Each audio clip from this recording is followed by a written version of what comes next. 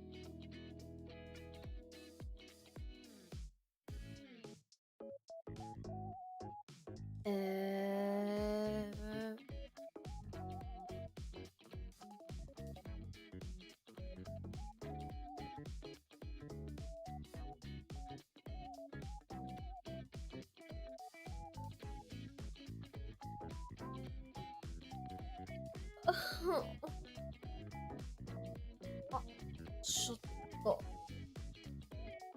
Don't know.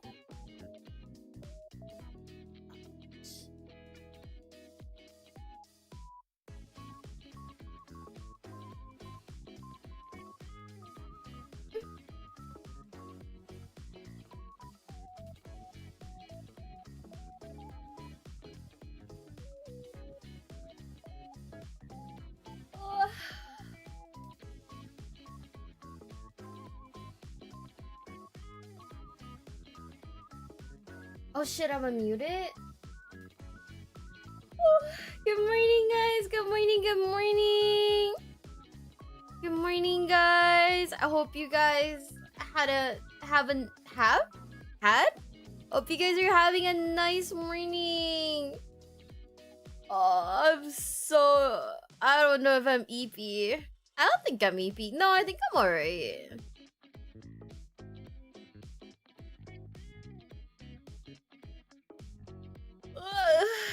Yeah, good morning, guys. Good morning, good morning.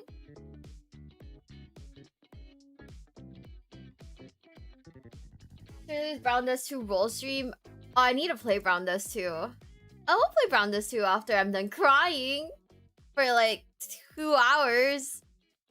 Wait, did I not download Brown Dust? Hold up. Where is it? Huh?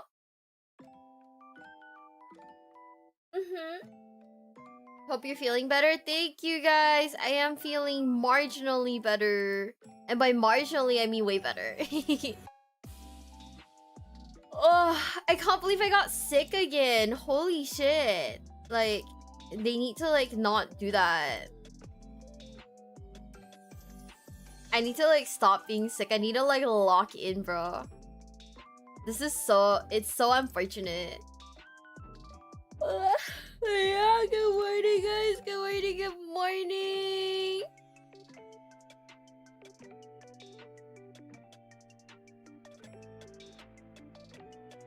You have to fund you a better immune system. No, I just need my immune system to lock the fuck in. Official last 3 episodes. Manly, we've already seen Gav and Bob. We saw Gav and Bob, like, during the last, like, building stream. So, we're probably gonna, like, wait for another cycle and then we'll recycle Gavin Bot, because by that point I will have forgotten about it. We do care about you. Thank you. My immune system is stupid. Did you sleep on the beach again? I did not. I think I caught a cold. I have this, like, really bad habit where, like, I've had this really bad habit lately where as soon as I come out of the shower, right, like, I'm, like, all towel dried and everything, I just fall asleep on the bed. And I'm pretty sure that's why I got sick. Like, I'm pretty sure that's why I got sick. Because I keep fucking falling asleep on the bed, like, completely in the new... It's so bad. It's so bad. Like, I need to, like, lock in and stop doing that. It's so bad. Yeah. No, I know. So, guess what's first on the agenda? We're not crying yet because we're gonna be watching the Bricky video. Yeah, guys, do you think that's why I got sick? Like, deadass. Do you think that's why I got sick? But the first thing on the agenda, guys, to nobody's surprise, the first thing on the agenda, what do you think it is? Not even a blanket? No. I just crash. I just crash on the bed. It's probably a really bad habit. White monster? We still don't have it in Singapore. Okay, so you wanna know something crazy? So you guys know how I love like white monsters, right? The other day, you know how I love white monsters? The other day I went out to like 7-Eleven, right? And I was like, oh, you know, I'm really tired, but I have to lock in for this event that I'm going to. So I was like, great, I'm just gonna get like a can of white monster. They didn't have monsters at all. All they had was like 0 sugar Red Bull. And I was like, okay, you know what? 0 sugar Red Bull, that's fine. I'll still lock in. It was not fine. I did not lock in. Any Luton Zero streams in the future? Yes, but we are gonna have to be very selective about the videos that we watch when it comes to Luton, I think. We're not, I don't know if we could do another video where we watch about the war or anything like that.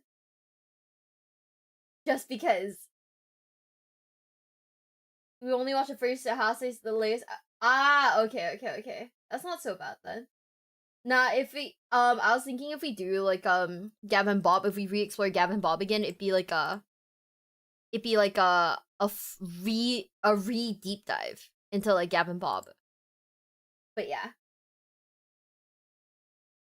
we don't have that, Mesa. We don't have that. I don't think. I've never seen it. But yeah, are you guys ready? In 3, you know what? I'm gonna turn the air conditioner back on. I don't know why I keep turning it off. I'm an idiot. 3, 2, 1. This video is part 2 in a 2-part series on every faction re-explained. If you've not seen part 1, you were either snatched by the YouTube algorithm, or you don't let anything, not even common sense, hold you back. And for that, well, I have no common sense! I wish I could be that strong. The quest to find the Primarchs was expansive and treacherous, to the point where they really should write a book about it. Despite never seeing the Emperor before in their lives, the Primarchs all instinctively knew who the Emperor was. Whether it's his psychic connection to him or just plain old intuition, the giant golden god is a bit of a giveaway, the Primarchs all lived their own lives, and some lived substantially better lives than others. Wait, it says at the corner, hey gamers, editor here. Somehow Richard managed to record Discord notifications into his voiceover. There are only a few, don't worry, just didn't want y'all to be confused. Oh, okay. He's Richard now? Rabute Gilliman of the Ultramarines rose through the ranks of his worlds and ended up turning an entire sector into a high-functioning society, where others, like Mortarion, lived on the poisonous hellscape of Barbarous under the boot heel of his own adopted father. When the Emperor arrived, some wanted to play a little bit of catch with their dad at first, and some didn't trust the baseball bat he was carrying, and some didn't want to play at all. Eventually, one by one, the Emperor returned his sons to his side to bring them back together as one happy family. A family who needed a good cleaning. Are you tired of boring old soap? Is your son the foulest being ever? Do your eyes sting when he comes near? Well, clean that man right back up with the power of Cheeky. That's right, the brand new moisturizing bar soap brought to you by Moist Critical and Bricky approved. Nurgle hates it, but you'll love it. I'm not gonna lie, this is probably one of the best this is probably one of the best products to shill. Considering I just want to say I feel like a lot of the niche hobbies have followers of Nurgle. That's what we'll call it. Followers of Nurgle. So this makes perfect sense. This makes so much perfect sense, right? Our soap is always so sticky and has a ton of fuss, but now you'll be glowing to the surprise of Lehman Russ. Cheeky soap is so good, we didn't even take a down payment for the sponsor. Damn. That's right, we love this soap so much, we are operating on 100% commission. We are supported purely and only by those of you who buy Cheeky. It is the best bar soap we have ever used. Okay. That is not a hyperbole. Your satisfaction is guaranteed. Okay. I don't use bar soap, but maybe I'll buy one just to like wash my hands with. Thought there's a time window for reactions. Not with Bricky. We learned through the last debacle, there is no time window for with him, there's no time window for like reactions. With other content creators, there are. Not him though. These on your cheeks. Can someone buy this and use it specifically on your cheeks? And then give me like a and then give us like a what's it called? Like an actual review? Thank you. Yeah. Take it from the man himself. Bricky's right. It's very good. Enjoy Damn. a multitude of flavors, including lo-fi lavender, Pope Francis, just soap, touch grass, and absolute cinnamon. Cheeky alone has made me swap back to bar soap as my primary choice. No more liquid soap for this brick. Cheeky is the play. Go ahead and go to useshiggy.com/bricky or code bricky for 10% off your purchase and domestically support these videos. That's code bricky at useshiggy.com/bricky or click the link in the description to learn more. Get clean now. Guys, should we get the touch grass one? This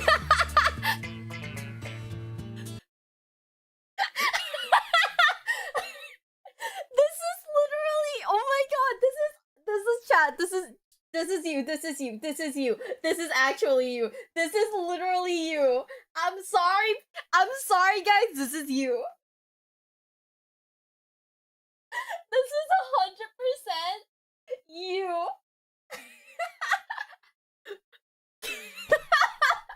Every time I look down at the floor, it's so ridiculous, I keep fucking laughing. Oh my fucking god, it's literally you guys. Holy shit. Okay, hold up. Before anything, guys, are you guys ready? In 3, 2, 1.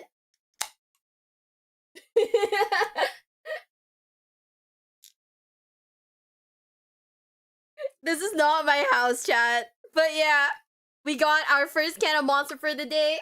Are you guys ready? Hi, Links. Hi. Well, yes, and, what do you mean? This is literally you guys. You're gonna keep going. 3, 2, 1. Oh, yeah, so half his sons turned on him. After the Emperor was able to bring all of his sons back into the fold again, he sent them on their way with his end goal in mind, reclaiming the lost worlds of humanity. Each of his Primarchs fanned out across the galaxy to accomplish this goal, but the one they were expected to report to was his favored son, and the first one found, allegedly, which was Horus. Horus was granted the title of War Master, and he certainly lived up to Big E's expectations, which were very specific and set by Big E himself to all of his sons. However, either intentionally or not, the Emperor did not mention to his sons some of the more chaotic aspects of the galaxy. Horus himself, while in the process of reclaiming a more advanced human world, was informed of the existence of chaos gods, a factoid that Horus initially did not believe. To him, it was a bit unfathomable to think that his father would emit such significant information on the inner workings of the galaxy. However, he soon realized this was the truth, and this betrayal was unacceptable. With the astronomical weight put on his shoulders and his father immediately leaving it all in his hands, combined with the slow corruption of his mind by those closest to him, he began to change his tune. Horus began amassing a following behind his father's back with several other Primarchs and began to formulate plans to usurp him from his throne on Terra. While this was occurring, Magnus the Red tried to FaceTime his dad back on Terra, and that resulted in the shattering of a protective barrier between Terra and the demons of the warp. Due to this damage, the Emperor— I'm not gonna lie, when he said it like that, I was like, holy shit, you're so right. Magnus totally did try to like FaceTime Big E. Right? Like, when he puts it like that, I'm like, oh, wait, he's kind of cooking. Holy shit, is Horus a red flag? Horus is a red flag. We cannot fix him. Chat, don't try to fuck Horus. You cannot fix him. Horus cannot be fixed. The Emperor was forced to sit on the Golden Throne to assure that it would continue to function.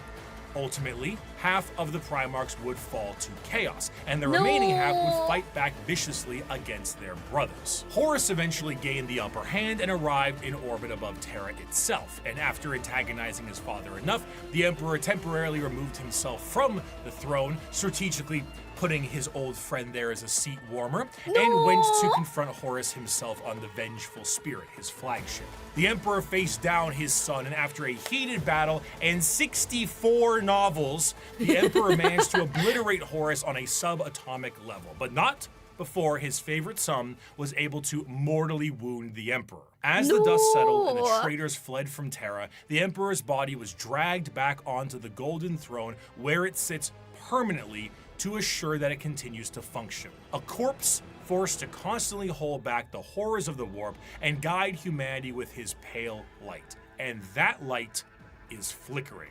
From there, the remaining members of the traitors to the Emperor fled to their respective safe havens. Can I get an 07 in the chat for Sanguinius? Holy shit, wait, just thinking about like Horus killing Sanguinius has given me like fucking trauma. Have you guys seen that one meme of that like one dog and he looks like he went through like a war? That's like me right now. Oh my god, no! Also, I think I forgot to say it earlier, but Nate, thank you so much for the super chat. Thank you. Oh man. 07 to her angel boy. Wait, okay, I'm not gonna lie, this is actually why I love Bricky so much. Like, the way he put it, like Magnus was trying to FaceTime Big E to let him know about Horus's betrayal, and that punched a hole in the warp. Like, that makes so much more sense. Like, when you dumb it down like that, I'm like, oh yeah, that makes a ton of sense, you know? I kind of love that. I actually kind of love that. He was too good for this world! Sanguinius, my boy. Hi guys, if you guys are just coming in, hi. Yeah, Magnus totally done goofed. And like, but also he had good intention, but still. Yeah, it makes it way more digestible, even if it's like not necessarily like accurate. It's just that like if I'm a normie, you know, like if I'm just someone like, okay, how would you explain Warhammer to your girlfriend who doesn't understand Warhammer? You know? Magnus was too proud to admit the warp was dangerous. I think that's the issue though with all of them, right? They're just too proud to like admit to like anything. You know? Yeah, the road to hell is covered in good intentions. Exactly. So it do be like that though. It really do be like that. Oh man. Okay, are you guys ready? In 3, 2, 1.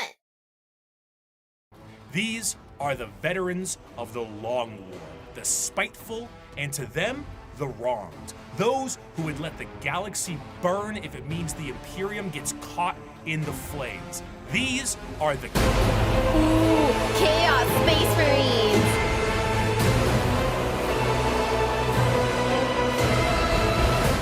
And what are the achievements of your fragile Imperium?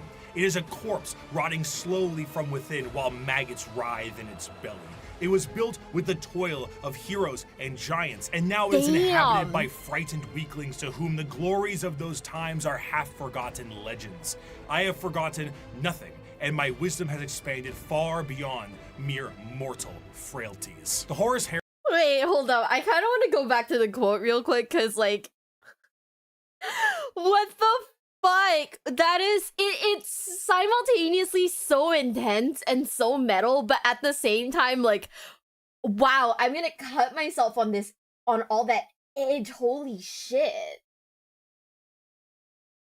Paved? Where? Did I say paved wrong? Oopsie. I like Bricky's videos, he makes it easier to understand, whereas whereas many other spec level understanding newbies just aren't gonna have. Starting with him to me is the best intro. I agree 100%. I super agree with that. Wait, I'm so sorry. I gotta. Thank you, Dramon. Thank you so much for super chat. Thank you. I super agree. I do. No matter what anyone says, I do like fully agree that Bricky has like the most like digestible content. Now I don't know about like. I don't know if I could like realistically. Let's say if I had a girlfriend. Okay, let's say if I were a man, I had a girlfriend. Could I have her sit next to me and watch a 1.5-hour video about Warhammer? I don't know. But as a content creator, watching Bricky videos to do react content to, shit, this is fire. This is hella fire. But I don't know if I could make my girlfriend, like my partner, like girlfriend and or boyfriend, like sit there and watch a 1-hour video with me. You know what I mean? Also, hi guys, you're just coming in. Hi guys, hi. How'd you explain Warhammer in a maple? Okay. Big guys shoot guns. It's very cool. To be honest, right, I do feel like one of the easiest like ways to get someone into the Warhammer universe is to buy them Space Marines too. And be all like, hey, you wanna play with me? You know, I honestly do think that this is like that's probably one of the best ways to get someone into Warhammer. It wouldn't be like, oh yeah, let's watch a video about this topic that you may or may not know, you know, anything about, right? We'll just play the video, and if you're still interested in the lore, hey, you want to watch a 1-hour video with me? Hell yeah, let's go. You know? A lot of different games. No, just Space Marines 2. Because like I feel like Space Marines 2 is one of the more normie coded games. Okay? Just need to be a shoulder cry when you show the GF sad Warhammer stories. True! You're so right. Thanks, Anthony, for a super chat. To a non-existent and so happy Pride, by the way, guys. Happy Pride. Happy men's mental health awareness month. So if you guys have mental health issues, make everyone aware of it. That's what they mean, right? Right?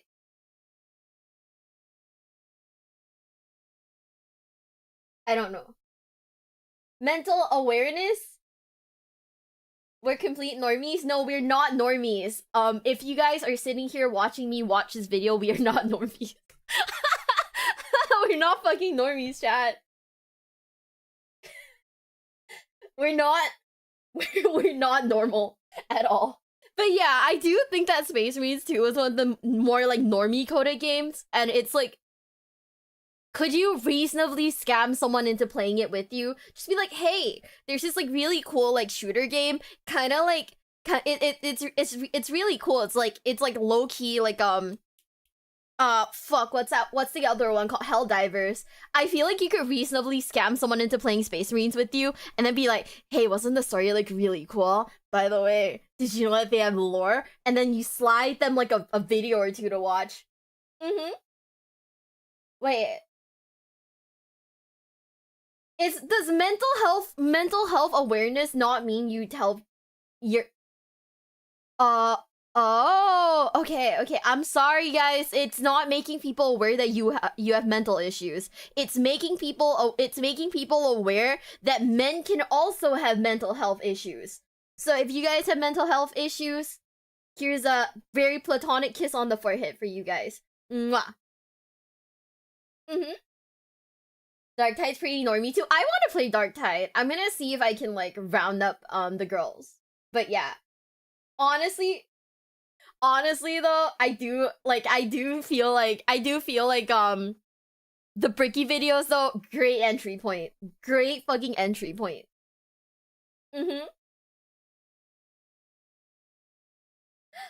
Yeah. Dark Tide's more normie. No, Dark Tide is definitely more normie, But I feel like in terms of like what is it called? Like Darktide hasn't been as like popularized on like the Steam page, you know, as much as like Space Marines has. So it's like reasonably you could be like, oh my god, there's this like cool game that's relatively new and it looks really cool. Do you want to play it with me? Versus like, you know, there's this like one game that's like, you know, kind of old, but I think it's really cool. Do you want to play it with me? Right? We are watching the Bricky video before crying. The video for the Bricky video won't come out that soon. It's not gonna come out that soon, naturally, but we will be live reacting to it. Pretty excited. We're if the Bricky video somehow makes us cry, that would be insane. But yeah. Okay, guys, are you ready? In 3, 2, 1. My wisdom has expanded far beyond mere mortal frailty. Imagine going to like a guy's house and he's got this like framed like right above his bed. What would you do? I think like that's a red flag and you run. On God, this is like a red flag and you run. The Horus Heresy saw the collapse of the Imperium as we knew it at the time, and half of the Space Marine legions fell to the ruinous powers. Though the favored son, War Master Horus, was killed and the rebellion ended, the heretical forces retreated to the warp and remain a constant threat to this day. The twisted reminder of what the temptations of the warp may bring, the Chaos Space Marines act as a mirror to the loyal legions, and as time progresses, their warp taint further changes them to suit the needs of their patron deity. Though marred and absolutely mangled by the ruinous powers, they are still unmistakably Space Marines in stature and shape, and according to them, they have never been more free. Can I be real? I'd hate the Chaos Space Marines a little more if they didn't look so fucking cool. Okay? Like, honestly, if they looked a little worse, I'd probably, like, you know, if they look like generic, like, Space Marines, I'd be like, oh yeah, you know, they're like, whatever. But the fact that they look cool kind of makes me, like them a little bit more, and yeah, right? If evil, why cool? Like, unbased. No way. I can't believe it. Maggie Jamon, thank you for a super chat. The Space Hulk Deathwing game is a little more obscure, but it's pretty good. I found the game through Russian Badger's review. Love it. Is that also like a Warhammer game? Ooh. Like, if they didn't look so cool. Oh man, I think we've fallen back into the whole if evil, why hot fallacy. So does this mean we fall for like red flags, guys? I don't even know. But yeah, thank you so much for all the follows on Twitch. Thank you. There's no pop-ups because this is gonna be turned into a video. So I love you guys. Thank you so much for the follows. Thank you.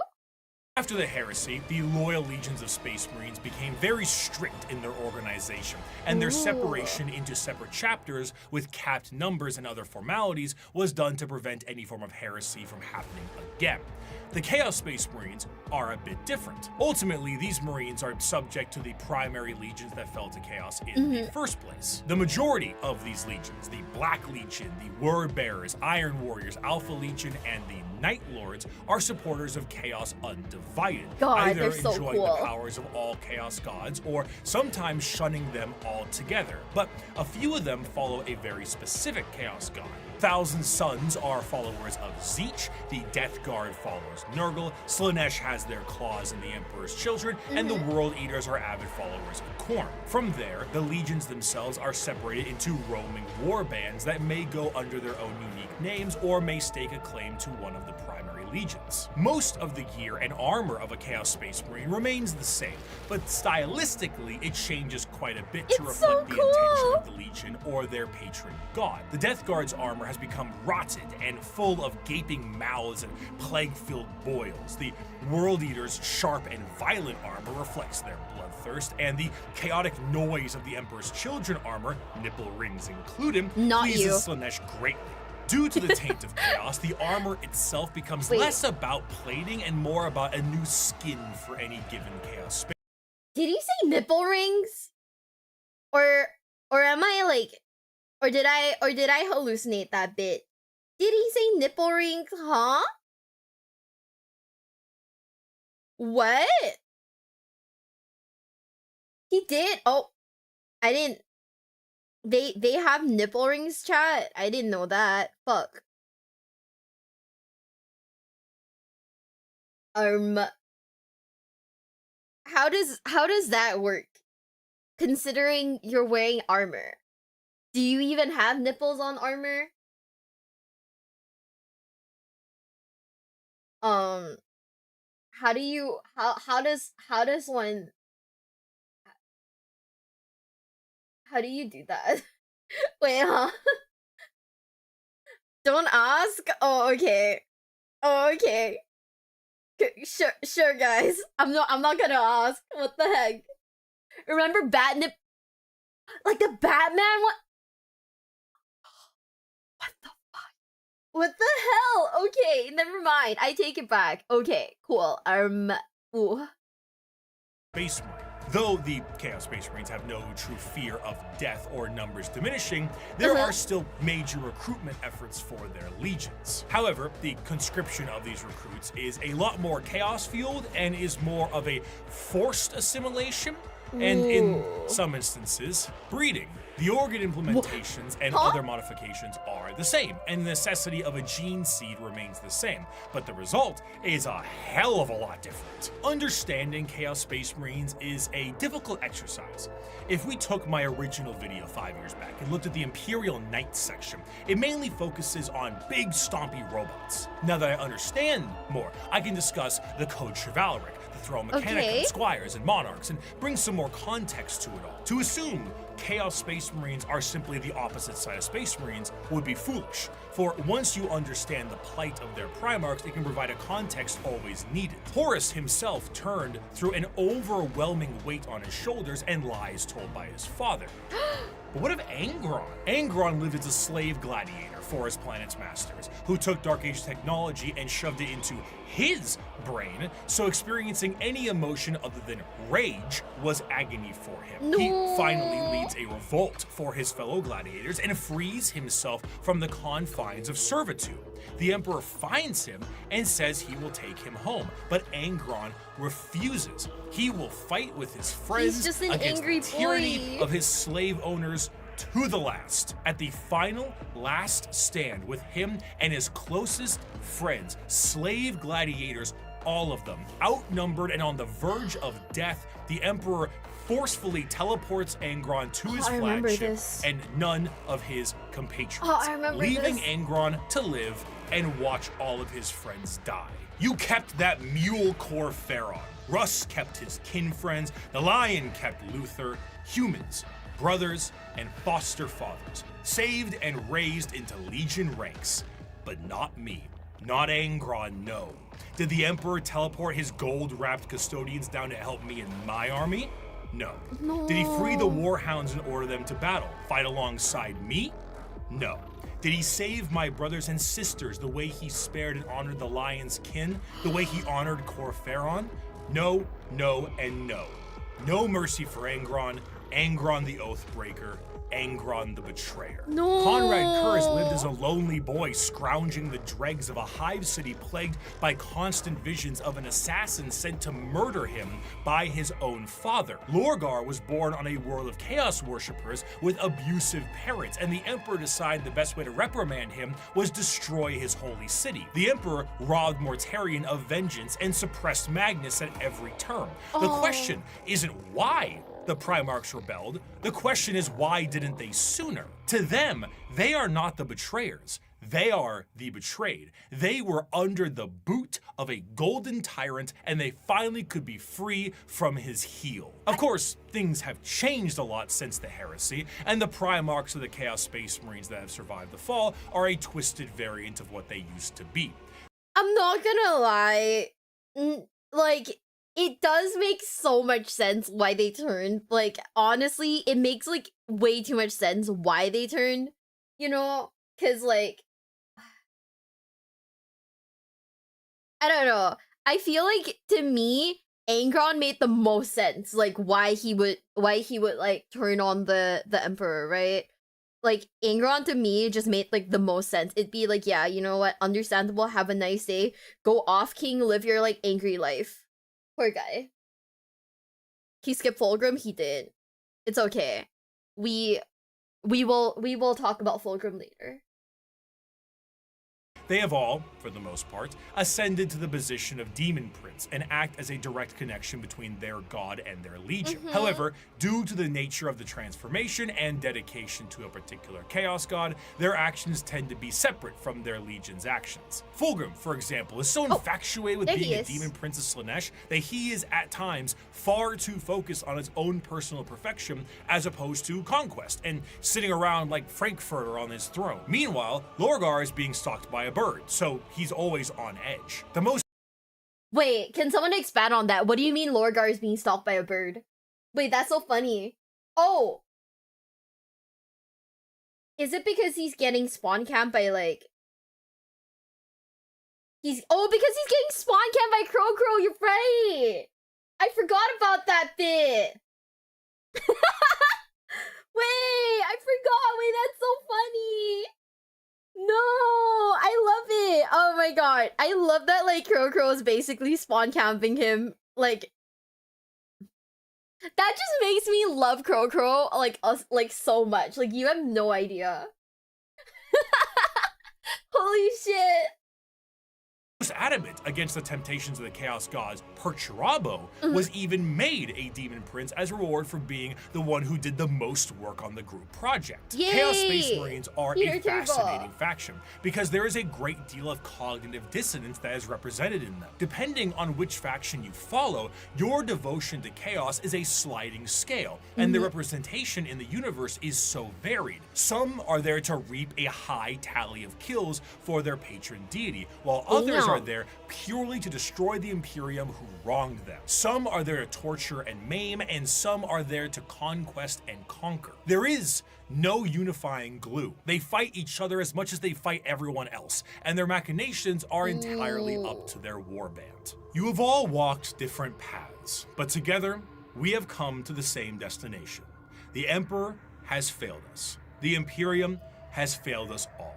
It has failed us by the laxity of its laws, the decadence of its culture, and in the injustices heaped upon those of us who serve the most loyally. It has failed us by never recognizing our virtues, never rewarding us for the blood we shed and bringing about its ascendancy, and never providing unity when we needed it most. It has failed us by being flawed to its core, imperfect in its pursuit of a perfect culture, and in its weakness against the encroachment of Xenos breeds that seek to twist humanity to alien ends. And it I has hate that failed this is us making so much most of sense all to me right by now. being founded upon lies. The Imperium is forged by a dangerous deceit and erodes us all by demanding we sacrifice truth on the altar of necessity. This is an empire propagated by sin that deserves to die. And here on Istvan 5, we begin the purge. From these ashes shall rise the new kingdom of mankind, an Imperium of justice, faith, and enlightenment. An Imperium heralded, commanded, and protected by the avatars of the gods themselves. An empire strong enough to stand through a future of blood and fire. Naturally, however, as I have said before, Space Marines do not make up the bulk of the fighting force in the Imperium, so it would be ludicrous for me to not mention their dark cousins. The Code Chivalry is the sign of the power of the Imperial Knights. Oh? But what about the Dark Mechanicum! The ruinous powers claimed during the Horus Heresy extended beyond just the Space Marines and the Guys, am I drinking the Chaos Aid right now? Why am I sitting here going, oh, actually Chaos kind of had a point. I'm just sat here like, oh yeah, okay, maybe they were right. Maybe they were somewhat right. Oh. No, what the fuck? Miss Commissar, thank you so much for the super chat. Fun fact about the Chaos fighting themselves. There's a warband called the Sons of Malice who kill everything and worship a minor Chaos god called Malice. They also like eating people. They what?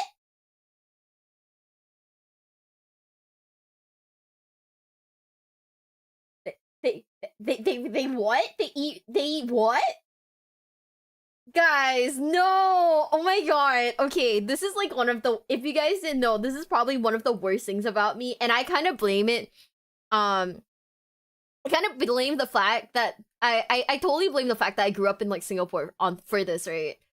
It's that I am very susceptible to propaganda. I am insanely susceptible to propaganda. So like now that he's gassing the fuck out of like the Chaos Space Marines, I'm just sat here thinking like, actually, they make a pretty good point. They've got some strong talking points, I'm not gonna lie.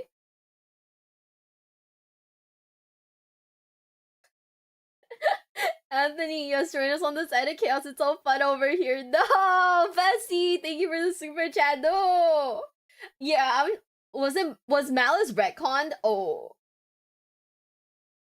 was it actually retconned? Oh, okay, okay.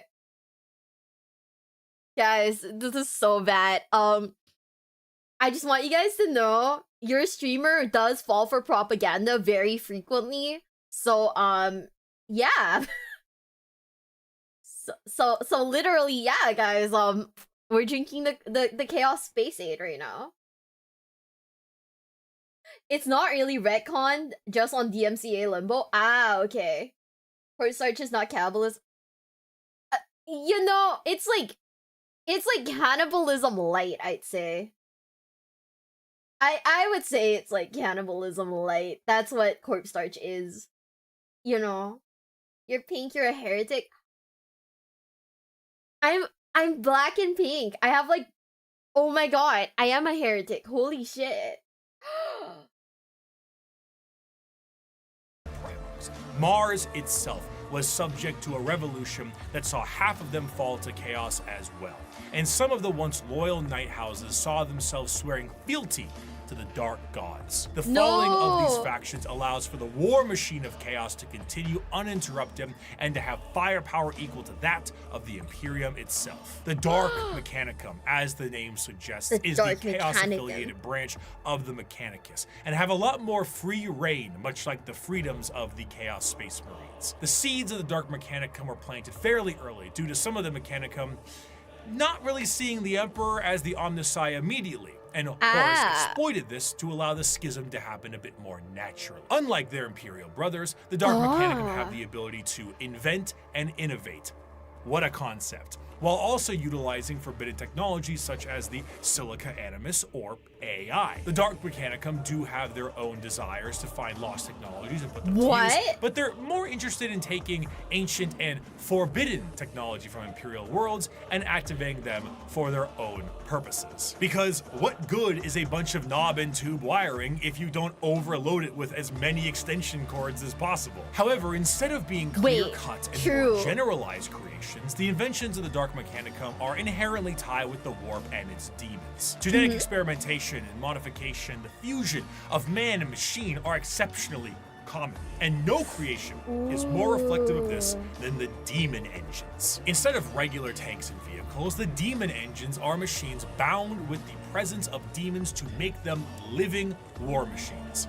Unlike the vehicles of the Imperium, where a Mechanicus priest may be there to aid in its repair, a Warpsmith sorcerer is there to essentially repair and irritate the demon engine so that it can be a more effective killing machine. In certain factions, like the bitter and siege-loving Iron Warriors, they will lure demons with the promise of glory and easy bloodletting, only to then forcibly trap them into these demonic engines to use as weapons of war against the Imperium. Some lesser gods, like Vashtor the Archifane, is also a contract and arms dealer for the demonic stuff that comes out of chaos. Many demons may sign a pact with Vashtor in the soul forges of the warp, and in doing so are given the weapons of war to kill as much as they can. Should they do so, excellent, you may keep it. Should you not, I hope you enjoy your soul working in the forges for all eternity. That's what you signed with blood and oil. In addition, much like their ties in the Loyalist realm, the Dark Mechanicum and the Chaos Knight houses are deeply intertwined. Okay. There were, of course, many Knight houses that swore fealty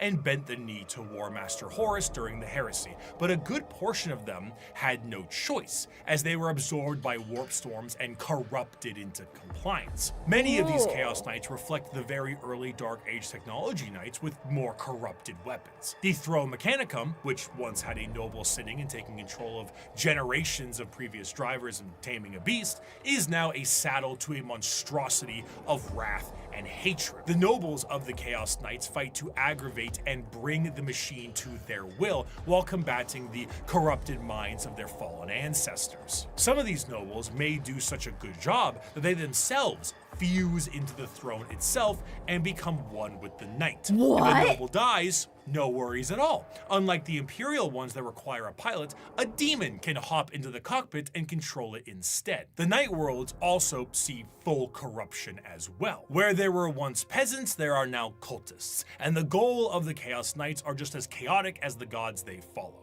Some are sent to war by the ruinous powers, others may protect Dark Mechanicum Forge worlds, and others still may be so hyped up on the ruinous powers that they are just aimless and reckless, hoping to unravel the fabric of the universe itself. Though the aspect of nobility is still there with the Chaos. Wait, what does it say in the corner? Hold up. Sid, The fabric of the universe itself. Though the turn off the stream. Your actual webcam just turned on.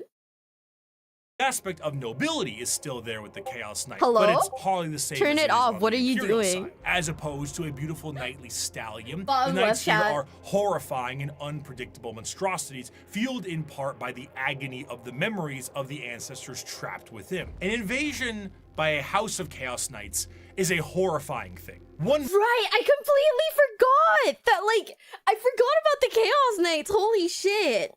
I don't remember what video we were watching, but the Chaos Knights are like, they're just like, they're noble houses, right? And they just carry the memories of like the previous like generations, right? Like, that's so fucked up and crazy and like, ooh. Rocket, thanks for the 200 bits. Chaos is wrong, but like any good lie partially tells the truth. They tell enough truth to get you by all the lies. Boy, does Chaos have a lot of lies to swallow. I'm just drinking the fucking Kool-Aid right now. I'm not gonna lie to you. Holy shit. Yeah, I mean, you know, okay. Guys, would you be a Chaos Knight for the aesthetic, knowing full well that, like, you're basically fucked for the rest of your life? And Bricky just said that, yeah. But we also watched a video that talked about it earlier. And, like, we watched a video, like, ages ago that talked about it, and I was just sat here like, right, that is what it is. Never? Okay, guys. You guys are stronger than me. You guys are stronger than me. I do it for the aesthetic. I do it for the aesthetic. I do it for the aesthetic. I feel like, oh shit, I gotta look fucking sick. Let's go. I can't take it. Honestly, I wouldn't either. I'm kidding, but yeah. Getting possessed by a demon, wanting to take the wheel. Where's your shut up, Hiruma Red X. If you guys didn't know, that's my boss. Guys, don't follow me into the warp. I am literally dumb. No, oh, was it Bricky explaining it in part 1? Was that what it was? So, if you guys didn't realize by now, at this point, we've watched so many lore videos that all of it's kind of getting jumbled up. I don't remember who's exactly taught me what from which video. Because we've watched that many. We're kind of like, okay. So, like, my brain right now is basically, like, a fucking, like, lore soup, right? Dolox is my boss. Dolox and Hiruma Red X are the same people. You're, like, the same person. And, bro, like, his favorite thing is telling me to put a shirt on despite approving this fucking outfit. Excuse me. You literally said okay to it. Mm-hmm. Yeah. So at this point, the lore is basically really jumbled up in my head. So I have to, like, actually think and, like, recap on it. Mm-hmm. Sanguinius is, oh my god, wait. No, you're right. I can't disappoint Sanguinius. Oh fuck, you're so right. Okay, I can't disappoint Sanguinius, guys. Sorry, we're not on that like chaos Kool-Aid anymore. I'm off the train now. Bye. You might ask, how do knights enter the battlefield? Normally they can be deployed via dropships the standard way, but Imperial Knights can be deployed with a drop keep. A gigantic knight keep with like towers and stuff will hurtle towards the surface like a drop pod and be slammed into the ground with an excessively thunderous crash. Then, massive drawbridges slam down, banners unfurl, and huge horns play the song of their people as these lumbering robots charge out of their, again, drop keep to fight What for the heck? Imperium. So imagine what a warp-fueled version of this could look like. If you get the opportunity, you should kill yourself.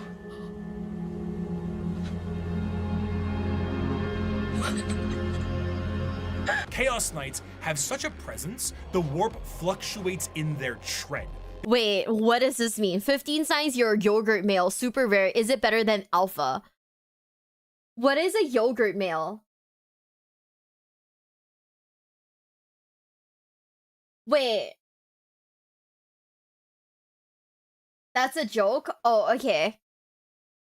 Do I have to ask Leah what this is? I don't know what this is either. Alpha or Omega male stuff?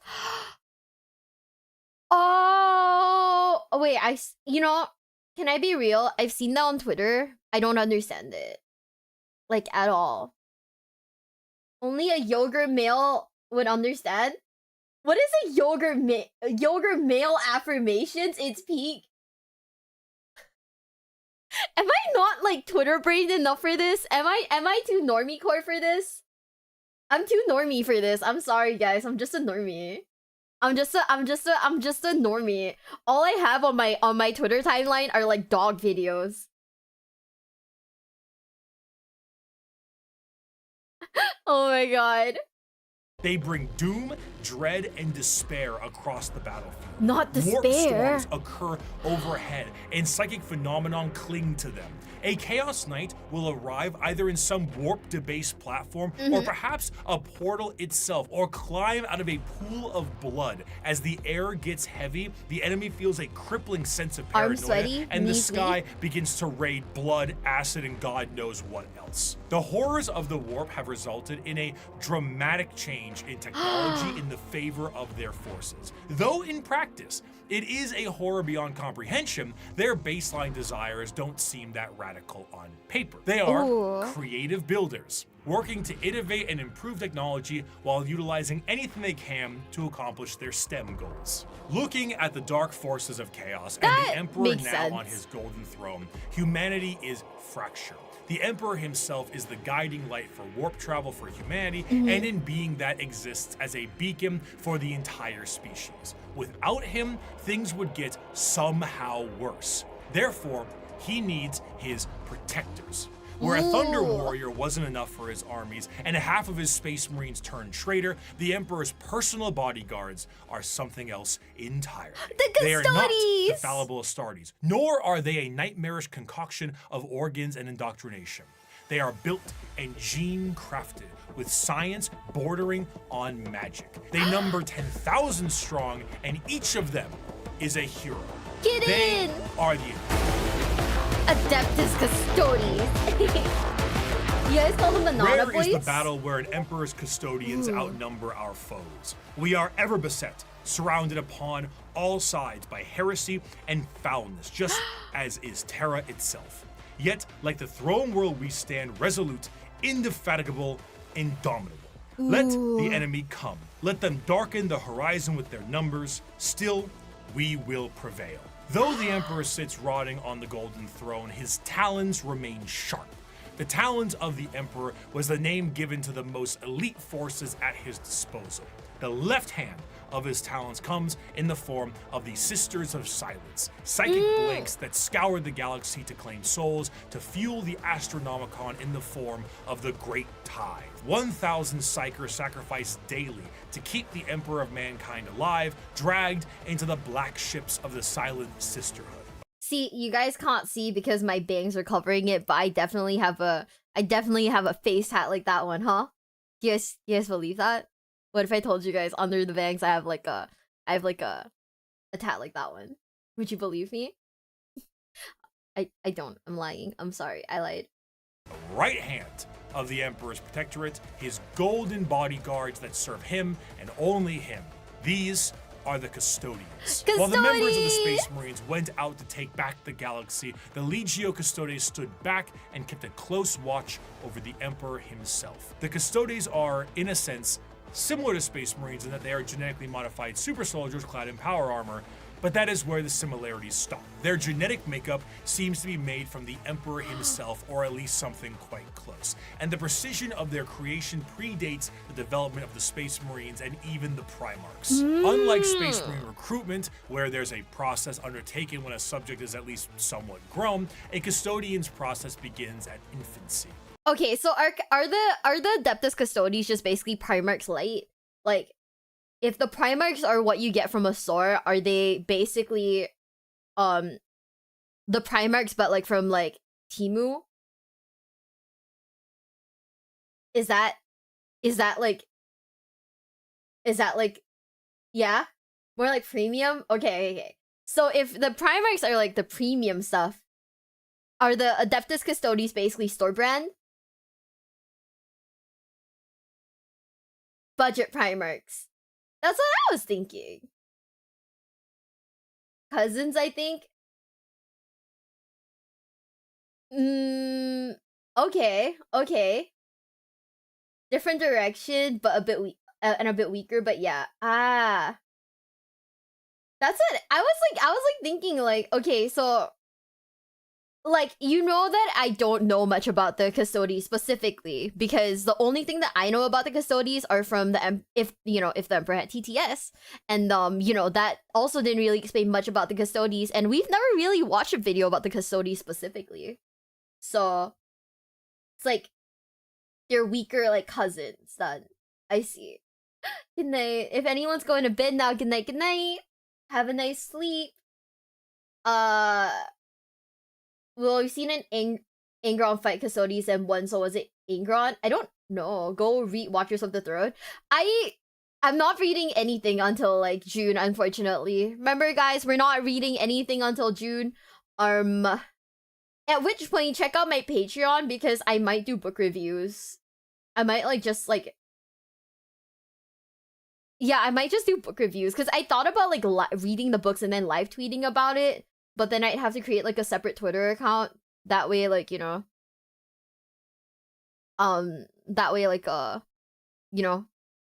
could like tell you guys about the book as I'm reading it. But at the same time, I don't know. Yeah. Book club, maybe. Okay, so I had like the thought of telling you guys about like the books that I'm reading. But you also know that I have a terrible memory, right? So by the time I'm like done reading it, I would have been like, oh yeah, the book was pretty good. I would have been like, oh yeah, the book pretty fucking fire. That's about it. Mio makes an OnlyFans, but it's only a book club. Well, shit, we're about to read so many books. Yeah, so like I said, also do an audiobook listen while you paint. We can't do that. Because it's a copyright material, unfortunately. Very sad. Very, very sad, many tears. Talking about his way to make the memory better. Yeah, so like I feel like reading it and then like probably like writing about it would make a lot more sense than like live tweeting about it or like recapping about it later off stream. Oh, I don't want to listen to the audiobooks. I like actually reading. Like I don't read very often. Wait, that's so terrible. Like, I don't get the opportunity to read books very often, so when I do, I really do enjoy reading a lot.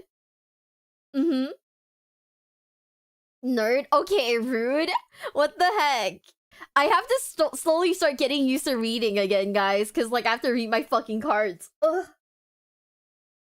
Custodians are taken from nobles firstborn that the Emperor conquered on Terra. They're remade genetically. Oh, that makes sense. The audiobooks have amazing voice acting. The problem with audiobooks is that audiobooks have the same effect on me that movies do, whereby I will fall asleep. I will 100% fall asleep if I read an audiobook. So I have to actually read the book to, like, understand what's happening. It's very bad. I think we need to do another Hell's Reach rewatch, by the way, guys. If you guys are looking forward to it, I've confirmed I can watch Hell's Reach on stream, so we will be watching Hell's Reach on stream, but we will be re-watching it because I fell asleep halfway through Hell's Reach the last time we did it. It's not good. It's really not good. Yeah, so anyways, we gotta do it. It's so bad. Oh, what the hell? Why did my untapped GG just... Okay, never mind. Set up Twitch extension. Cool, thanks. Yeah, I don't need stream delay. It just randomly turned on. That's fine. Good night, guys. If you guys are going to bed, good night, good night, good night. And this time you won't sleep. If I'm live on stream, I don't think I can fall asleep. So that'll be a plus. How did you survive uni lectures? Because I slept through my classes and that was not good. Oh, basically, I wasn't allowed to sleep, so I didn't sleep. Wait, did Twitch die? No, it didn't. No, it didn't, right? She's gonna fall asleep again. Okay, guys, I'll do a poll. Tell me if you guys think I'm gonna fall asleep during Hell's Reach again. I don't think I will, right? I don't think I will, right? YouTube stat... No, YouTube and Twitch are both live. You guys are all right. You guys are all right. I did fall asleep at Star Wars. I want you to know that during the Star Wars watch along, I tried really fucking hard, okay? I tried really hard to stay up, but after 4 movies, I fell asleep. I don't know, I'm asking. Oh, okay. No, it didn't. It just one of the Twitch things just randomly popped up and I got, like, very, like, confused. Yeah. I don't know. Maybe we'll watch, like, we'll pick up, like, Star Wars again and we'll watch the one movie that I fell asleep at. But yeah, how the heck do you fall asleep watching a movie? That's my superpower. I fall asleep during every movie. It's the... Okay, trust, chat. Hold up, trust. I'm just giving you guys a girlfriend experience, you know? Have you ever dated a girl that didn't fall asleep during a movie? Exactly. My point stands. Therefore... it's just GFE. It's just GFE. That's it. Oh, we didn't pray to the Omnissiah today. Fuck. I've not dated a girl? Okay, well, if you guys are planning on dating women, spoiler alert, don't watch a movie with them. They will fall asleep. Spoiler alert, they will fall asleep, chat. Be mentally prepared for that. Don't even be upset, okay? Don't even bother being upset. It will happen. And that's just something you're gonna have to accept. That's it. Who says I won't fall asleep first? Competitive sleeping. 10 out of 10. Miwa's the dad that sleeps through movies. Correction. No, there's no correction. Yeah. I'll wake up, forget, of course. Oh my god. If you get punched, you might get punched in the face if you try to wake anyone up when they're napping. Oh man. Yeah. Wake up, Viva. Okay, I will sleep harder. I will sleep harder just because of that. My exes never fell asleep on you. Bro, can I be real? One time I paid for like one time I went on a date, right? And it was like one of those like premium like movie experiences. By the way, don't go on like a premium movie experience at like the movies like at like movie theaters for like on dates. So the sucky part is the chairs were like separate. They were like far apart, right? And we went and watched like one of the James Bond movies because I was like, cool. I mean, I guess I'll go watch it, right? I fucking fell asleep. It was great. I had like the best like nap of my life, but also bro was like sat so far away from me he couldn't tell that I was asleep. we came out of the movie, he was like, "Did you like it?" I was like, "Oh yeah, no, it was a fucking great movie." And you know, I was just asleep the entire time. Waste of money.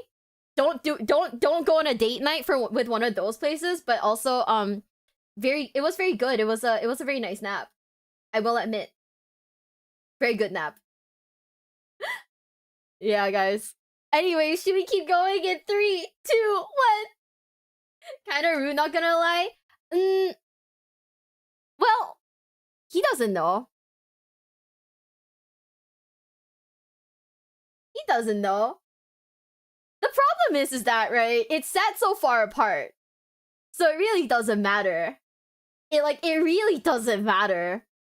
It's like if we were sat next to each other, falling asleep would be rude. It'd be like a little harder, right? But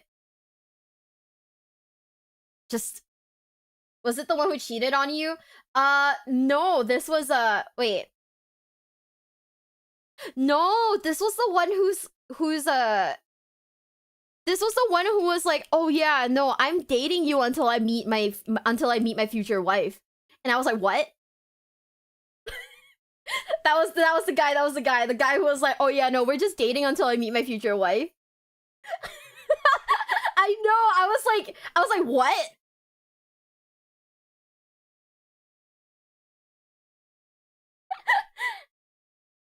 I know, and bro, straight, bro was like, okay. So the funniest thing was, I remember, bro, like, I broke up with him because he said that to me, and bro was like, yeah, the breakup blindsided me. I was like, it really didn't, bro. Like, it really didn't. I was like, it really shouldn't have blindsided you, but okay, go off, King. He was honest at least. I just remember being absolutely dumbfounded. I was like, huh?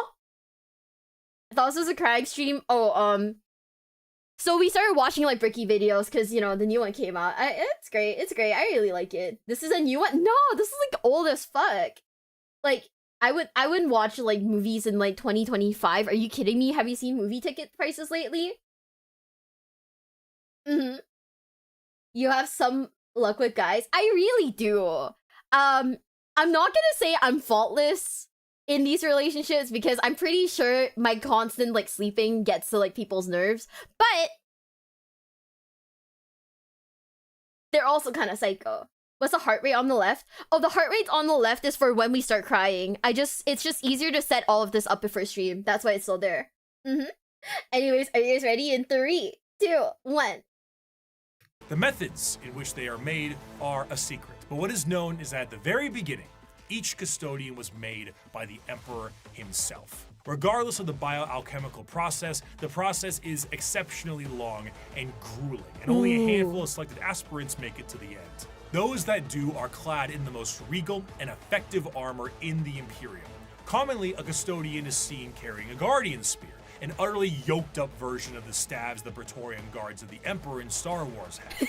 They are also clad with specific shields and blades, but the most interesting thing with all of their gear is that due to the meticulous and dedicated maintenance and preservation of their armor and gear, these items are the same ones they used 10,000 years ago. The custodians do not age biologically, so some of the veterans in the Guard may be several thousand years old.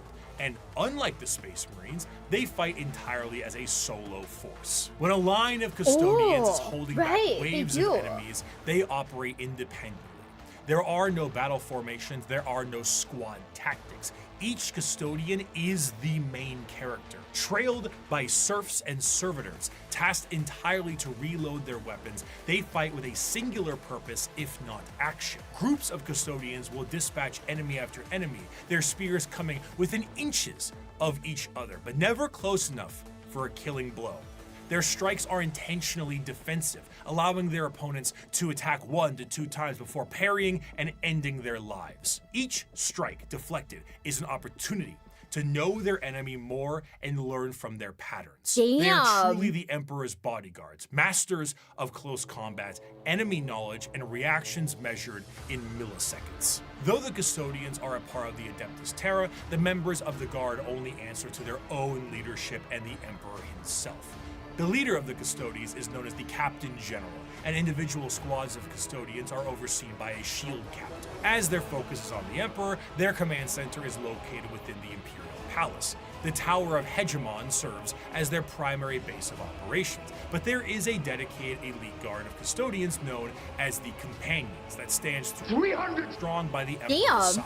In total, the Custodians are 10,000 strong, and when a member retires, their name is added to the Hall of Name and vanish across the galaxy in a cloaked disguise to serve as eyes and ears for the Imperium. Despite their numbers and their strength, the members of the Custodians do not consider themselves to be soldiers or warriors in any way. They see themselves strictly as the guardians of the Emperor in all facets of his presence. This extends beyond the physical. Custodians believe they represent the guarding of the Emperor's ideals and philosophies too. Their gains are both physical and literary. They are the protectorates of everything the Emperor stood for, and in doing so, the Custodians are also artisans and scholars, in addition to being the Golden Guard of the Golden Throne. However, due to this nature of being protectorates, they have a very strong view when it comes to the Space Marines and the Primarchs. The Emperor himself had insinuated many times that once the galaxy was brought to heel, that there would be no need for the Space Marines anymore, and they were to go the same way that the Thunder Warriors went before them. The Custodians were meant to be the judge, jury, and executioner of this will, and are biologically designed not only to be able to take down Space Marine with ease, but to be able to go toe-to-toe with the Primarch as well. Okay, so I just saw a comment that someone said that they have weird power levels depending on who writes them. Is that true? Yeah, like, I guess, I don't know, maybe we need to, like, look at Custodians lore, because, like, I think the Custodians are very interesting. And I am, like, curious to see how they're written in, like, the books, you know? The writing is inconsistent? Ah, okay. Some authors love to mess around. That's true for all characters and all writers? No, that makes sense. That does make sense. Oh man, I guess it'd be too much to ask for consistent writing, but I guess it does make a ton of sense. Custodians are really cool. I think they are. What's WORF? What's WORF? I've seen that, like, mentioned, like, a few times. What does that mean? They can either 1v3 or 1v10 Space Marines, and it's an author thing. Ah. Oh yeah, no, I know power scaling is very inconsistent in Warhammer. We've talked about it a lot. People got mad at me for, like, talking about the power scaling. People got really upset when I talked about the whole, like, lictors thing, by the way. Remember when we were saying, when they were like, oh, lictors are really strong, and I was like, oh, they can't be that strong. Like, we did really good against them in, like, Space Marines too, right? So if, like, so maybe it's just like a Titus is OP kind of thing. But is a character in Star Trek was consistently portrayed as being strong, is always beaten and fights for a narrative purpose. Ah, yeah, see, so he's a jobber. He's a jobber then. Ooh. Where one guardsman via squad of Space Marines, so power scale. Oh, that is dumb. That is dumb. Yeah, okay. I don't know. I feel like power scaling. Can I be real? I feel like in a lot of, like, nerd culture, power scaling is always an issue. If you really think about it, right?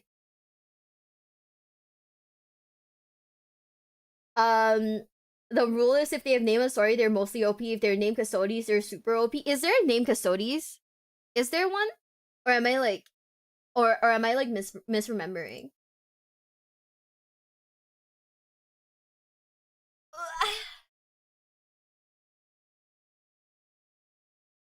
Valdor?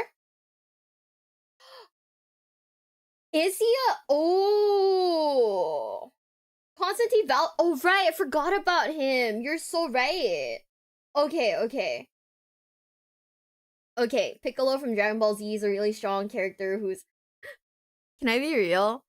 I only watched Dragon Ball because a dude told me he liked it. I watched Dragon Ball for a guy. So... Yay. The things I do. The things I fucking do! Okay, So that makes a ton of sense now. That makes a ton of sense. No, his name is actually Kitten. I see. Saw Valdor in the yeah. I did not remember that he was a Custodes. I did not remember that bit.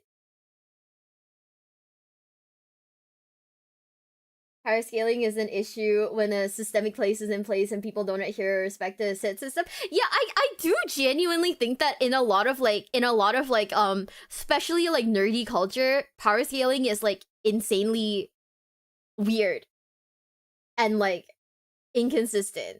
I don't hate it, don't get me wrong. I don't hate it. I do think that it's like really, really like fun, but yeah. Same reason I watched Survivor, you're valid. Okay, I read Berserk, One Piece, Major, all seasons of Major for a guy. It's over for me. If you guys thought you were SIMPs, I am probably the king of SIM of, you know, being a SIMP. The reason why we can't say that is because the word's banned on Twitch, by the way, guys. If you guys were wondering why we can't actually say the word, it is banned on Twitch. So we can't, certain words are banned on Twitch, certain words are banned on YouTube. We can't say them outright, but yeah, did you get the guy? He cheated on me. Oopsie.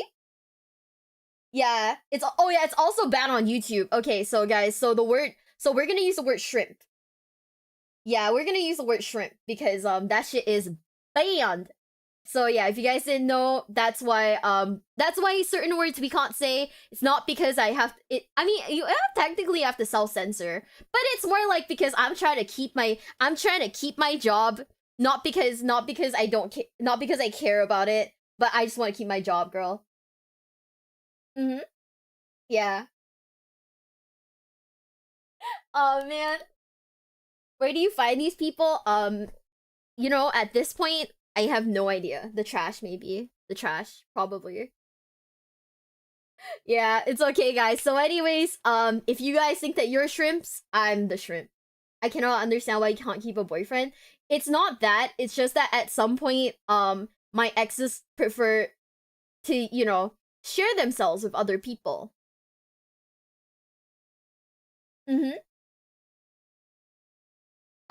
They say scaling the thing is be all end all. None of the lower levels could kill some of higher levels. I think that's the thing though. When you put like a rigid system in place, right? Then the story becomes very linear.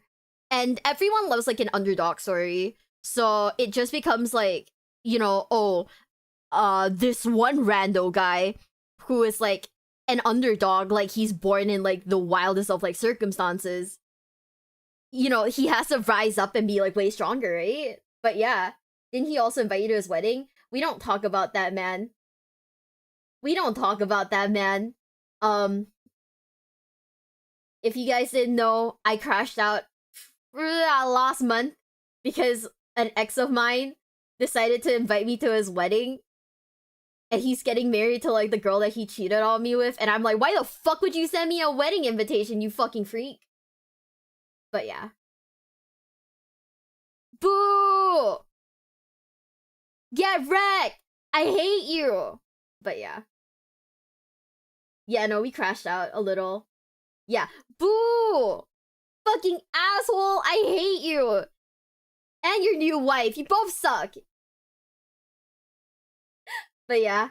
No, we're over it now. We're fine now. Did you mail them a bomb wrapped up like a wedding present? No, unfortunately I did not. Why does he hate you so much? Because I didn't like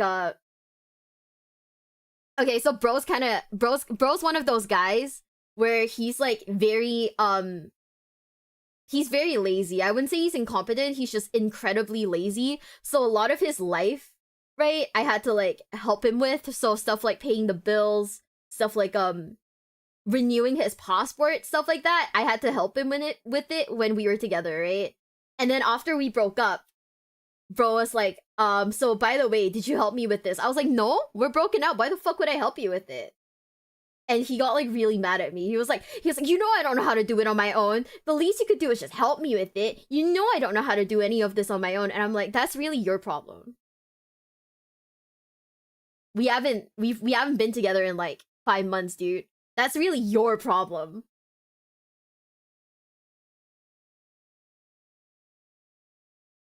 Mm-hmm. Imagine T could spill on the wedding. Unfortunately in Asia, when you go to weddings, you have to give them like a wedding gift, and I really don't want to give him my money ever again. He wanted a girlfriend or a mate? Ah, bro wanted a fucking mate, dude. It was so bad. I'm not gonna say that he was stupid, but you know the term do you know the term what's it called? Maliciously incompetent. Yeah, okay, yeah, editor, skip this entire bit. Skip this entire bit. How do you get all these toxic dudes? I don't know. No, he's maliciously incompetent. Like, he knows how to do these things. He just won't do them because he knows that, like, if he doesn't do them, I'll do them eventually. But yeah, weaponized incompetence. So like even stuff like his like resume and whatnot, right? Even stuff like his resume, he kept like writing like really shit resumes. So I ended up having to step in and like to do like a really nice resume for him, you know, like do it all up, all fancy and shit. That way he could start getting jobs. Uh-huh. Yeah, so you know, now we gotta up our standards, guys. Weaponized incompetence? He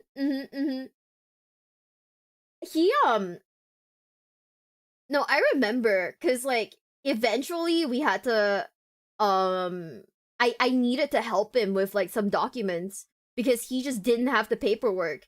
And his partner actually reached out to me and was like, "Hey, do you by any chance still have these?" And I was like, "Yeah, sure. I'll send you guys the stuff." And then she blocked me immediately after. I was like, "You're insane. Like, I don't want to talk to you anyways, but also you're insane." What did you even see in him in the first place? That's what my friends asked me. And I was like, "Brother, I don't know. Was he previously some rich parents' brat?" No, he was jobless. Did he pull emotional manipulation often? Yeah, he did. He did. Him and his parents were like, him and his dad was always like, "Oh, you know, you don't get it. You're so lucky you get to date my son. He's so handsome, you know." And I was like, "Oh, yeah, sure. Can he also like, you know, clean the house or something?" Fuck, dude. Was he at least hot? No, he wasn't. According to my friends, he wasn't. Years later, I will not reasonably say if a guy is handsome or not. I'm not a great judge of, you know, if a dude is handsome or not. But my friends say he isn't, so hey. It's my favorite part of Warhammer, the dating lore. Shut the fuck up! Okay. No more dating lore, guys. Just all we need to know is that this guy was a loser, and he sucks, and if I ever saw him again in real life, I'd punch him. I'd punch him. It's all subjective, right? Yeah, I think I don't know. I think looks are very subjective. It's more about the vibes, but also the vibe sucks, so what the fuck was I even on about? What the hell was I even on about when it came to that dude? What the actual fuck? Guys, no, this is getting too real now. Now I'm sat here, I'm like staring up at the wall thinking, wow, I was an idiot. So anyways, Warhammer, am I right, guys? The heresy, the custodians mused on how suspiciously easy it was to kill Chaos Space Marines, as if they were trained and made for that explicit purpose. Constantine Valdor, one of the closest advisors to the Emperor, was asked if he ever disagreed with Big E on something. And he said, once, with the formation of the Primarchs. I feel I do my best, but they don't. Let me ask you a very fair question. What do you do successfully? Quickly. Oh my god, the drag race.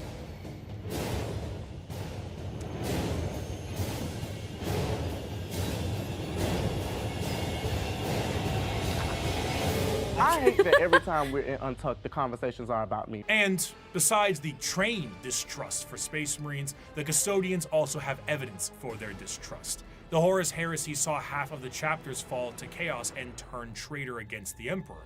In the mind of a custodian, The fact that half of the Space Marines fell before means that the other half can fall with ease. They are fully capable of wiping out literally any force put against them, and in a sense are the final representation of the golden age of Terra. However, Hell they yeah. are forced to stand in silent and blind service to the Emperor and to the ill of the Imperium. And they, for 10,000 years, have stood vigil over the Imperium and have watched its rise and fall with the inability to do anything about it. While they I kind of love how it just ends that, yep, they watch, but, you know, they couldn't do anything about it. I do really, like, it's such a good joke. do go out and fight some battles here and there. At the end of the day, the vastness of the Imperium means that the closest advisors to the Emperor himself are powerless to make any change. Yeah, but goddamn, that's true. can they kill a Space Marine? For 100 years, I stood my watch amidst the somber shadows of the Sanctum Imperialis. I was still as a statue, but always ready, always attuned to dangers unseen. Days, months, years passed by in a frenzied blur beyond those walls, yet within, little moved and nothing changed. For 100 years, I did not but wait, yet had any threat appeared, I would have struck it down in a heartbeat. For 100 years, I stood my watch, and as it ends, I can tell you this: patience is a weapon. Of course, a threat directly to Terra itself would appear to be something foolish. It's in the deepest parts of Imperial space and is one of the most defended bastions in the galaxy. You'd truly have to be foolhardy or insane to think that you can take on Terra itself. However, one faction certainly got close. In the dark ages of the stars and in a river of misery, there is one faction having a cracking old time. The galaxy sees them as savages, yet they have already figured out the questions of the universe. Their numbers are uncountable, their technology incomprehensible, and yet their violence is so very Are we ready? green. Are we ready? I am, of course, talking about the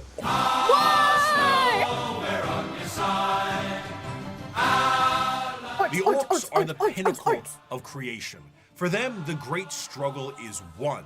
They have evolved a society which knows no stress or angst. Who are we to judge them? We Eldar who have failed, or the humans on the road to ruin in their turn? And why? Because we saw answers to questions that an orc wouldn't even bother to ask. We see a culture that is strong and despise it as crude. During the war in heaven, the old ones were doing their best to spawn as many combatants to their cause as possible by seeding the galaxy in a specialized sense. The Eldar were made to be a precise and tactical species to fight off the Catan and the Necrons, but another prominent species was made by them as well. The Krork were warriors clad in ornate armor with more dangerous weaponry. However, things changed, and these warriors changed, and the Krork are no more. They are now known as the boys, the lads, the mates, the orcs. The boys! An orc in 40k looks like an orc in most other fantasy media. Hulking, warlike monstrosities with big teeth and worse attitudes.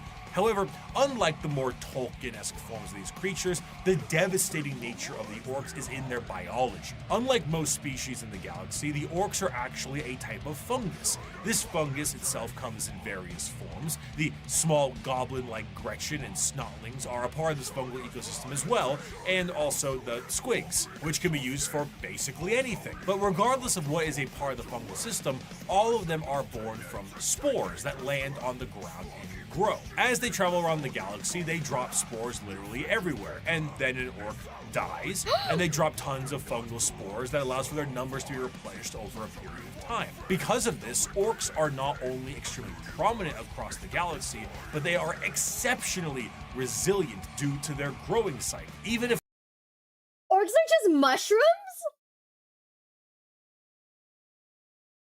They're just mushrooms then? Wait. Murder mushrooms. Oh.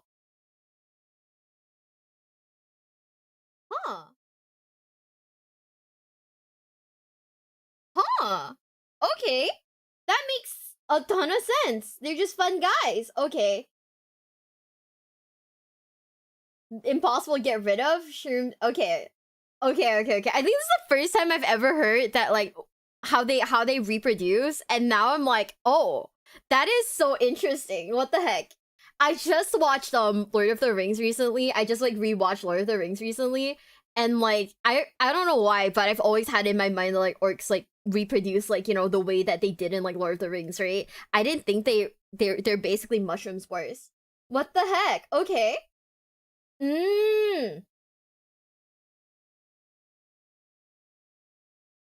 That makes sense. You know, that makes a ton of sense. Now I think I get it. Okay. If one orc lands on a planet, it will be nearly impossible to get rid of all of the orc presence unless the planet itself is completely destroyed. And even then, they might find a way to survive. Due to their fungal nature, orcs don't really stop growing. And the more long-lived an orc is, the bigger they get. And the more an orc fights, the bigger they get. Of course, since they're constantly getting into scraps, an orc's lifespan isn't necessarily that long, so the bigger orcs are harder to find. Though alongside this, however, they are a tribe-based species that is comprised of war bands, and the biggest and the strongest orc leads the war band known as the war boss. At the bottom end of the orc tribal system are the Gretchens and the Snotlings. These members act as the servants and slaves of the orcs, and sometimes their actual ammunition, despite being a bit smarter and more cunning than their bigger brethren. Because in orc culture, the biggest is the boss. The smallest gets picked on and thrown around. Beyond the war bands and the tribes, orcs also belong to a specific clan. Tribes constantly shatter and rebuild, but the clans do not. They are, in a sense, a psychological state of being for any given orc, and gives an orc their specific character and traits. And to make things easier, these clans are also color-coded, so that's very easy to tell what orc does what. Though there are many clans out there, 6 of them are the most prominent and well-known. The Bad Moons are essentially the merchants and have a lot of money because their currency is teeth, and they grow teeth faster than any others. The Blood Axes are the stealth units, and by stealth, it means like slightly more quiet than the others, and they have a love for LARPing as humies. Death Skulls are the scavengers, and the Goths are the close combat specialists. And on the 2 ends of the spectrum, we also have the tech-savvy Evil Sons and the more traditionalist and tribal Snakebites. Another major facet of orcs is their religious beliefs. They believe in 2 gods, Gork and Mork. Gork is cunning and brutal, and Mork is brutally cunning. The difference between them, according to orcs, is that Mork hits you when you aren't looking, and Gork hits you when you are. There's a lot of confusion as to which one is which, and this results in a lot of infighting. In other species, this would be considered a sort of religious conflict, but for the orcs, it's just another excuse to fight. I have a quote here, but I don't really do a good orc voice. So I'm going to get my co-host of That's Ridiculous to read this one, and I'll try to lip sync it. Oh, he's more cunning in a grot and more killy than a dread. The boys that follow me can't be beat. On Piscina, we jumped the Marine boys, and our boss pose was covered in the helmets we took from the dead-ends. We burned their port and killed their bosses and left nothing but ruins behind. I'm Warlord Gezgul Mac Urukdraka, and I speak with the word of the gods. We's gonna stomp the universe flat and kill anything what fights back. We's gonna do this 'cause we're orcs, and we was made to fight and win. Sounds terrible. Fighting is the biggest aspect of orc culture, and is essentially their life's purpose. They are genetically hardwired to get into battles and scraps with enemies that can feel pain. The more they fight, the bigger they get. This, combined with them getting bigger over time, means that some of the biggest and baddest orcs of all time have been notably gigantic. The Beast, as he was known, was about the size of an Imperial Knight. If an orc runs out of other enemies to fight, they will immediately start infighting to scratch the battle itch. Wait, For example, really? Damn. in the Warp, a planet exists where a band of orcs are in a constant state of war and battle, and have been for an improbably long amount of time, strictly because how much Khorne enjoys himself watching it. For some, being trapped in a perpetual war planet for all eternity would be a fate worse than death, but to the boys, This is heaven. In the event of a particularly big battle, a massive amount of tribes and warbands will unite under what is known as the Wa. The concept of a Wa covers a few bases. The first is the group aspect of the massive green tidal wave of orcs fighting for the same cause, the cause being the second base. But the most prominent aspect of the Wa is the psychic aspect of it. Remember how the old ones made the Eldar and all the Eldar are psychic? Well, the orcs are too, kinda, but just not as much. Only a little bit of it. And they often don't know how to use it and frankly don't care. But a huge gathering of orcs generates a psychic field that allows orcs to be more organized, dangerous, and dedicated to the war-based cause. However, the true extent of the psychic energy and its usage is relatively unknown, but that doesn't matter considering the outcome 90% of the time. In a similar sense, their ragtag technology and weaponry is also a mystery to most who encounter it purely because of that Wa energy. The technology the orcs use seem to be held together with duct tape and plastic glue, and crude doesn't even begin to describe it. Their guns seem to have an inordinate amount of ammunition and firepower, and they are seemingly able to put things together on the fly in the middle of combat. Can I just say, my favorite thing about the orcs is that they're like entirely vibes based, and like I fuck with that. I fuck with that heavy. I think that like the fact that they're entirely vibes based is so fucking funny. I really do like it though, like a lot. I saw organ thumbnail. I'm here. Listen, I'm sorry. We are watching the Bricky video first, and then we'll be sad together. The Imperium is of the mind that the orcs' weapons and machinery only work due to their innate psychic ability, but realistically, orc gear hardly works in the first place. Weapons blow up in a Bugs Bunny-esque manner all the time, and their war buggies can collapse in the middle of battle. Just because it works a handful of times does not mean it's an effective weapon. But this doesn't stop the orcs and their green tide. To really understand the power of the Wa energy, orcs can operate purely off of belief. Now, a misconception is that orcs believe something is real and it happens. But that isn't true, because that's just one orc. However, there's never one orc. There's normally a few billion orcs together, and if they all believe something is true, the warp will tend to respond with a positive green light. Sometimes. Do the red ones go faster? Well, with enough orcs, yeah. How does an orc buggy with an engine block that's just a boulder with vroom vroom written in chalk work? I believe. Who cares? Orcs breathing on a ship with a hull breach? Go ahead. An orc went back in time to kill a version of himself so he could have two of his favorite weapons. It is shenanigans. What? Because of their actions and aesthetic, the orcs tend to be presented in a comic relief sense in a lot of media, particularly the media from their perspective. They are bumbling and loud and goofy British football hooligans, and they say silly things and act in silly ways. But to the citizens of the Imperium, the orcs are far from funny. They are violent and irrational creatures that take humans for punching bags, slaves, or ultimately dinner. They have no moral compass and are violent and brutal killers that know nothing else. They are genetically designed to be a violent species that was capable of beating back the Necrons and the Catan. And if the orcs were ever able to unify under one banner, they would be utterly unstoppable. However, due to their aggressive nature, their organizational skills are non-existent, and they tend to just beat each other up for the fun of it. All that exists in the mind of an orc is fighting, and nothing else. If they wipe out their enemies, they will inevitably wipe themselves out as well. They are a brutal Ouroboros doomed to an endless war cycle, but to an orc, why does it matter? Why is there a green Boris Johnson? Huh? Wait, 02, thank you so much for the member. Everyone's gangster until little green mushrooms start talking in high gothic. What? Also, Flash Kid, thank you so much for a member. Thank you, thank you, thank you. What the heck? Yeah, so I saw someone ask what game was it. It's on Steam. It's the racing game. I don't remember what the racing game is called though. I think it's yeah, I don't remember what it's called. It's not the blood teeth shooter something, right? Gas being named after Margaret Thatcher. Really? Oh, yeah, why is there green Boris Johnson? Speed Freaks. Yeah. It's called Speed Freaks, guys. Oh, because they're British. Oh, you know what? That makes so much sense. Okay, never mind. That makes more sense now.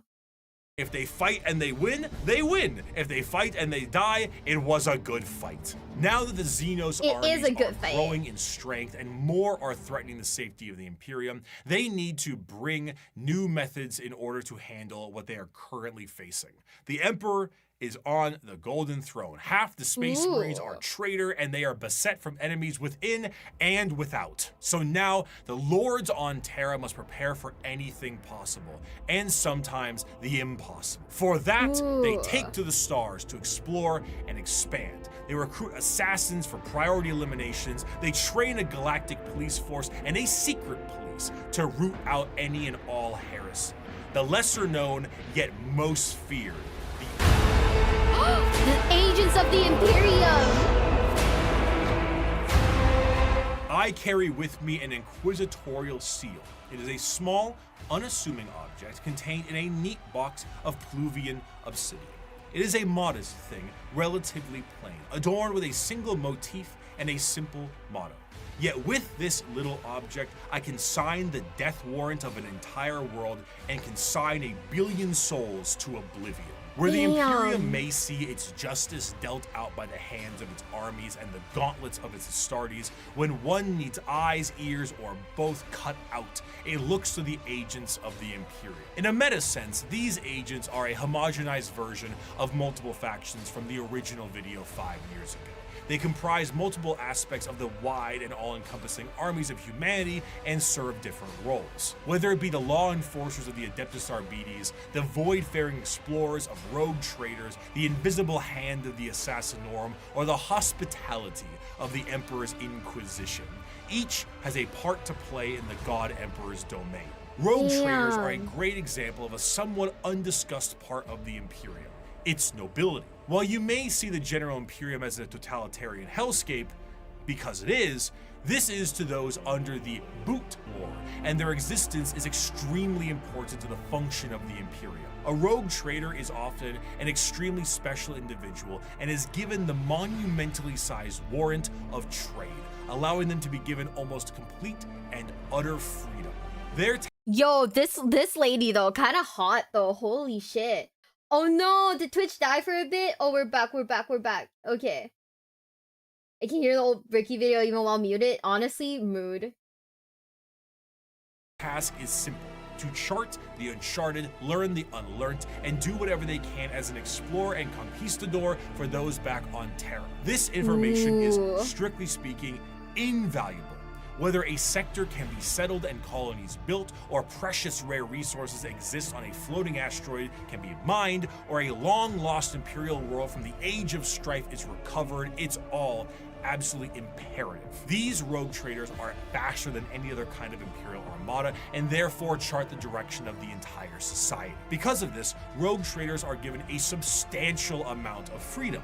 They have a ship and a crew of specialists, and can do things that would see any normal person shot. They can barter deals and even recruit Xenos races. They can explore areas strictly prohibited, and they can earn a vast amount of wealth and riches in doing so. This tends to make rogue traders a very long lineage, and their heirs take up the mantle of their house. By being explorers, they become fabulously wealthy, and some can become quite the assholes while doing so. But truly, much like a night pilot, a rogue trader is an exceptionally rich individual who can back it up.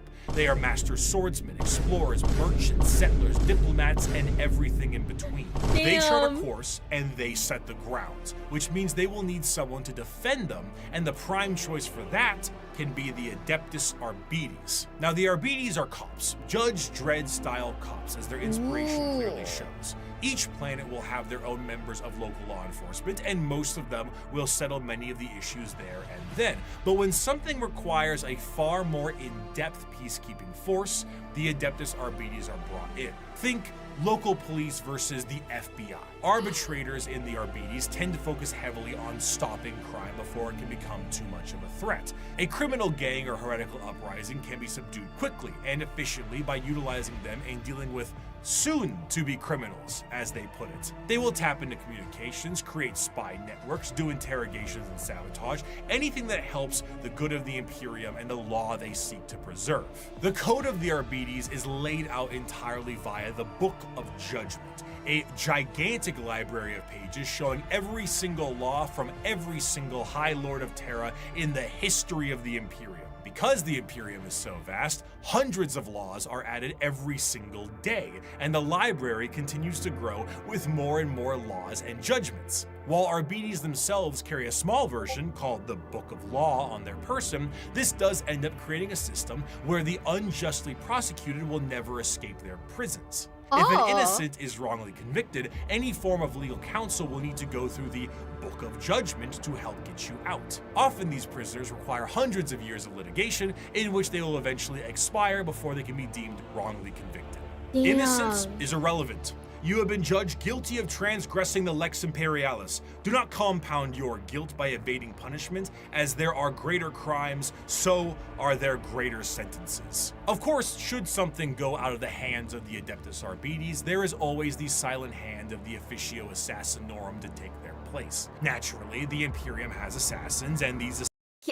I've always found this, like, this art in particular, really fucking hot, though. Is that weird? I don't know. Is that weird, chat?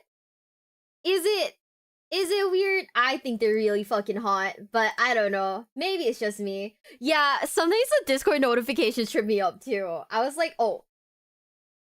It's not weird, right? It's actually really hot now, isn't it? Oh man, fine shit. I hit that too. See, I'm not weird, chat. I'm not weird. I'm not weird at all. They can vor you. It is weird. Oh, they can what me? They can change your flesh. I take it back. I take it back. I'm scared now. I'm scared. I'm scared. I'm scared. It's a latex suit. It is a latex suit. I'm scared now.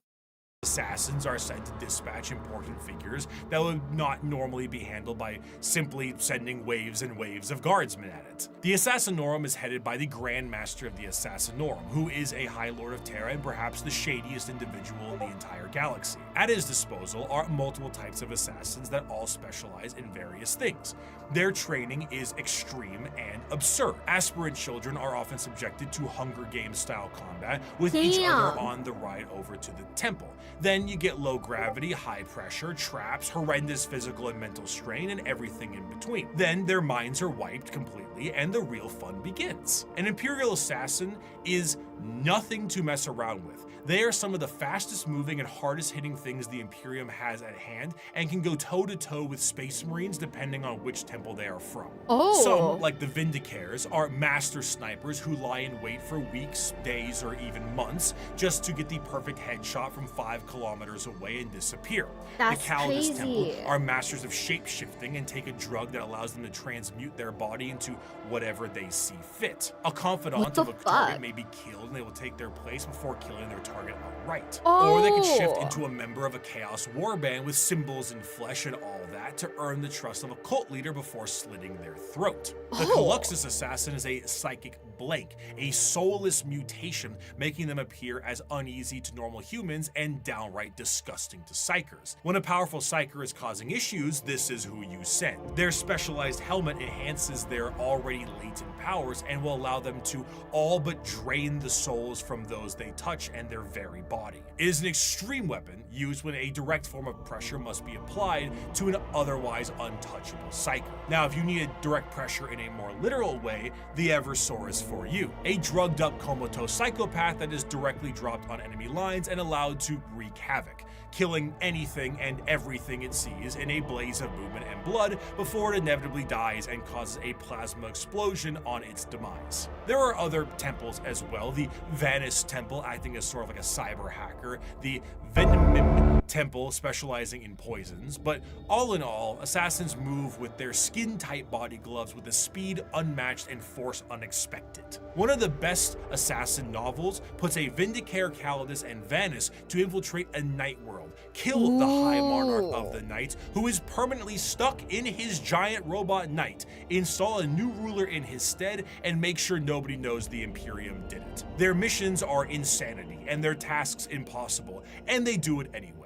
Thus is the power the Assassinorum wields. We do not forgot determine how the much I guilty, like them. We do not decide the They're punishment. so cool. We are merely the cold instrument of the Emperor's vengeance. There is no form of death unknown to us. There is no form of terror beyond our means. There is no enemy outside our reach. We are the blade that hovers over the throat of the traitor. We are the bullet that awaits the heretic's skull. We are the poison in the throat of the alien. However, despite the prowess of the traitors, the police, and the assassins, there is one that stands above all. Guys, I forgot to tell you guys. I started going to like secondhand bookstores just to see if I could find like I started going to secondhand bookstores just to see if I could find like copies, like physical copies of like the Warhammer books. No luck. But it's okay, I think. But yeah, no such luck. Can you guys give me a sec? I think I chugged the monster a little too hard. I gotta pee. I'm sorry for pausing in the middle of this video, but it's also been 50 minutes and I really have to pee, guys. I'll be right back, okay? I love you guys. It's cheaper to get digital. No, but like, there's a difference, you know? Like, okay, one of the goals that I have in the future, like when I get my own house, is to have like a nerd room where like I have like bookshelves of like nerdy, like books. And like one of the things I really want to do is I want to get like Warhammer books. How dare you leave us to pee? What do you want from me? I just gotta pee. Shush. I'm gonna smack you guys. Oh man. 1 billion Imperial Assassins versus 1 Prime Big E. Who wins? Okay. 1 billion Imperial Assassins versus the gorilla. Who wins? Okay, guys. I'll be right back. Okay, good luck finding physical. That's why I was like scouring the secondhand bookstores. Okay, use boss like a true gamer. What the fuck are you even saying to me? Okay, shut up, guys. I'm gonna go pee. I'll be right back. Love you guys. Bye.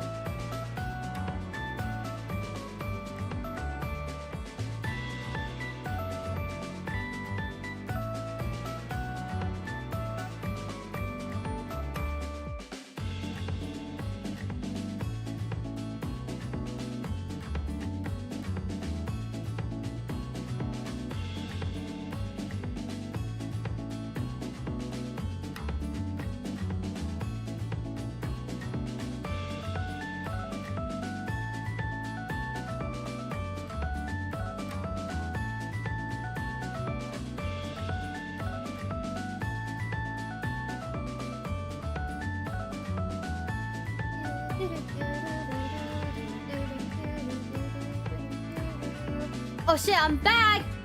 Hi guys! Hi! Wait.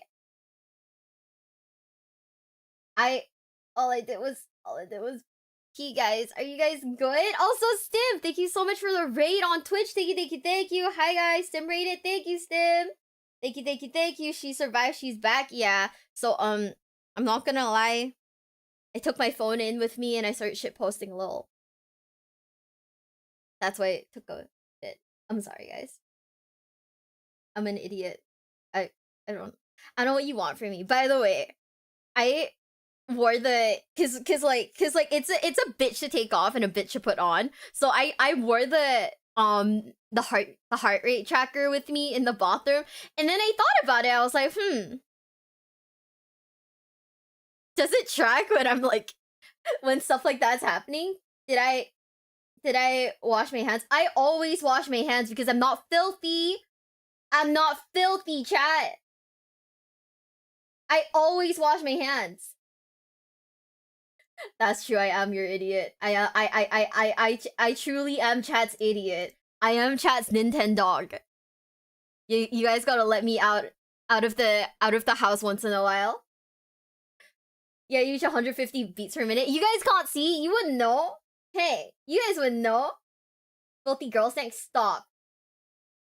They call it the heart rate monitors. That's so fucking funny. Yeah, no, chat. Remember, we are washing our hands because I'm not fucking filthy. All of you guys also remember to wash your hands. Let's not even talk about diseases. Just like, please wash your hands. Your heart rate shouldn't influence. It doesn't not. Honestly, I have no idea. It's not like I did that well in like science when I went to school. So like, I wouldn't know. No girl stink, unfortunately. But also, thank you for the raid, Stim. Hi, BB. No wonder Stim was talking about work stuff in the work Discord. I was replying to Stim's like work stuff in the work Discord. That's embarrassing. Oopsie.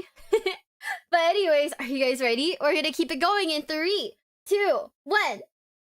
As the Imperium settled into its post-Emperor world, they needed a force to root out corruption wherever it could be found. But they needed specialized individuals who could do so. Men and women who would serve as detective and executioner. This new secret police would have unlimited authority, and they would be known as the Inquisition. Inquisitors of the Inquisition are one of the most feared individuals in all of the galaxy for the common members of humanity. Trained in the most difficult of conditions and mental hardening, they have long closed their minds to the compassions of those they deem guilty. Inquisitors are, for the most part, detectives, but they are detectives whose authority is unmatched and actions justified by the state itself, similar to the KGB, the Gestapo, the Stasi, the OVRA, but unlike those organizations, the Inquisition has far more authority and is one of the only types of individuals who can commit exterminatus, the term used for the utter and total destruction of a planet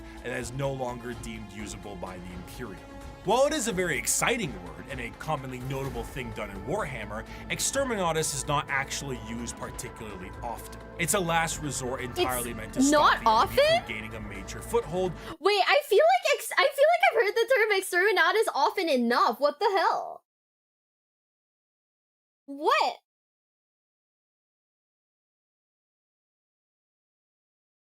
Huh?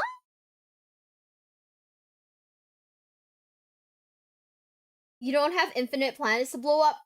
That's true. It's a last resort. Pretty rare. It's a meme. Oh, there are only so many planets. I feel like they talk about exterminatus so much that it feels like there's a lot, but maybe it's like only like a handful of times, huh? I see. It's memed on. Oh, okay, that's why I hear about it a lot then.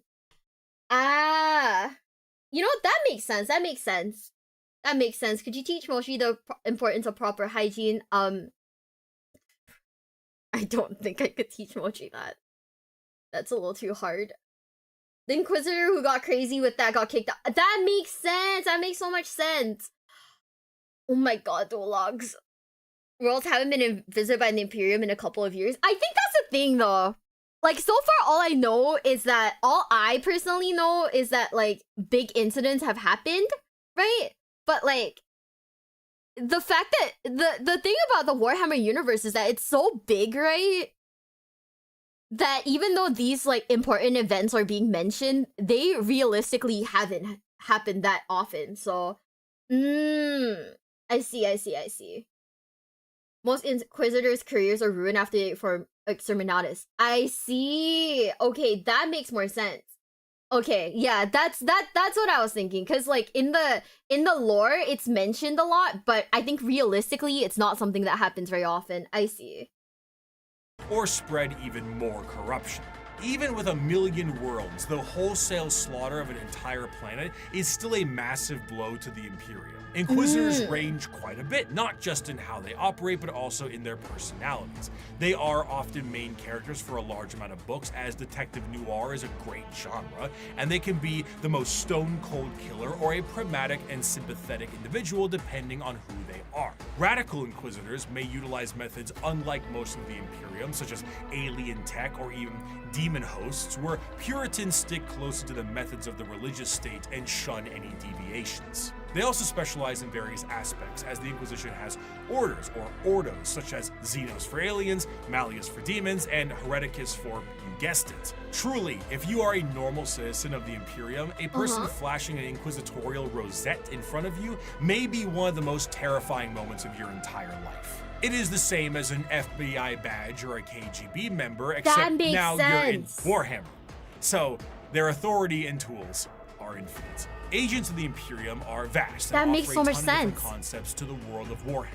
And they continue to expand as the Emperor's descent into the Golden Throne has lasting effects on humanity. As time progressed, a few people seeing the Emperor as a deity made their voices louder, and over a few thousand years, worship of the Emperor was not only considered expected, but state mandated.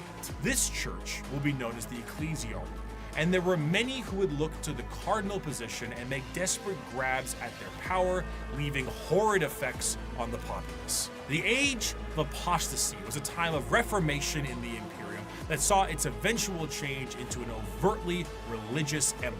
During this time, an all-female warrior cult to the Emperor called the Daughters of the Emperor were a bit more isolated from the wider Imperium. However, as the ecclesiarchy began to take root, one Goj Van Dyer became the High Lord of the Doge! and noticed these warriors and felt they could be useful to him. Goj himself told these warriors that he was the voice of the Emperor himself and demanded they fire upon him to prove it. Having a little hidden force field that this warrior cult had never seen before, the bullet bounced off of him and showing him to be unharmed, truly blessed by the Emperor. Fuck This Doge, cult became known. Fuck Doge, all my homies hate fucking Doge. We hate him. Is he really a wait, really? Nuns with Guns? I love the Nuns with Guns. I think, honestly, okay, so there's the Sisters of Battle and Sisters of Silence, right? I keep getting them mixed up. It's Goj? No. It's Doge Van Dyer. You wanna really? Okay. We'll put that on the list. But you have to remind me later, because I don't, you know. I will not remember later. But yeah, Doge is way funnier. Because Sodi Sisters of Battle are faithful ones. Yeah, I think that's the thing. They're all like named sisters, so I get like very confused about it. But that makes sense. Coach Vandar, we fucking hate him! Man, fuck that guy. Fuck that bitch. We hate him. Known as the Brides of the Emperor and acted as his personal bodyguards and aides. However, Doge Van Dyer was a tyrant, and his horrendous reign spelt ruination for the wider Imperium, which made the Adeptus Custodes take notice. Despite an outright coup and revolt against him, the deadlock was getting steep as the Brides of the Emperor's fierce combat skills kept him safe. One Custodian made contact with the leader of the Brides and brought her into the throne room of the Emperor himself. Nobody knows what transpired in that room, save for Alicia Dominica, the Custodian, and the Emperor himself. However, she left the room with her hair bleached pure white from the interaction marched her battle brides directly to Van Dyer himself and said, "You have committed the ultimate heresy. Not only have you turned your back on the Emperor and stepped from his light, you have profaned his name and almost destroyed everything he has striven to build. You have perverted and twisted the path he has laid for mankind to tread. As your decrees have stated, there can be no mercy for such a crime, no pity for such a criminal. I renounce your lordship. You walk in the darkness and cannot be allowed to live. Your sentence has been long overdue, and it is now time for you to die." Wait, that's Despite so not having hard. any That goes time so to hard. die, Doge Van Dyer found some time to do so. With his head lopped clean from his body, the brides of the Emperor were no more, and the ecclesiarchy signed a document to stop Van Dyer's reign from happening again. They would no longer be allowed to have men under arms. Men. Oh! The Adeptus Sororitas! Oh my fucking god! I can't believe he found such a fucking loophole. Wait, that is actually really funny. Priest correcting G-Man about God is so funny. That is insane. Oh my god. That's why they all have white hair. Army on technicality. I kind of love that this was a legal loophole. Wait, that's so dumb. Okay, I'm sorry. It's so stupid that it's actually really funny. So that's why we have battle nuns? I'm dead. I'm actually deceased. Holy shit. This is so... It's so good, and it's so stupid. I love it. I'm sorry, guys. I really love it. Yeah, this is that one moment in Lord of the... This is that one moment in Return of the King where it's like, no man can kill me, and then like, Eowyn like rips off her helmet and she's like, I am no man. And then just go stab. Can I just... Okay, there's certain bits of the Warhammer universe that are so stupid that it loops back into being so ridiculously funny. I genuinely love that. I actually love that. Like, it's so stupid that it kind of loops back into being a fucking meme. And that's incredibly great. Like... You know how like, okay, you know how like some like hobbies, if you say that like the lore, bits of the lore is stupid, they get really like butthurt at you. They're like, no, it actually makes a ton of sense. You're just too much of a girl to understand why it's funny. I kind of love that like in Warhammer, everyone does agree, yeah, no, this is so dumb that it's so dumb that it's funny. I kind of love this for you guys. I kind of love this for all of us, actually. Are we ready? 3, 2, 1.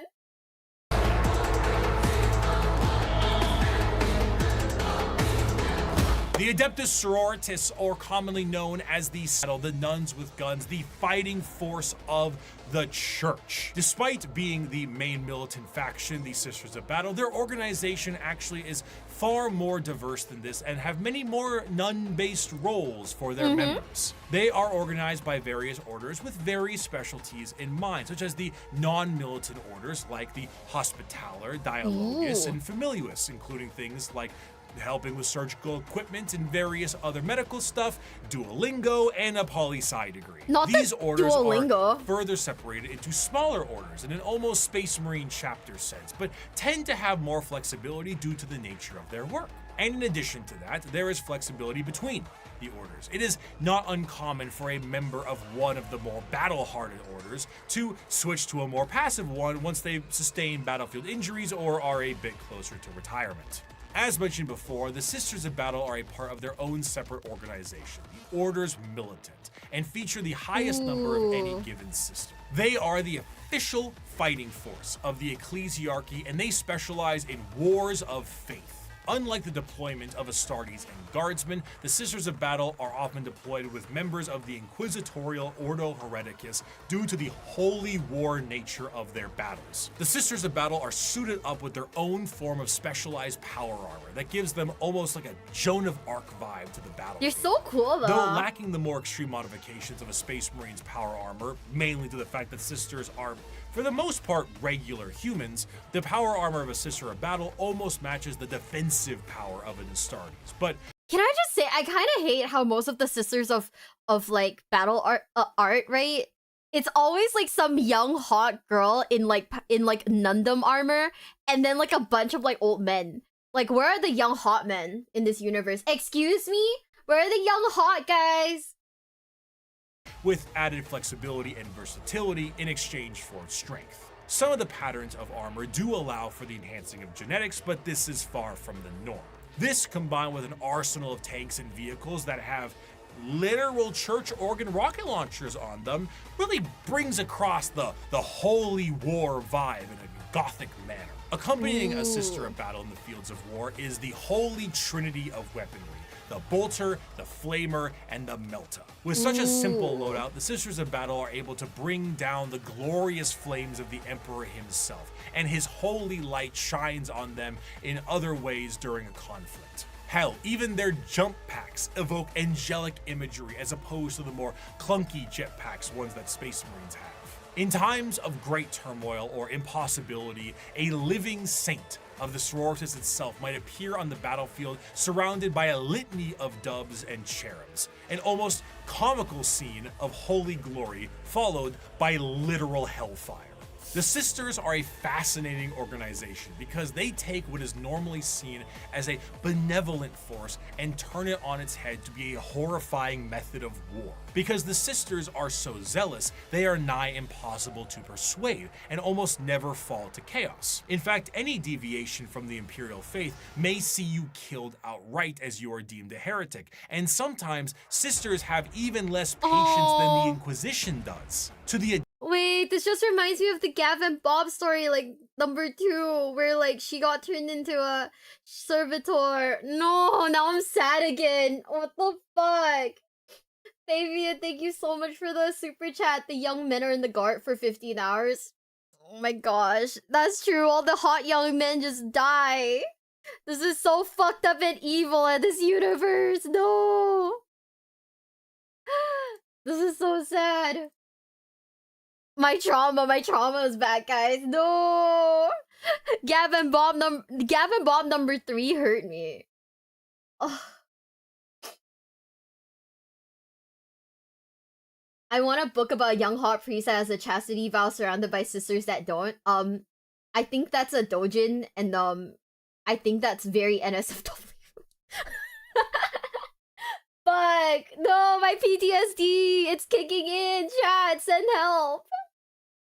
Adeptus Sororitas, no punishment is too extreme for blasphemy and heretical behavior. Whether it's lobotomizing traitors to use as shock troops or attaching them physically to agonizing pain engines so they can die for the Emperor. I will moderate your Discord server is crazy, by the way. Stop. No, that is so that's insane. That's so funny. That is insane and very funny. Oh my god. Anything goes. The most fascinating part of the Sisters, however, is their faith. We discussed how orcs often make things happen through belief because of their sheer number of them. The Sisters create miracles where they walk. They are not many psychers like orcs, but they are excessively devout and make up for that. Bullets barely miss targets they absolutely should hit. Guns jam, tanks malfunction, enemies slip and fall. The scene from Pulp Fiction is an accurate portrayal of what happens when the Sisters fight. I'd knock that shit off if I was you. Die, you motherfucker! Oh, what the hell?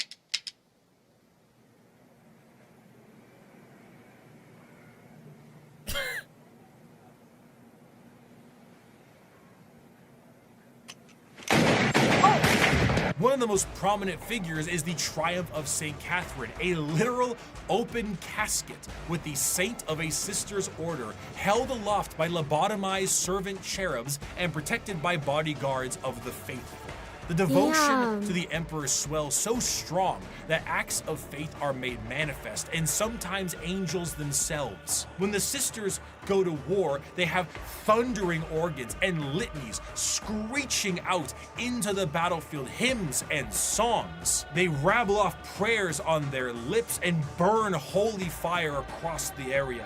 They spray holy water down from horns atop their vehicles. It is a genuine holy war, a procession of death. Saint Celestine is an undying deity, arriving precisely where she is needed and returning to the fold after each death. When she dies, she sees a crying young girl atop a mountain of bones.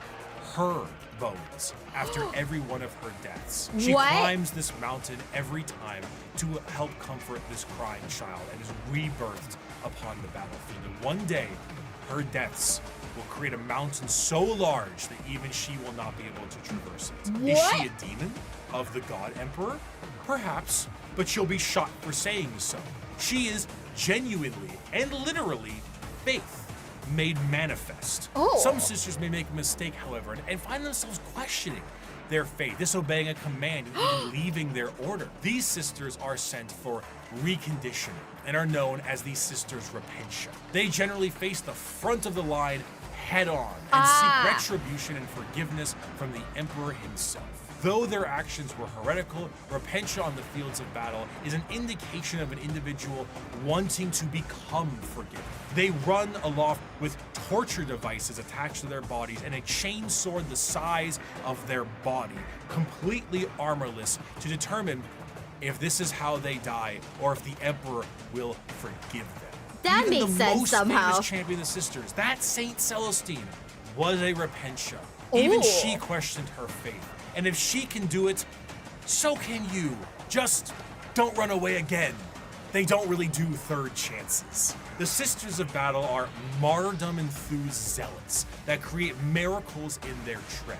Their devotion is boundless and also a direct source of their power. A whole army of power-armored soldiers shooting, burning, and melting all in their path is bad enough, but it enters a whole different level when God is on your side. By bolter shell, flamer burst, and melta blast, the mutant, the heretic, and the traitor alike are cleansed of their sin of existence. So has it been for 5 millennia, so shall it be until the end of time. The Imperium devolving into wars of faith is to push its agenda further. Where the xenophobic nature of humanity was once strong, it has now been magnified, and there are plenty of aliens in this galaxy. 6,000 years prior to the current events of 40K, a planet was found by an AdMech exploration vessel. The life forms on the planet were seen using tools, but they were still very primitive, so the planet was marked for destruction to pave the way for the Imperial war machine. However, this was thrown off because of an extreme warp storm and that whole Doge Van Dyer thing. Flash forward to modern day, and an unknown but highly advanced vessel was shot down near an Imperial mining world, and the bodies on this vessel matched those life forms found on that primitive world. The native creatures on that planet were able to evolve rapidly due to them being unobstructed, and their highly advanced gear posed a new threat to the Imperium. Advancing over these years with a remarkable speed, these are the new upstarts in the galaxy, looking to make a name for themselves, all in the name of the greater good. These are the Tau Empire, let's go! The alien is not intrinsically evil. Do not hate him. Pity him his ignorance. Seek to understand his differences and acquaint him with his inadequacies. Only then will he accept his place in the greater good. The early history of the Tau is chaotic at best. Due to their extreme speed run to space travel, their journey to the stars were overburdened with inner conflict. Okay, are they more Star Wars or Gundam in your opinion? I don't know. I feel like I don't know. Also, Zero, thank you for the super chat. Chaos Fallen Sisters of Battle are hot too. The red outfit was really sexy, I'm not gonna lie. Gundam? troops are Star Wars, but the mechs are Gundam. No, I see that, yeah. I just thought that like the actual like suits, they look very like Star Wars to me. I don't know if they're like Gundam, but I feel like they're more like, you know, they rely on mech suits, so Gundam. The Alien Alliance weak communist communism? What? Wait. Are they communists? Wait, I'm confused. I know that like Warhammer has a ton of I guess we could call it adult themes. More armor core than gun. Actually, no, I see it. I see the armor core. It's space communism. Okay, that makes sense. That makes a lot of sense. Okay.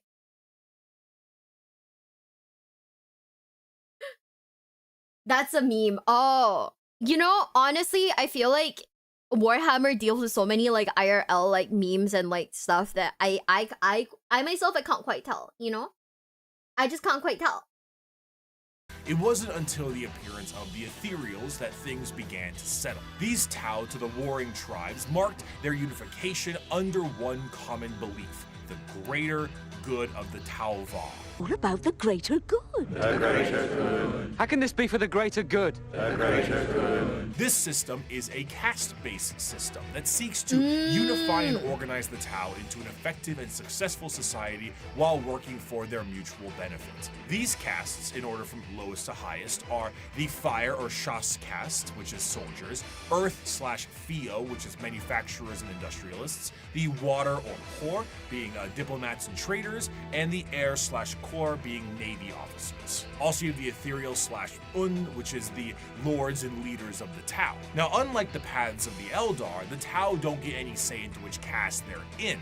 It's determined upon birth due to inheritance from a parent. Trying to deviate from your caste or trying to do tasks or even use tools assigned to another caste is a grievous crime against the Ethereals, and those guilty of this crime tend to be sent to re-education camps, which sounds not so greater good, but a greater good than the good that the Imperium sees as greater. The guidance of the greater good also encourages the growth of the Empire through the absorption of other races and cultures. The expansion of the Tau Empire is split into spheres of time. So far, there have been 5 spheres of expansion, with a 6th one being planned in the current timeline. The first 2 spheres saw the Tau move beyond their homeworld and settle new planetary systems, known as Seps, and absorb multiple races into their ranks. But the 3rd sphere is where we see the Tau interact with the Imperium for the first time, which went about as well as you think it did. The Tau, as mentioned before, are highly advanced compared to some of the other species in the galaxy, and their military tactics are highly precise. Instead of the Imperial methodology of throwing everything at a problem, the Tau carefully assess any battle and take as many precautions as possible. Commonly, you will see a Tau warrior in a heavily modified battle suit with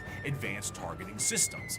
The Tau do not often consider close combat to be something very effective, so they don't really put much stock into it. Their Gundam-like battle suits have a multitude of functionality, ranging from overwhelming firepower to stealth-based combat, and since they're an upstart species with a bit of technical flair, they have plenty of AI drones that help them on the field of battle. In addition to this, the Tau are also joined in the field of battle by some of the species that have been absorbed into the fold of the greater good. These are Can someone TLDR for me again? Why do people not like the Tau again?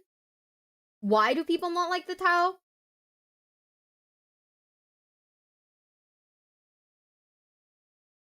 I remember, but like, no, I don't remember why people don't like the Tau, but like, can someone like, you know, just TLDR it for me?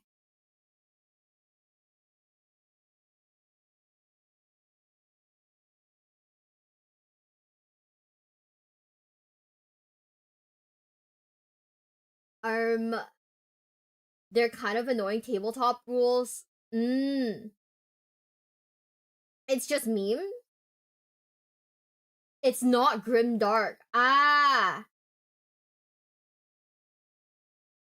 They used to be OP in the tabletop.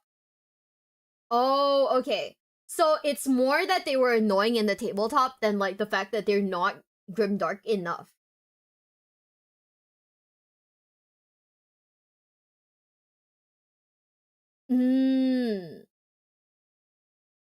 It's both too OP and too boring to fight on tabletop.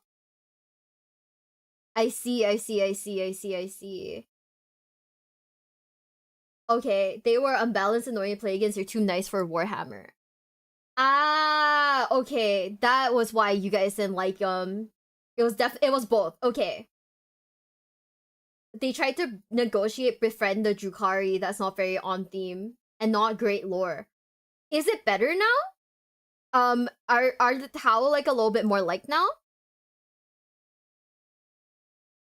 I'm asking because like, you know, I don't play the tabletop, so I have no idea.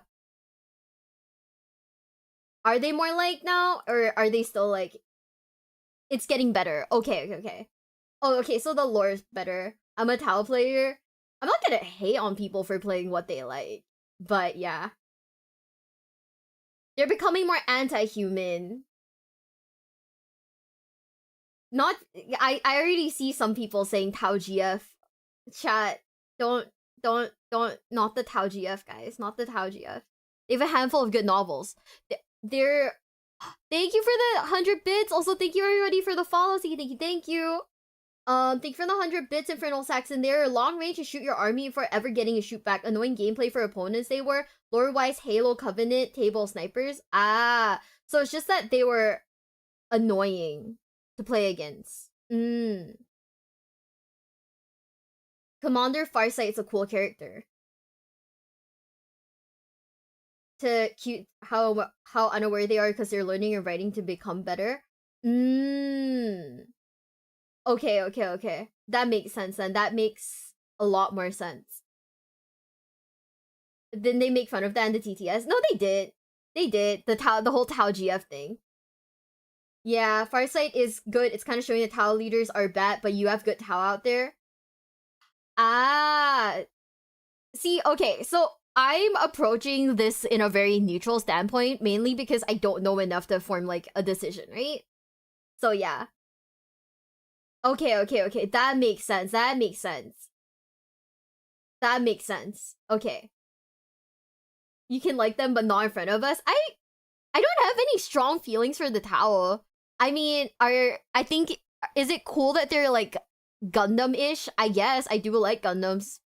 Like, I do like Gundams, but I don't know enough about them to form, like, any strong opinions whatsoever. I think that's like generally my opinion when it comes to the Tau. I don't know enough to make them, you know, like, to make a informed opinion on whether or not I like them. They're incredibly naive and they have to face a very cruel universe. I see. Yeah, I mean, I dig the giant robots. I do. But then again, I mean, I don't know, guys. I have the tanktism, so I like anything that's like I like that kind of stuff. So, you know, maybe I'm just also very biased. Who knows? I maybe I'm just insanely biased. Chicks dig giant robots? I think they do to like a certain extent. I think they do. I mean, I personally really like Gundams. I like the look of them. I like mechs, but then again, you know, but I'm also a fucking nerd, so you know, don't quote me on that. Don't at me for that. Yeah, Big Gun Go Burr makes me very happy. What's my favorite tank? I don't have a favorite tank. I just think all tanks are very cool. Yeah. Nerd. Okay, I can't help that I'm a nerd. I still understand how you're single. That's because I pick incredibly toxic men. I'm sorry. If you enjoy being toxic, shit, I guess that's my type.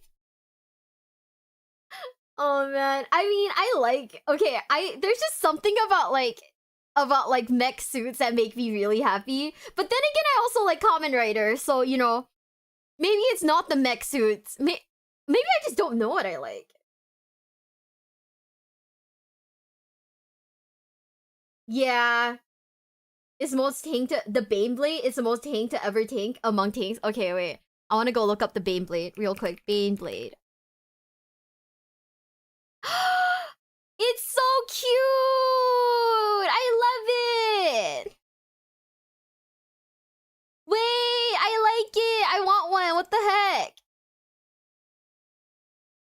Oh my god.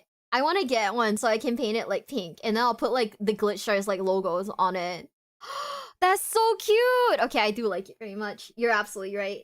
It's so cute.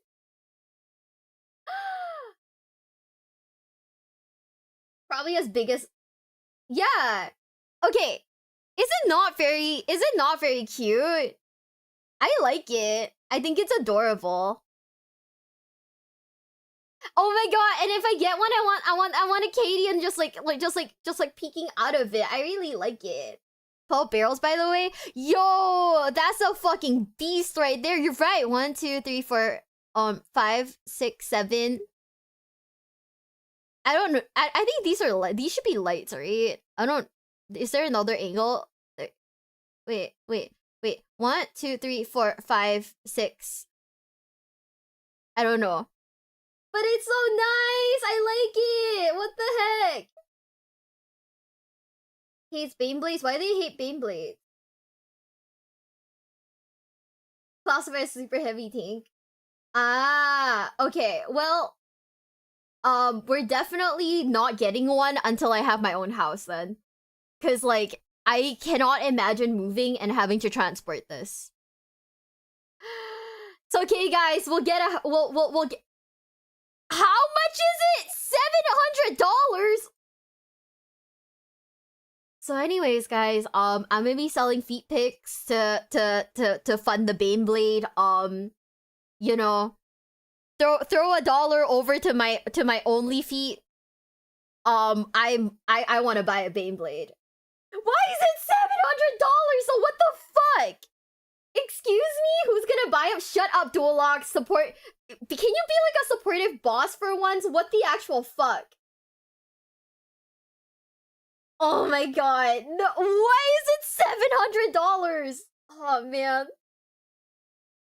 No. You see, you might be saying feet, ew, but a girl's gotta do what a girl's gotta do to buy the big fucking tank.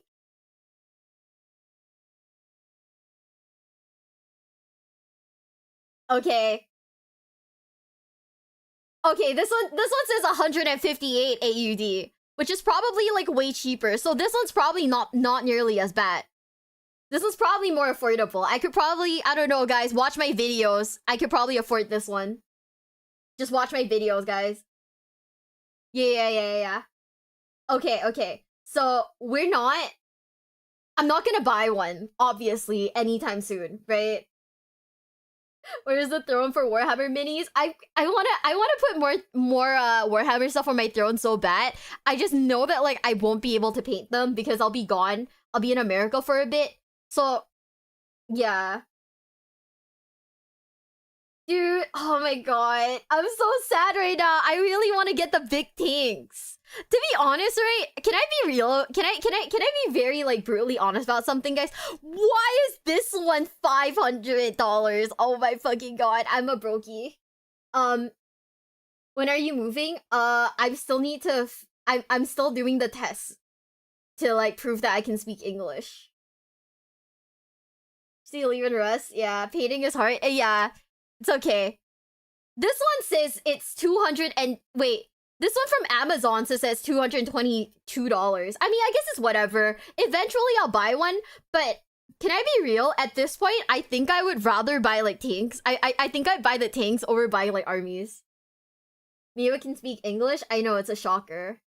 We have to take a test to prove that I can speak English. Look up Space Marine tanks. I can't. If we look up Space Marine tanks right now, this stream is entirely gonna be about tanks and nothing else. Why do I have the- This is totally girls in Panzer, right? Oh my god. You can speak English. Shut up, Dual Logs. Do it, no balls. Oh my god. I love how Twitch has like do it, no balls. Look at the tanks. Do it, no balls.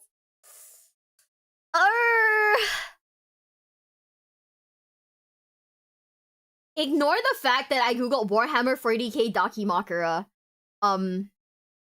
Just don't look at that bit. Warhammer tanks.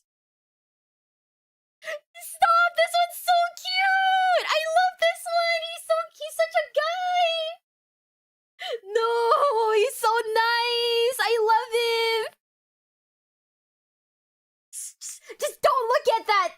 searched. Did you find? I did. I did not find any Warhammer 40k Dakimakuras that I wanted. Okay. Wait, man, these are so cute though. What the heck? Wait. Okay. I want this one. This one I want. I want this one like really bad. I don't know why the picture's not loading very well, but oh my god, I love him! Oh, this one's so cute! He's so baby! He's so baby, I love it! You didn't like the Sanguinius Daki? I want the hot Sanguinius Daki. Oh my god, okay, I don't know if I like this one nearly as much though. I think this is way cuter. The Baneblade is way cuter. This one does not spark joy for me. That one doesn't spark joy. This one sparks joy. This one sparks a ton of joy. This one also sparks joy. This too also sparks joy. This one makes me very happy. I like that it, like, there's just a little guy's head just peeking out. You guys can't see because my head's in the way. But there's just a little guy. Oh my god. I don't know if I like this one. It's just very square to me. I'll put some music on so this is less awkward for us, but this one low-key looks like an octopus, and I kind of fuck with that, but I don't know if I like it nearly as much as I like the Baneblade. I still think the Baneblade is like really like up there for me. And the Rogol Dorn tank. I like the Rogol Dorn tank too, very much. But yeah. I like the Baneblade so much. The Lehman Russ is also very cute to me. Oh my god. I love it. This ain't Warhammer. It's not. Wait, it's not Warhammer? Did I Google the wrong thing? Warhammer tanks. Best Warhammer tanks?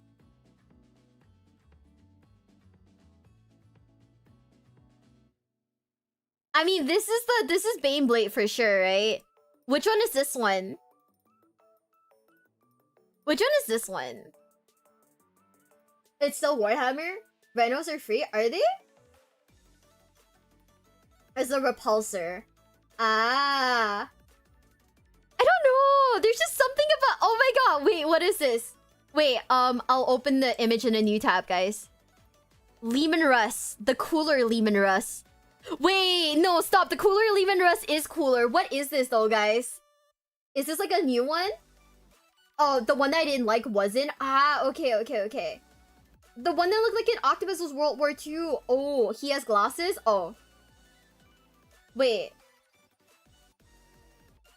So is this the 40k and this is 30k or is it backwards? I like this one. I like the fact that it has like one of those like the like pointy bits, right? That way, like, you know, if people come close, they just get stabbed. Oh, that means we probably can't get this one then without like selling, I don't know, like an arm and a leg and like a kidney. Can I get an 07 in the chat? Kidneys will I lose? Yeah, can I be real? I still don't know. I think maybe if I ever play Warhammer, right? If I ever play Warhammer, I play Warhammer, but I have like a very basic army just for the sake of playing. But when it comes to like actual like figures and whatnot, I do it more for painting. No, the 30k ones are the cheapest. Are they really? Wait, oh my god! So I can like, so I don't have to sell a kidney then. This one's actually kind of sick. But but it would be so funny if it was just like a rando like a Primarch's head over here. You can always 3D print free versions. I don't know how to... I think that, like, 3D printing, I'd have to know people who have, like, 3D printers. Doesn't have to be my kidney? Okay, but we can't sell other people's kidney. That's illegal. You know? I can't do that. Ooh.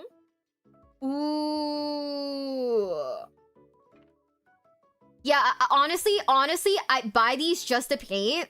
and like store because I think they're really cool. And if I ever took them out and dropped them, because I am very clumsy, I would have a heart attack. Probably. I like the tanks. They're so cool. Oh, wait. This one's also very... Wait. Is this a Tao one? Is this a Tao? Is this Tao? No. Is it? Wait, I can't tell. Please don't donate your kidney to fund my tank addiction. Yeah.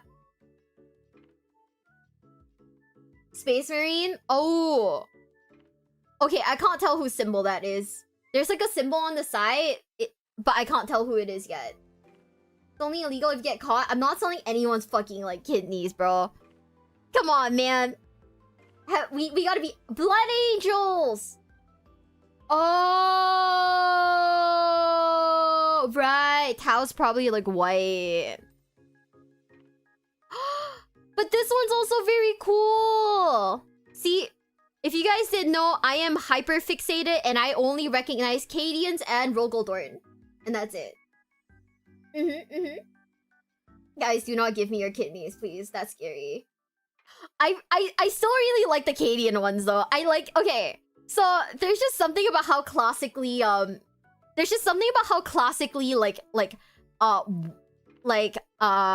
it is that I really fucking like.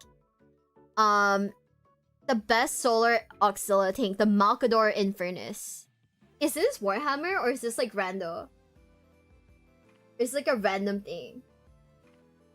World War II inspired. This one's also really cool. You know what's the thing? I know that a ton of people like to put like the whole like, oh yeah, it's been used before kind of like effect. I don't think I'll ever do that to mine though, because I want them to be like shiny and cute and like perfect and very cute. Each one of us has a kidney. Do not give me your kidneys, guys. I love the paint scheme for this one. The light blue is so cute. No. Okay, guys. What are we doing? It's over for me, guys. It's over for me. I'm poor. Megas XLR? This? Wait. What is this? Oh, it's a Tao! With like custom paint? Wait, I'm confused. Can we watch DQVO Rylanor's Last Stand? So what we have on the agenda today is the devastation of Baal. Cantor saves a family. Fulgrim's moment of clarity. Rylanor's Last Stand. Kamba Diaz holds a bridge. Pity the Guardsman, Eater of Worlds Angron, and then if we can fit anything else, we'll fit whatever else. Oh, it's not Warhammer. Oh, okay, that was confusing. Ah. Guys. Okay, hear me out. What if there was a tank-themed love hotel? I'd stay there. I really like the Adepta Sororitas like tanks. But I also feel like insane fear. Of like I would be so nervous about dropping these. I would be so scared of dropping these. It would not be funding, I guess. Pestino, thank you so much for funding the tanks. Guys, what do? I can't buy a tank anytime soon just because I don't have the space for it. And I don't think I could like move across the world with like a big fucking tank. Just like the Dino one, Yeah, I think this would be really hard to paint. I don't know if I buy one. Like, I don't know if I buy the Adepta Sororitas ones. As much as I like their vibe, I don't think I'd do it. I think something like this is more up my alley. It's more up my speed. And I'd even buy two, just so I could paint one like pink, you know? Yeah, we're saving up for it. Treat yourself with a knight. Can I be real? Okay. So, I'm gonna Google Warhammer Knights. Oh my god. Okay, the Daki thing got moved down. Let's go. Warhammer Knights. Right? Okay. Can I be real? it would take like where is it? Like these ones, right? With the little like flag below. It would take so much willpower not to paint like a dick on it. Like the amount of willpower it take for me to not like, you know, like paint over it with like white and then draw like a silly little dick on it would be like too much.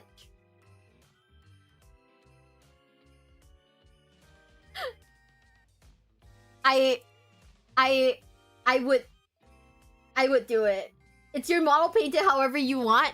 No, but like I really shouldn't. I really shouldn't, right? I really shouldn't. But I think it'd be very funny, but I shouldn't. Because I'm an adult. And adults don't do stuff like that, right? Do it no balls? No! This was literally the first I heard since I'm sorry, Chloe. Just like, I am an adult and I shouldn't be drawing dicks on things. But I would 100% draw one on that. You absolutely just buy two. I kind of love that for us. But I make one like Glitch Stars themed and the other one would just have like a dick at the bottom. That's childish thinking. Exactly. Cyclops demolition vehicle. Let me see. Okay.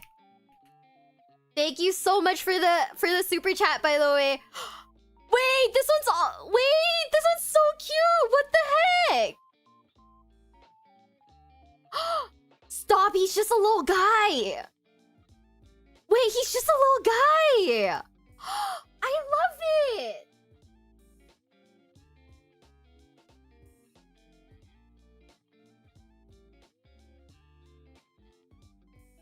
Oh my god. This is so cute. I'm so happy right now. Wait, I love this one. This one's really cool though with the missiles at the back. I like this one very much, the missiles. I don't know what this is for. I don't know what this is for specifically, but I like it. It's very cute. And it looks like you can get it like 3D printed, so it has like a house of its own. Crazy idea. Start your own Assassinorum art merch and use that money to fund your 40K addiction. You're kind of cooking. You're kind of cooking, but I'm pretty sure James Workshop would be on my ass. Like James Workshop would come for my ass. And like we're not here. We can't let them do it. Tabletop. I don't know if this is tabletop necessarily, but I like it. I think it's so cute. No, he's just a little guy. Oh man, oh my god. It's my favorite, the Katakan fighters. If you guys didn't know, I do love the Katakan troops very much because I like the fact that they're just like random, like they're just rando guys in this fucking universe where everything is like, where there's demons. There's like a billion fucking demons and they're just guys. Oh my god, I love it. No. The Katakan Lehman Russ. No, I love it so much. You're a big Rambo fan? No. I wouldn't say I'm a big Rambo fan. I think I'm more of a... I'm a bigger... Shoot, what's it called? You guys remember the game? Where the main guy was called like Lance Bean or something and the other one is fuck, Lance Bean and fuck, what is it called? Contra. I'm a bigger Contra fan. And I love the fact that it's basically the dudes from Contra living in the world of 40K. Yeah, I fucking love Contra, dude. No, Contra. I love the fuck out of Contra. Contra was my shit. They're not just guys. I mean, aren't they technically just like dudes in jungle gear? Contra was a ripoff of Rambo, was it? I've never actually seen Rambo. All I know is that I played Contra and I really love Contra. Would that be? It's a old side scroller where you get to play as two guys who basically are like ripoffs of like the guy from Doom and Rambo. No, I know what Rambo looks like. I played this is gonna sound so cursed. I know what Rambo looks like because I played fuck, what's that fighting game? You know the one, Mortal Kombat. This is that. It's such a cursed thing to say. Check out the Imperial Titans. They dwarf even the Knights. I know what they are, and I know how big they are, but I don't think I'll ever buy one. Like I said, because I probably won't have the space for it. But this, it's so cute though. I like it. I like them very much. I know they're basically houses on like with like fucking lakes, right? But it's so big. I don't think I'd ever want to own one. Cause this is some shit that I'd have to buy like a display case for, right? That's why Sly Marbo is my favorite. Rambo the movie or the novel? We're talking Rambo from Mortal Kombat. We're talking Rambo from Mortal Kombat. Oh my god, you're just gonna fucking hate. There is just a picture. Oh my gosh, hold up. Can I move myself? Let me see. Let me move myself real quick. I don't know if you guys can see this. But I don't really want to dox it anyways. It's basically a picture of like the Warlord Titan with a baby next to it. Yeah, this is like some display case stuff.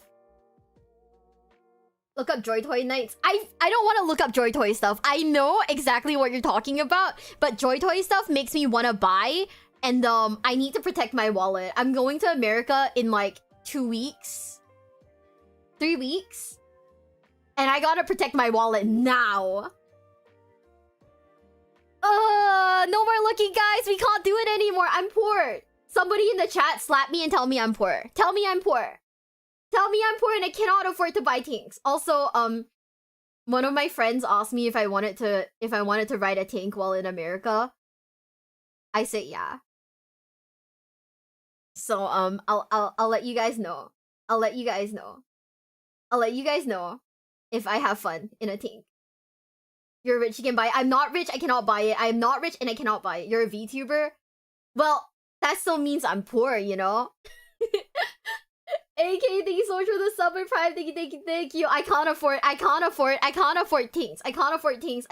things. You're horrible with money. Thank you. I know I am. Tank stream? I can't stream from a tank. What if it doxes my face? No. Can you record the audio for the tank, right? I will record myself in the tank so you guys know how much fun I'm having. Oh man, I fucking love tanks, bro. This is so bad. My tism has been activated. Oh my god, I thought VTubers were rich. None of us are. Have you seen the cost of like art? Have you seen the cost of art? We're all poor, dude. I'm poor at least. As a start towards the tank fund. Oh my god, one day, you guys aren't gonna know, but one day I will start stream and there will be a wall of tanks right behind me. Oh man. Oh no. This is why even though we live stream the reacts, they still get turned into videos because we always go off topic. So if you guys like the off topic yapping, watch the live streams. If you guys want actual reactions to the video, watch the videos. It's basically the same content but light. That's it. Will you buy a gun? I will not. I cannot buy a gun. I can't bring it back to my country anyways, so that would be a lot of money for that I can't use. Yeah. I don't even know if it's like legal for me to like even attempt shooting a gun. Cause like I don't know if I'll get in trouble when I go home. Wanna watch both and get a daily dose? It's up to you. I know some people were like, hey, I think I've seen this before. Like, wasn't this already like live streamed? And it's like, yeah, but we always turn it into a video. I'll gift you one. A tank? That's scary. Oh my gosh. Guns are cheaper than Imperial Knights in some cases. Really? You can? Okay. I have no idea actually. Like building, if I can do it, you can too. I believe. Sell pictures of your feet someone's gonna buy. Oh my god. Guys, starting an OnlyFans purely to support my Warhammer addiction is kind of insane. It's kind of insane. Can't Singapore... No, guns are... We do not have guns in Singapore. We don't have guns at all in Singapore. Yeah. Good night, Flash Kid. Thank you for being here. Is where you're moving to still in Singapore? No, I plan on moving to I plan on moving to North America. Probably Canada, but yeah. Yeah. Called Warhammer feet. Oh my god. We're gonna starting an OnlyFans. Other people use OnlyFans to like to support their cost of living. I use it to support my Warhammer addiction. This is so sad. And then every other feet pic's gonna include like after like 5 feet pics, I'm gonna drop like a random picture of the Warhammer collection. This is so bad. Make sure you post it the tanks. What if I took a picture of my feet on the tank? Oh, we're cooking. We're cooking, guys. We're actually cooking right now. That'd be so funny. It'd be insane. It'd be very funny. But yeah, I don't think we could do it. I don't think we could do it. I think that the problem is that right now I don't think the USA is letting people move. So unfortunately the USA is not an option right now. I don't think quite yet. Considering any cost of living in Canada is too expensive though. Yeah, cost of living in Canada and like Singapore are pretty comparable actually. So it's like an apples to orange kind of thing. I just like have too much family here, so I want to, you know, leave. That's it. I'd only be interested in the tank picks, to be honest. Well, shit.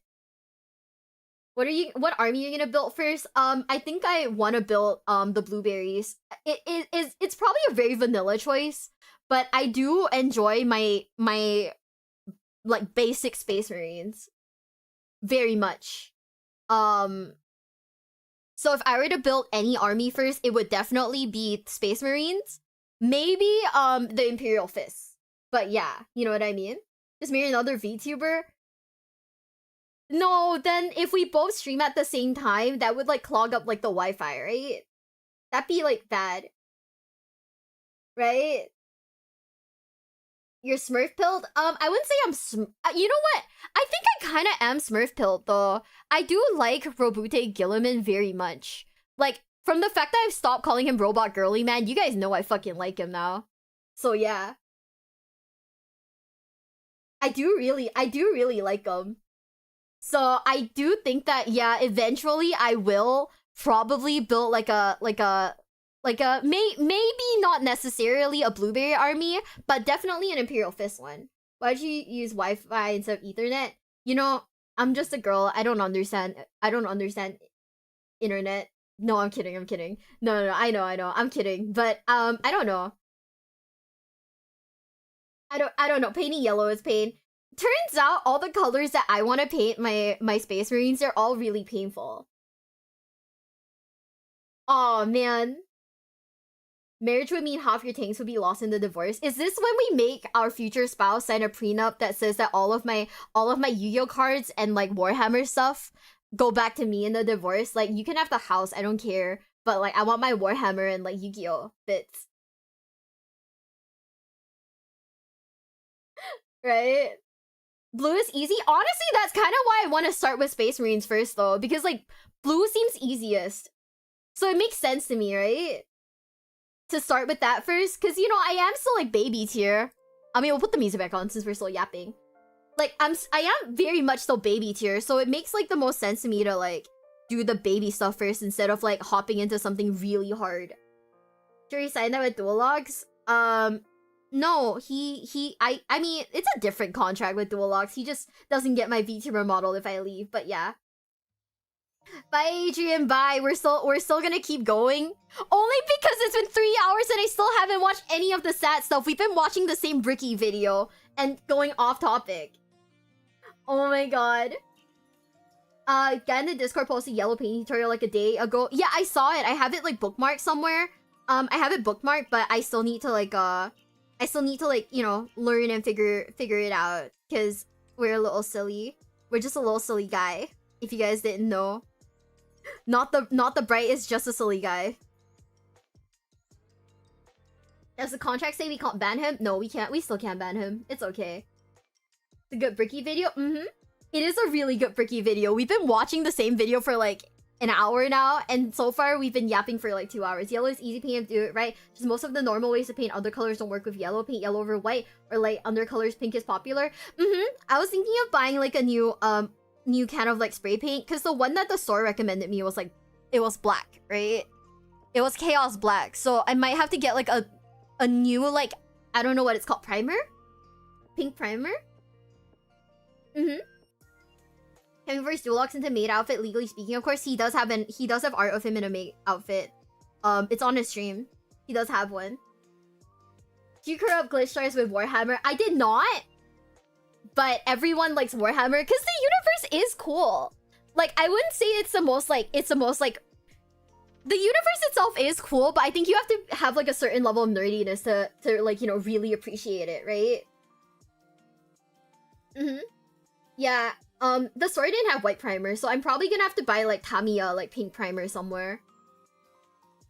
Chaos Black sounds cool. It sounds cool, but I just know it's gonna be like, all I know is that like it's probably gonna be really hard to paint like a yellow over it, yellow or pink over it. So it's probably alright. Who knows? Yeah, I can't wait. I can't wait though. It's gonna be great. 30 years, there's a lot to captivate people. It really is. Slowly becoming non-official Warhammer Corporal. I'm on board with that. We want to do more Warhammer content. It's just that like all the girls are kind of like learning about Warhammer at their own pace. So it doesn't feel right yet for like me or Sunny to be like, hey, let's like play the video game ASAP, you know? We're all like, we kind of want the girls to, you know, all like follow Warhammer at their own pace, if that makes sense. It is really fun though. Most glitch stars girls are rebuilding Gundams. One more hobby won't hurt. My wallet! No! My wallet is so bad! And my wallet is crying in its sleep right now. Oh my god. My wallet is actually like dying. I just bought like the girls a ton of like souvenirs from like Singapore. And my wallet was like, hey, stop. And I was like, haha, what do you mean? Yeah, I don't know. You guys can hear my phone going off. I don't know how to turn it off, but yeah. Same Space Marines 2 Operation. I don't think the rest of the girls would necessarily get into building full armies, because, you know, like, I don't think Emery would want to build a full army. I know, like, Emery is more into, like, the building and painting aspect. I know, like, most of the girls are more into the building and painting aspect. Which feature started the Watch Bricky trend? I have no idea. Deadass. I don't know. I can't hear you, wallet, because you can't talk. I can't hear my wallet. My wallet exists, but it's okay. Yeah. I don't think most of the girls have also played Space Marines 2 yet. So we're not gonna like push them and be like, hey, download Space Marines 2 so we can do the co-op missions now. Like, I'd rather have them like play through the story, get to know Titus, and then wanna play wanna play the actual game with me. You know what I mean? I think just me and Sunny so far. Yeah, only the both of us have played Space Marines 2. The rest of them are just kind of like playing whatever they want at their own pace, and that's fine. Yeah, if you guys are expecting full like army like battles against one another, I don't think that's gonna happen, realistically speaking. I don't think the girls are that into that aspect yet. Maybe they will, maybe they won't, but I don't think that they are as of right now. So stuff like that I cannot promise you. I played the first Space Marine. No, I have no intentions of playing the first Space Marine until they drop the remaster. Because if they're gonna drop the remaster, right? If they're gonna drop the remaster, I don't see a point in playing the game now. You know? Kill team, smallest and fastest? Maybe, but we're also mostly like all on like different parts of like the world. So getting the girls to do like kill team, everyone would have to, you know, buy their own set. They have to buy their own kit. And that might take a while. Yeah, the remaster's coming out in 6 days, so we're probably gonna play the remaster, right? As opposed to like playing the actual like first game.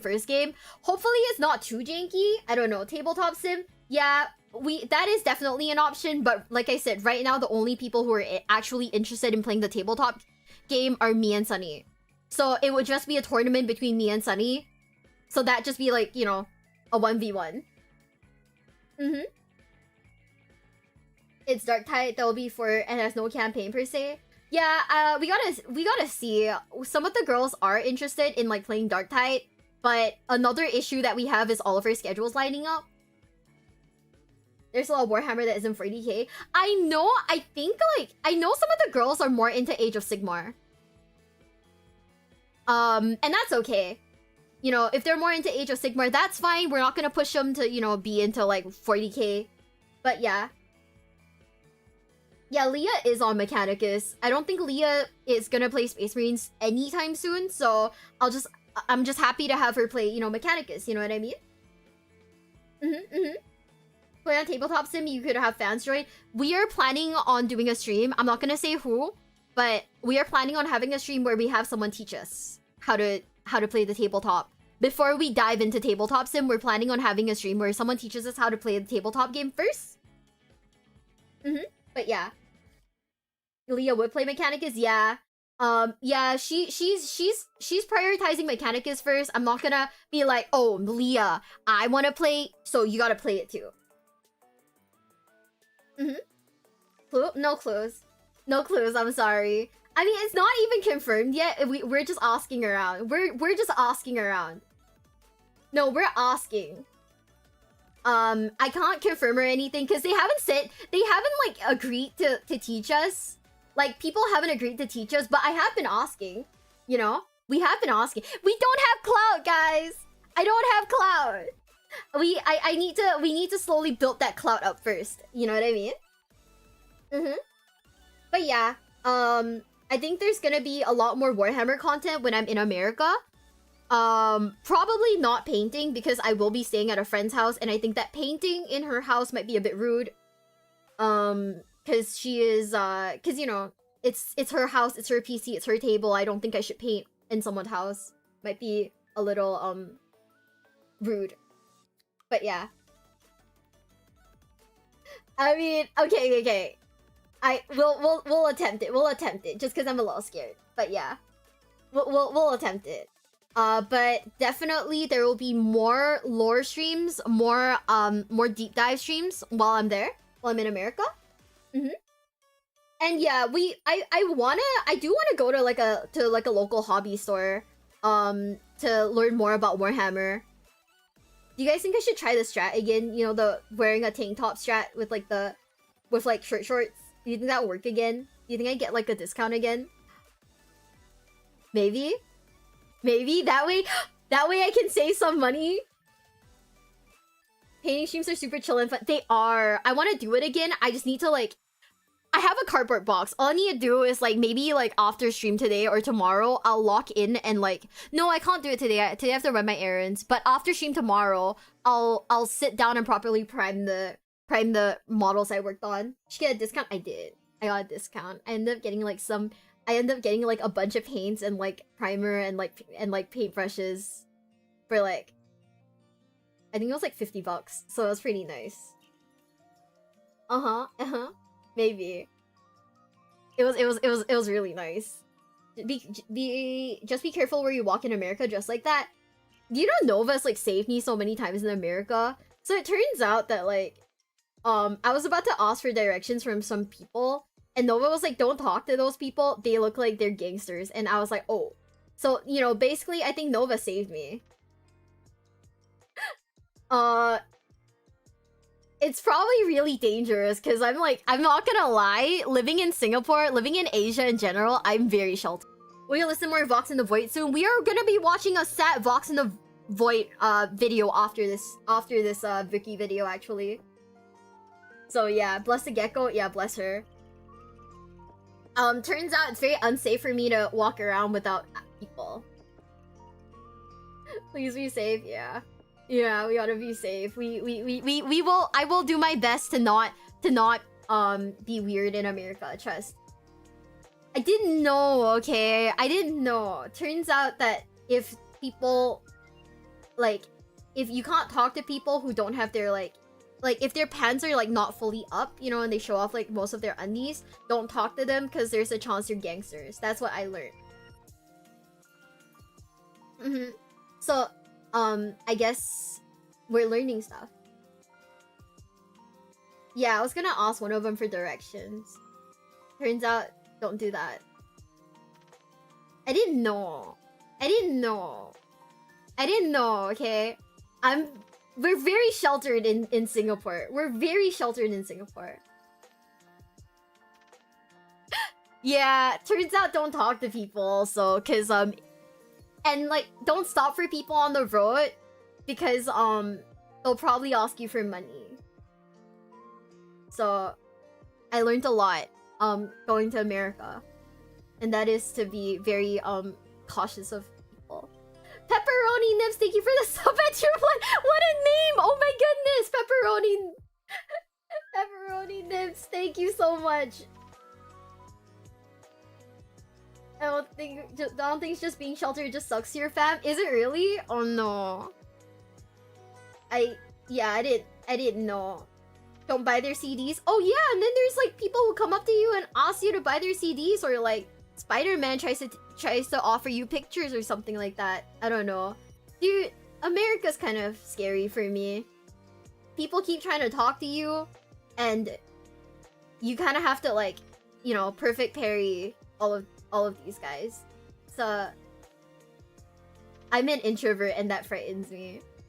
I'm super introverted, so when people come up and talk to me, I'm like but okay, it's fine. It's fine. It's fine. We'll be safe in America. It can't be that bad. It can't be that bad, right? It's only like that if you live in a big city. I think like all the places I visited have been like really touristy, so that's probably like where the issue comes from. Don't go to LA. We're going to LA though. There's a convention there.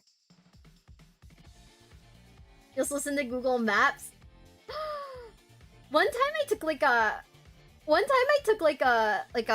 was it? I took an Uber, right?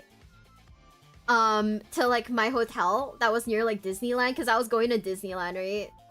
And they dropped me off in some place like in front of like a random store. And it was in some place called like Compton, right?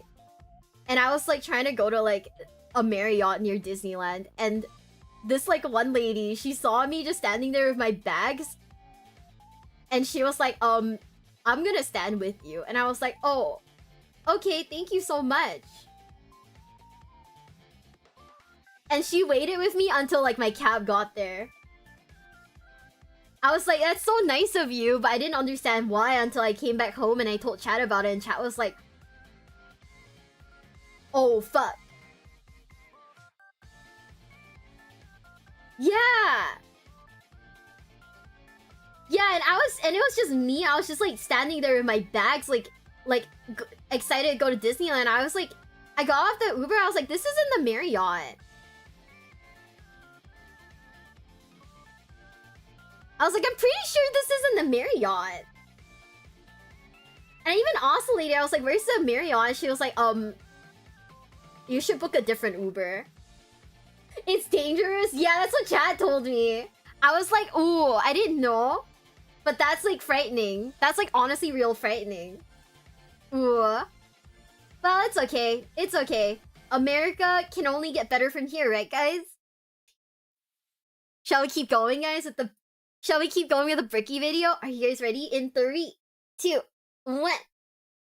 Auxiliaries often employ tactics that the Tau are unable to do on their end, such as the brute force and almost primitive nature of the Kroot, combined with the Geonosian aerial shock attack style of the Vestments. But the Tau assimilate more and more species with time, including even some humans who wish to break off from the Imperium for pick a reason. The aesthetic of the Tau also leans a bit more into the East Asian sci-fi aesthetics. The large mech suits definitely evoke that Gundam look, but the general garb of their higher-ups kind of create that motif, and they often have accents in the games that they are in. But while Tau are looked at as Gundam mech faction by some, others enjoy them for the full coalition of aliens. One of my favorite images in Warhammer is this official artwork by Games Workshop.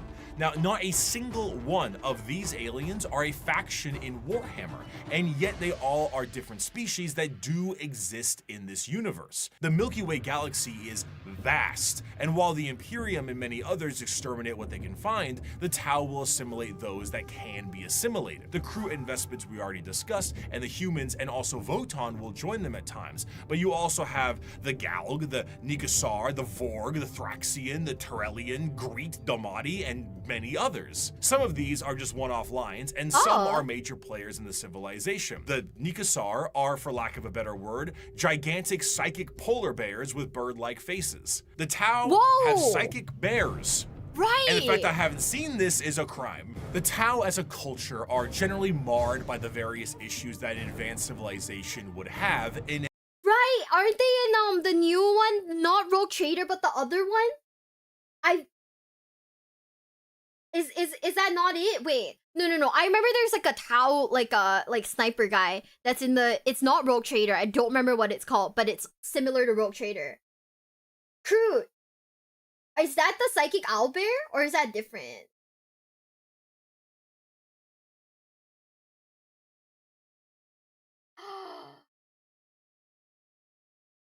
No, different. Dark Heresy. Okay. Wait, I want psychic. Okay, hold up. If they drop psychic owlbears, guys, I'm sorry. The Tau are gonna be like a favorite for me. I just want psychic owlbears. I think that's very cool. I think it's very funny.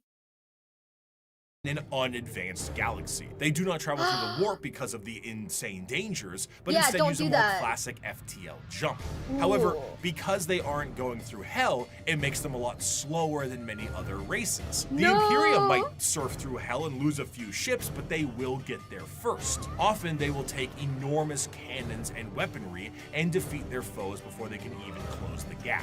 One of their light walkers carried a weapon of lethal effect. It fired a form of ultra-high velocity projectile. I saw one of our tanks after being hit by it. There was a small hole punched in either flank. One, the projectile's entry point, the other its exit. The tiny munition had passed through the vehicle with such speed that everything within the hole not welded down had been sucked out through the exit hole, including the crew. We never identified their bodies, for all that remained of them was a red stain upon the ground, extending some 20 meters from the wreck.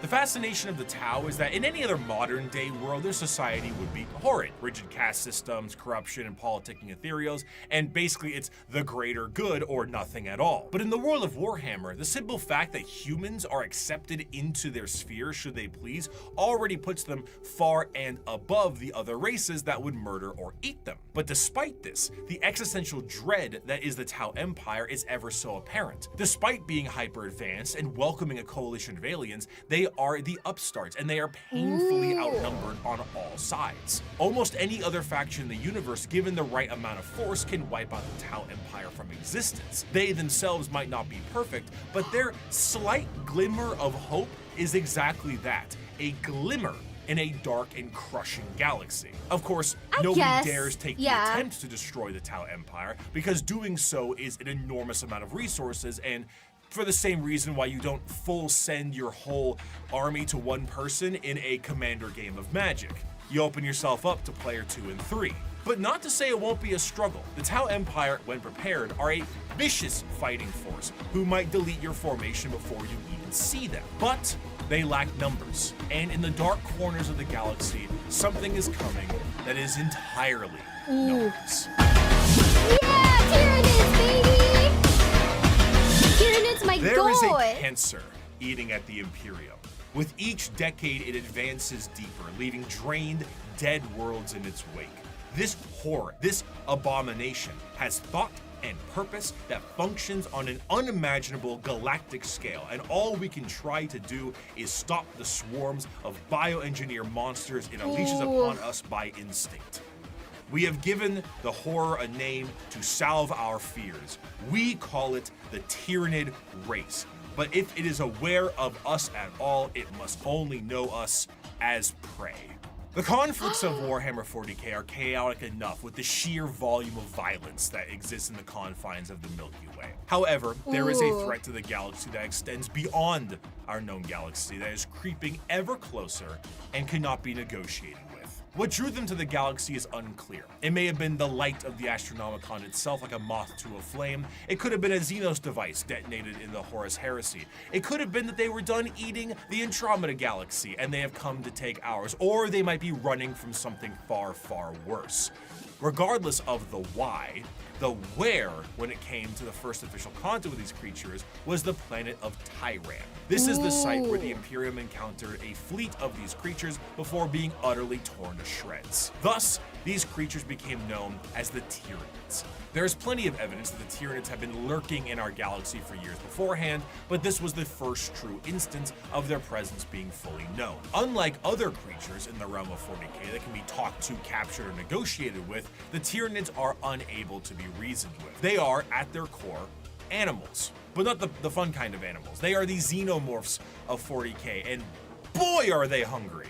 They are instinctively hardwired to either kill or be killed, and they are an unrelenting force due to this. However, just because they don't talk outwardly doesn't mean they don't communicate with one another. The true horror of the Tyranids is found in their driving force, the hive mind. 3, 2, 1. Hot in here by Nelly. That's what I guessed. What? Oh my gosh. What? You see, the Tyranids are a collective consciousness that are all connected to a singular embodiment of psychic power. That is Can I be real? I really like Tyranids. And I know you guys are probably thinking like, oh, that's kind of weird. Like, why Tyranids? I think that like the entire concept of Tyranids makes so much sense in this universe that I instinctively, like, not instinctively, but I just really lean towards them as like a faction that I do enjoy. Play StarCraft? I did not play StarCraft. I did not. I did not. But I do really like the Tyranids. I think that, like, in this universe, they make way too much sense. The bugs, understandable, have a nice day. Do I want to make pink sparkly bugs? Absolutely. We will be painting the bugs pink and they will sparkle. They're just hangy boys. If you like mukbang, this is straight up your army. They're Zergs, they are Zergs. But I like them though. I just think they make so much sense. They just make too much sense. That's it. is utterly incomprehensible to the human mind. To keep this connection there, the Tyranids on the field of battle are followed around by synapse creatures, essentially serving as their Bluetooth connection to the greater hive mind.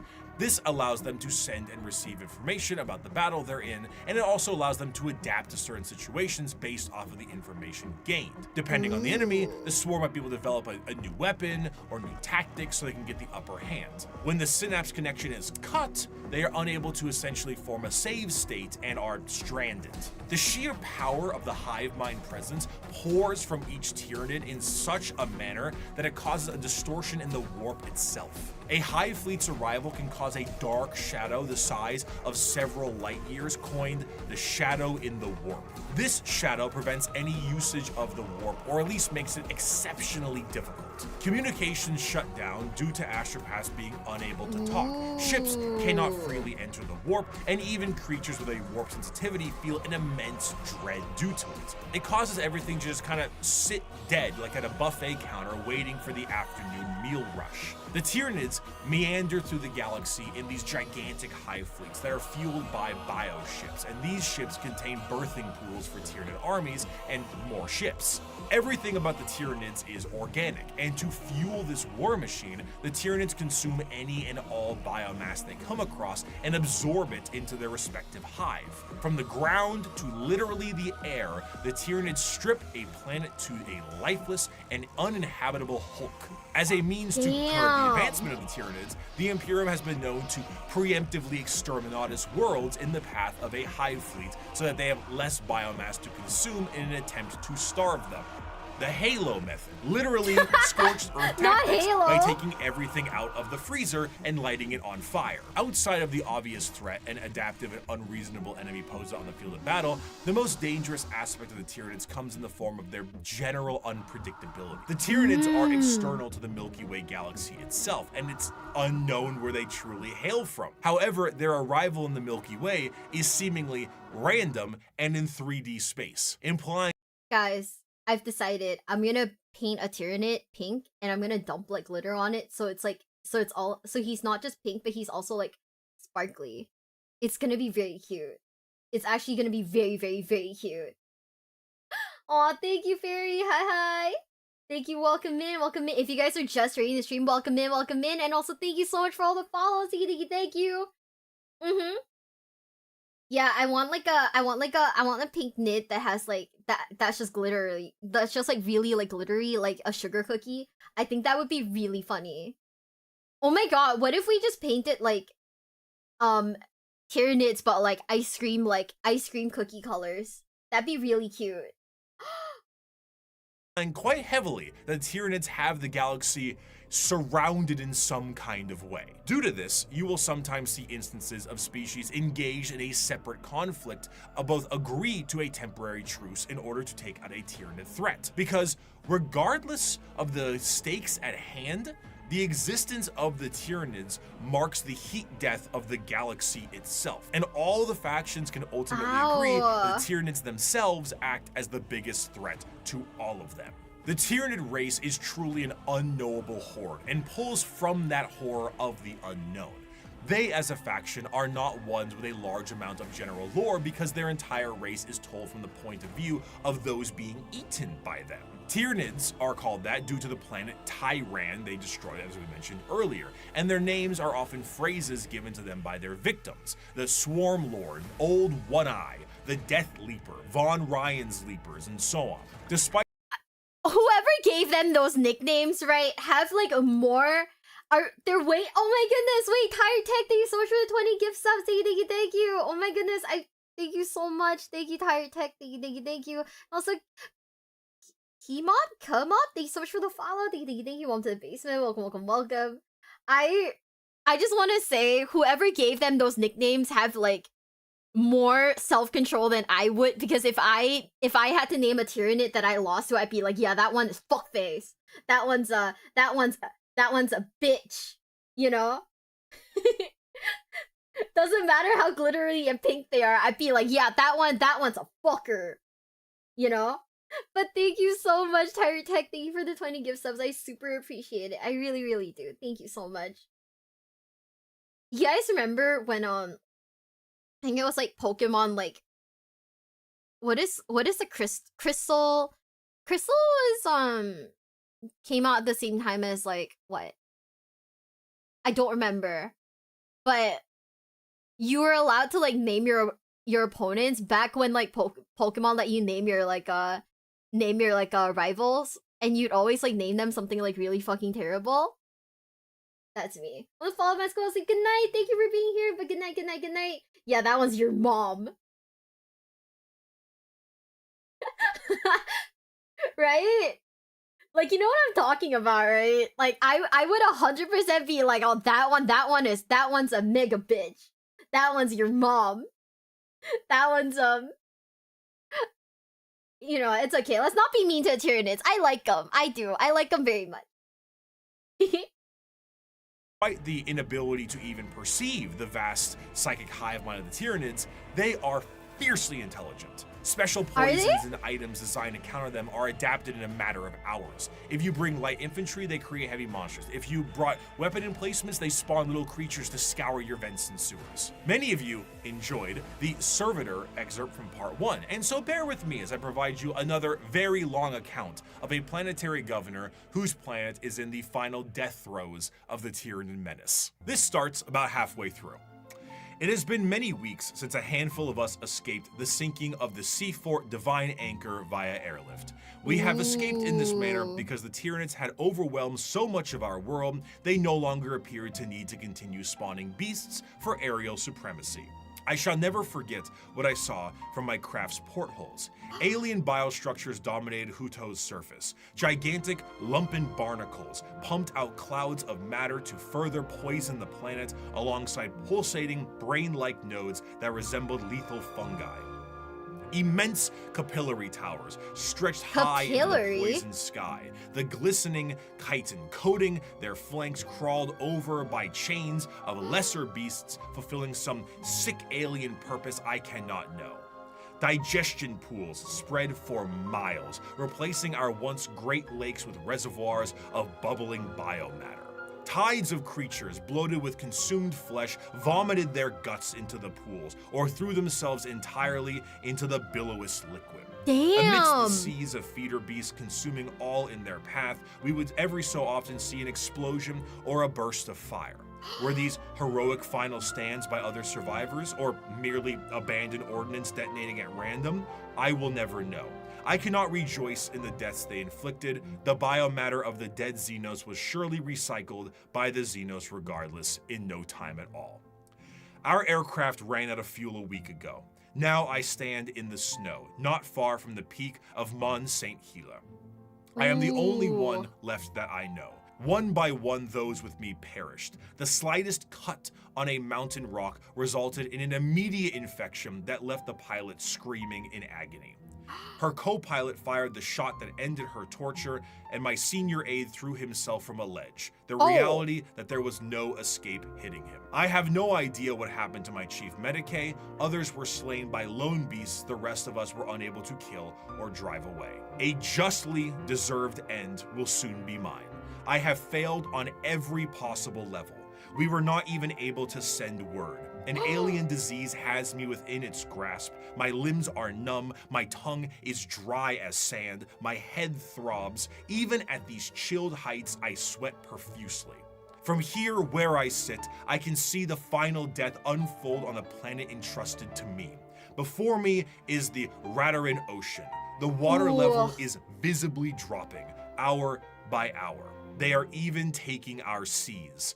There are enormous beasts with great, slowly flapping wings and immense open maws moving through the sky.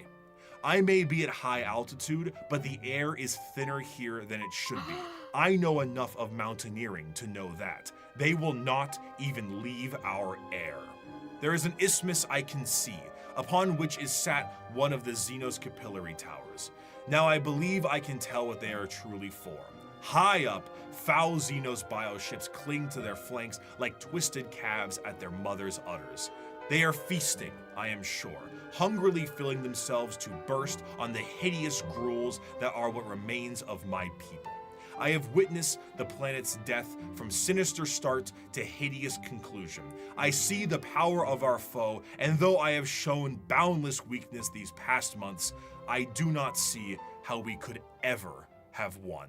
If this is any sort of good news, it seems that one thing that might be an inadvertent repellent effect on the Tyranids is chaos. Chaos and chaotic energies offer no nourishment to the Tyranids. They cannot eat that. And the presence of rifts and warp storms work as a means to starve out the Tyranid fleet. The Tyranids, of course, are attempting to adapt to this, but it seems that even at the most primal core of the galaxy itself, Chaos agrees that these dinner guests are not welcome in any way, shape, or bioform. In the end, though, the Tyranids represent the final fears of the galaxy itself. Despite the goals to conquer the galaxy as a whole, the remainder of the universe may very well be dead and derelict space. Instead of endless worlds and solar systems, it may just be bones and ash. The tendrils of the hive mind have wrapped themselves around the galaxy, and the only thing that's guaranteed is that dinner is served. However, the Tyranids are not simply the unending hordes of bugs. Beyond the more general buffet tactics of the force of the Tyranids, the hive mind has a more secretive and dangerous means of planetary conquest in the form of something a bit more terrestrial. General upheaval and revolution. However, though the idea of a societal revolt for the good of the populace is an admirable thing, these leaders have the nefarious intent of the hive mind itself. These are the downtrodden and the oppressed, the revolutionaries to a better cause, the heralds of the Star Children. These are the Gene Stealer cult. In the sunless body of our hive, the flock of the faithful grows. We are guided by our great Father's sacred vision, protected by his loving hands. Within these holy shadows we dwell, while the impure bathe in spire-topped starlight.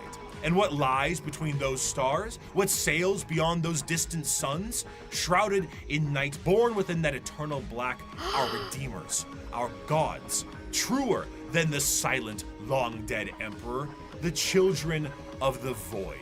We hear them in our dreams, we feel them in our blood. They call and we will answer. We will rise and claim the engines of labor that have bound us in servitude. This Damn. world will burn. It will be cleansed, purified, made ready, and the heavens will deliver our reward. The ground zero of a Gene Holy Stealer shit. cult comes in the form of the Gene Stealer itself. Deep in the depths of a planet, a Gene Stealer acts as almost an advanced recon unit for the Tyranids, and were the first Tyranid units encountered by the Imperium itself long before the first Hive Fleet made its presence known. Unlike the Tyranids that can only reproduce through the birthing pools in the fleet, a Gene Stealer reproduces via the Big Smooch. The Gene Stealer kiss what? is essentially what the facehugger alien does. It attaches to a victim and releases an embryo. However, instead of a chest burster, the embryo alters the genetic makeup of the host itself, turning it into the primary conductor of a localized version of the hive mind known as the brood mind. Any offspring that this host produces is known as a Gene Stealer hybrid, and the host assures their survival to continue to reproduce. The first few generations of a Gene Stealer hybrid look more like the Gene Stealer itself, which in our current reality would be terrifying. But considering how the vast majority of humanity is a little mutated in 40k, it doesn't stand out as much as it should. What? As the generations continue, the mutations and the general alien look is almost entirely phased out, and the resulting hybrids look almost identical to the species that they once were. Due to the size of most worlds, the makings of a Gene Stealer cult can exist almost entirely in secret, generation after generation. After a certain period of time, those hybrids will make their way into generalized society. Still connected to the mind of the Gene Stealer itself, the hybrids operate with the express goal of gaining power within society itself in a political and religious sense. Most of the time, they will present themselves as revolutionaries, looking for the betterment of the population. And honestly, it sounds great for a lot of the folks on the planet. By the people, for the people. As they expand more openly, the crossbreeding continues until all aspects of the planet's society is infiltrated. However, all bets are off when a hive fleet comes close enough. When a Tyranid hive fleet gets close enough to a planet, the brood mind activates essentially an endgame scenario. The once political and religious leaders become bloodthirsty fanatics that work to finalize the collapse of society and the death of those who oppose them. But to those in the brood mind, the god they believe in is coming, and this is holy justice and vindication for their religious and political beliefs. As the hive arrives, the planet is essentially ripe for the taking. The original Gene Stealer pieces out to the next world or is reabsorbed for deployment elsewhere, and the Tyranids begin to take the planet for themselves. The cultists sing praises and holy songs as the Tyranids begin to eat everything up in kind of a meet the pyro sense of religious delusion. But as they are harvested, some of them are snapped back to reality, oops, there goes gravity, before they are thrown into the biomass soup. For a fleeting second, they see that this was all a ruse to consume the world and that their false gods were a bunch of hungry bugs. Guys, I don't know if I like Gene Stealer cult. I think I'm scared. I'm scared of the Gene Stealers. I think like this is the one that I would probably like draw the line at. Like, I'm scared of it. You know, I'm not a Gene Stealer. I think this one is scary. This one is really, really scary. That's what a Gene Stealer would say. What the fuck? No, but somehow you like the Tyranids. I think the Tyranids, like, I don't know. I feel like the Gene Stealers are like certain levels of scary above Tyranids. Tyranids are just like, I'm gonna eat, right? That dude look like I got a big ass hit because I be knowing. He do be knowing though. He has like a staff and everything. He do be knowing. But I don't know. What if they were pink? No, I don't want them to be pink. That's also scary. I'm free. We're watching Bricky No Crying today. We spent 4 hours watching the same Bricky video. We went on like a billion fucking tangents, dude. It's not good. But we're gonna be crying after this, so I threw. Oh my god, chat, I threw. I did my skincare. If it gets in my eyes, I'm gonna... We're fucked, guys. 07's in the chat. As soon as we start crying, the serum's gonna like get in my eyes and it's gonna sting. Oh well. It's okay. It's okay, guys. Yeah, you guys, if you guys just came here, you missed the tank tangent. We went on a whole ass tangent involving tanks. It was very silly. Wash it away or something. No! Girl failure behavior. No! No, did Twitch die? Wait, stop. Did Twitch die? Hold up. Let me check. Twitch, tell me you didn't fucking die, bro. I'm gonna cry if you did. Like, watch me lose my mind. Nope, Twitch is live. Twitch is good. Okay, we're fine. We're chilling. Promise tears? Okay. Yeah, Twitch dudes. You're sending this video as long as the skill. Don't at me. Twitch did not die. Stop lying to me. Oh my god. Serum is pricey, so just don't cry. I'm not gonna cry. We're gonna lock in for like the next few videos and we're not gonna cry, okay? Are you guys ready? 3, 2, 1. The cultists essentially put the checkerboard dining cloth on the table for them and invited them for a feast. Due to the constant redeployment of gene stealers, there are known cults that pop up across the Imperium itself. Some of the more well-known ones are the Cult of the Bladed Cog or the Rusted Claw, but there are hundreds, if not thousands, of different cults that keep popping up all over the galaxy as the gene stealers spread. And due to their covert means taking over the planet, they are not generally viewed to be a threat until it is far too late. And due to the know-how of gene stealers, they tend to be predatory to those in the lower classes of a given planet. Ooh. The gene stealer cults overall have really come into their own, commercially and artistically. They have very much embraced the revolutionaries aesthetic and crafted a fascinating method in doing so. It's this great combination of this pseudo-Marxist Bolshevik uprising mixed with the hills have eyes in the populace. What's particularly enjoyable about their uprising is that often from their point of view, the reasons they have are extremely justified. Most of the members of the GSC are the extremely impoverished and menial laborers of the Imperium, who honestly wouldn't need an alien presence to provide a That scared the fuck out of me. I thought something like disconnected on my PC. I got really scared.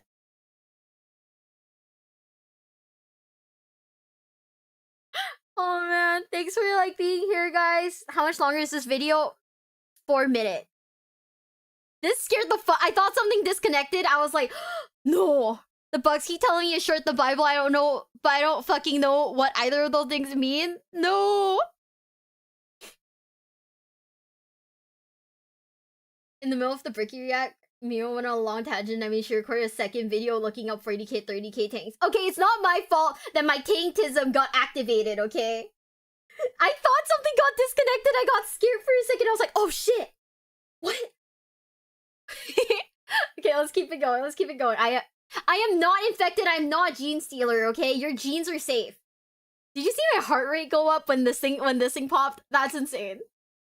A manifesto on reasons to revolt. Their weapons are all makeshift and often involve things like mining lasers, drilling saws, demolition charges, giant stop signs. Their political machinations work quite well, as the cult ends up being really good at assassination, especially when you have a third arm holding a pistol beneath all those robes. They're a faction rife with fascination and culture, and their plans are generations in the making, to the end goal of being thrown right back into the soup by the star children they prepared the world for.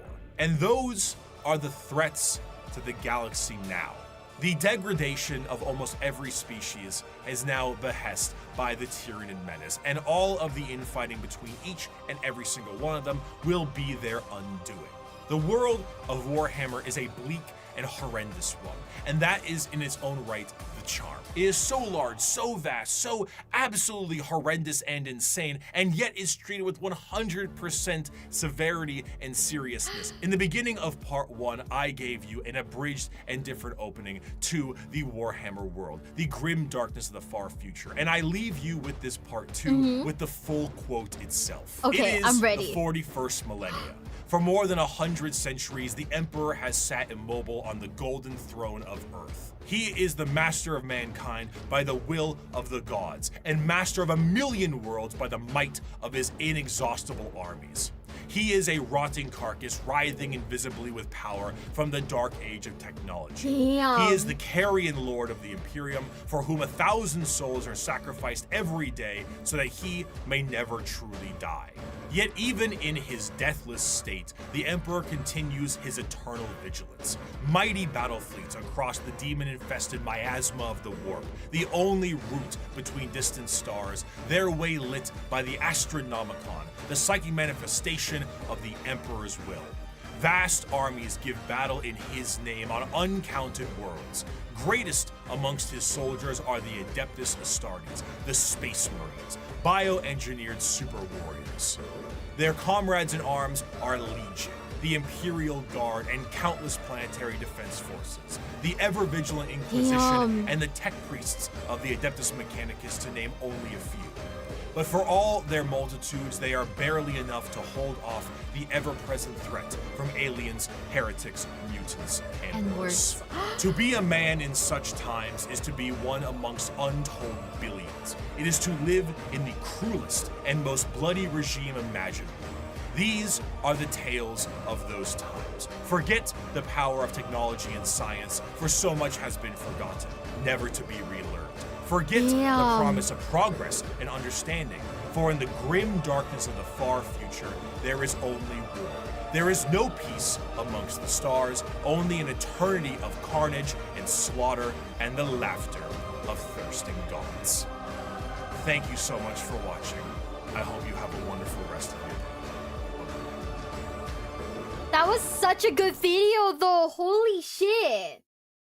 No, it makes so much sense. It makes so much sense. But also, that was such a good video. That ending quote hit hard. It hit really hard. Holy shit.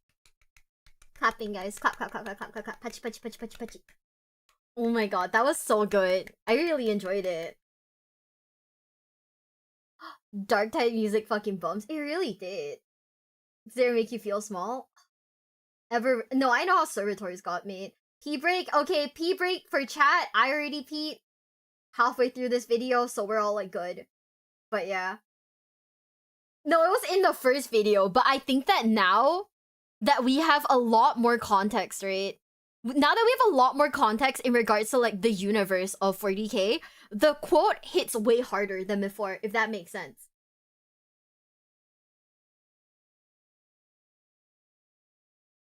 Also, it took us 4 hours to get through a video that's 1.5 hours long. I don't know how we did it. I think I need to, you know, change the way I do things, because I'm sorry guys, I don't know how it took us 4 hours to get through a 1.5 hour video. This is not great. For me at least. I don't know how we did it.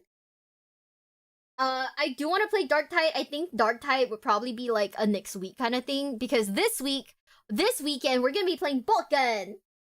You're already a Zinch follower. Time is a con. You need to lock in more. I need to lock in more, guys. Oh man. Oh man. Good night, Crowback. Thanks for being here. Good night. Good night. Oh no. No, it's taintism. I've been taking ADHD medication, but can I be real with you guys? I don't know if the ADHD medication's helping me lock in or not. What do you guys think? What do you guys think? Is the ADHD medication helping? I don't know. I don't know. I don't think so. How has the sobbing been? We've been 4 hours. We're 4 hours in. We haven't cried once. You've been a lot more calmer, I feel. Really? The more ADHD kicks in, more lore you consume? True. The ADHD medication don't help with autism. Wait, stop! Is that why we went on the taintism, we went on the taintism, tangent earlier? Oh man, okay, well, hold up. I gotta grab my tissues. Where are they? We went through a pack of tissues the last time. So are we ready for pack number 2 of tissues? Okay, I have the tissues prepped. I have the emotional support Bidoof prepped. We're gonna throw up the We're gonna throw up this bit. And do we also chat? Do you feel like you need him today? Do we feel like we need him today? What do you think? ADHD and autism are frequently in. I don't know what that word is.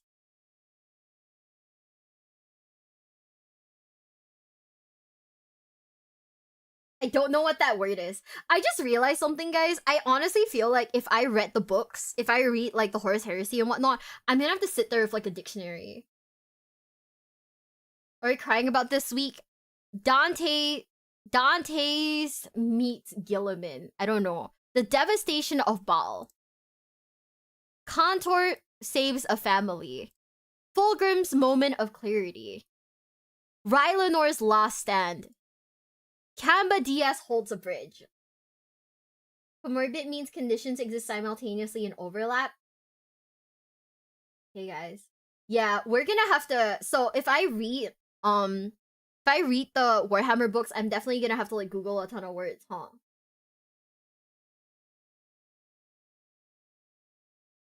Okay, guys. Are you guys ready? Grab your tissues, grab your chairs.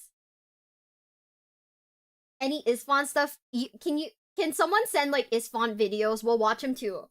But yeah. We'll watch them too. I just don't know which are the sad videos to watch. We do have Pity the Guardsman from A Vox in the Void. And we have Angron, Eater of Worlds. Someone told me to rewatch the Sanguinius speech, and I'm like, no. Every time I watch the Sanguinius speech, I cry. It's too easy. It's too easy. Just make up your own definitions in your head. You can read the book for the first time twice. That's so hard. I'm gonna go. Okay, good night, Alchemist. Thanks for being here. Okay, guys. Are you guys ready for the tears? Isn't that the point? No, but it's like too easy. Is it? Wouldn't it be like way too easy to just cry over the same thing over and over again? The Ingron one hurts. It's a 2-hour long video, so that means it's gonna be 4 hours of content. But we're also gonna not pause during like most of these because we gotta wait for it to hit harder. Okay? Are you guys ready? In 3. Finally, the content you're here for, okay? 3, 2, 1.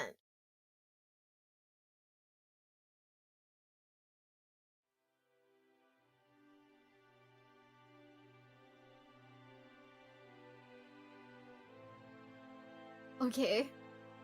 Rabute Gilliman had come to Baal. There was no mistaking it.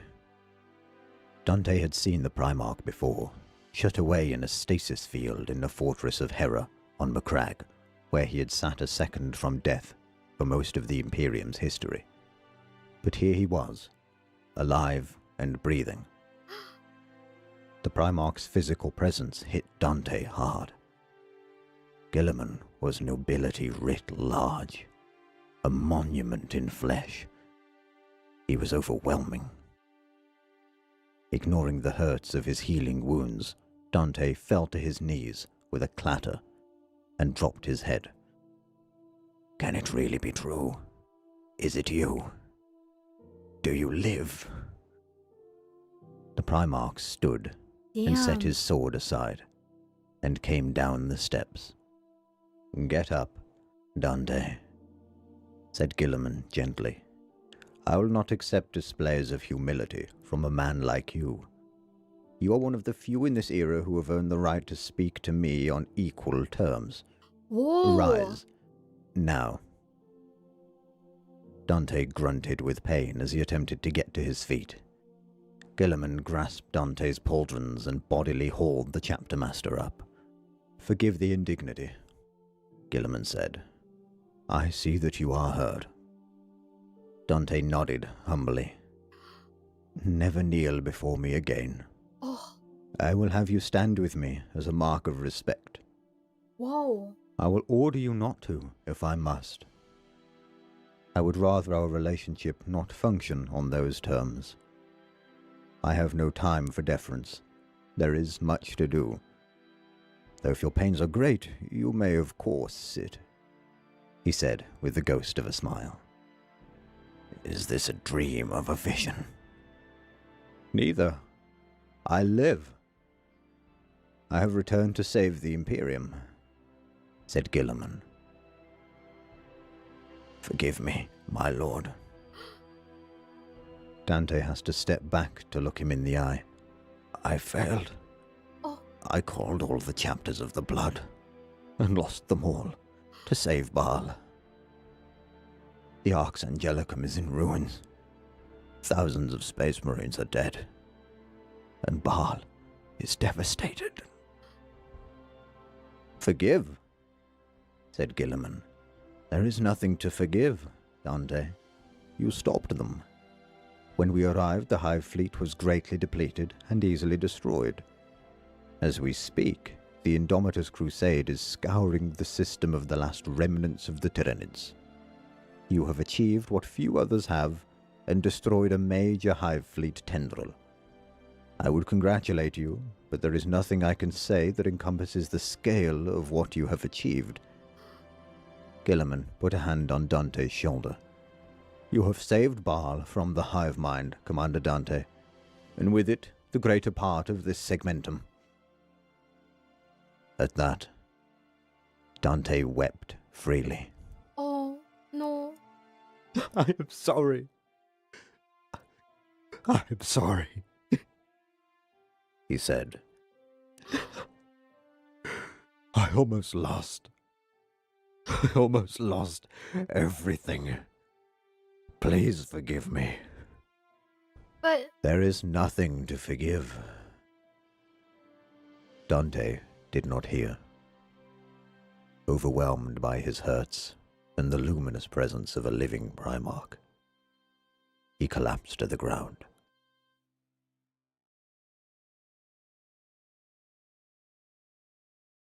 Damn.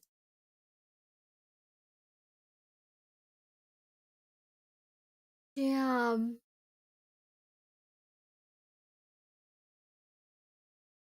What is the context of this? If anyone can give me like the context of like the devastation of like Baal. Campaign against Leviathan was brutal. That hurt. I don't think I it's not like at the tears level, but that hurt. Tyranid Hive Fleet was about to destroy Baal, the Blood Angels' homeworld. It was under siege by Nids. Called all the Blood Angels to defend it. Mm-hmm.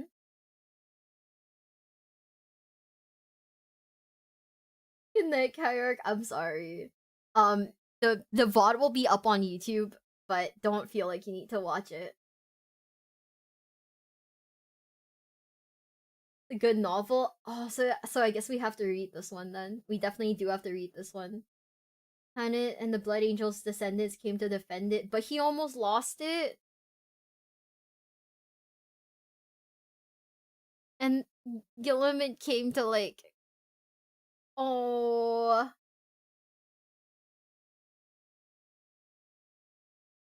Oh... And to defend it, almost all of them came, and they have Crusader level numbers. Spoke directly to Sanguinius while die. Oh... No... He lost thousands of Space Marines? No... Happened at the same time Cadia was destroyed, so Imperium literally couldn't help.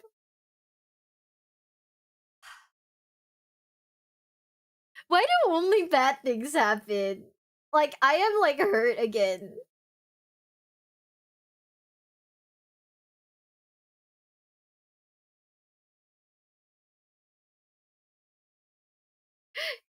Whole chapters were lost. Oh, this is so sad. And canonically, Dante wants to die. But Gilliman basically gave him a promotion. Because 40k.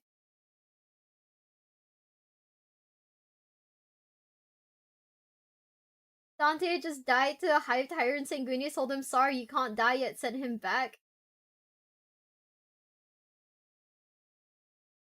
This is so sad. I genuinely feel so sorry for like a bunch of people. Lost in defense in Gwinius' tomb. I mean, I'm pretty sure they would have done it willingly, right? But still. Caiaphas Cain are the happy books. Hey guys. Every sub and membership goes towards buying tissues, I guess. Every sub goes towards buying tissues for all the tears I'm about to shed reading these books.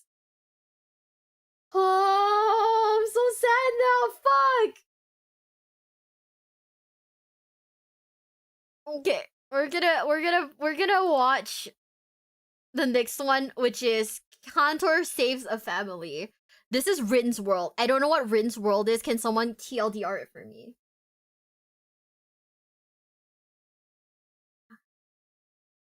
What if people think I'm weird for buying this many tissues? One is good. TLDR is difficult? Okay, okay. Crimson Fist? So this is an Imperial Fist offshoot then? So basically, I'm a pitch. I don't know what that means. Dante wakes up pleading to Sanguis to die, screaming at him. No! Dylan, thank you so much for the 100 bits. Emphasize the importance of this moment. Dante wears a mask at all times when he's in public, even when it's just other Space Marines who can see him. Before the battle, he took off his mask so his brothers could see him as a man, not as a representative of his Primarch. No!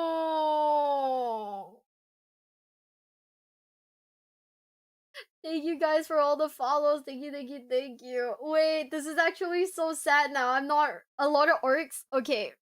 Are we ready? Are we ready, guys? I'm already feeling it. I want you guys to know, by the way. It is Shark Week right now. So I am very prone to crying. It is Shark Week.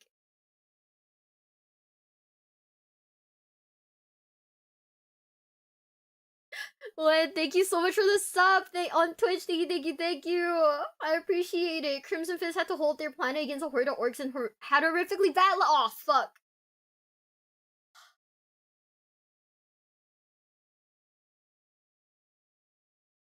Why are we crying? We're watching the sad bits in the books that are very emotional.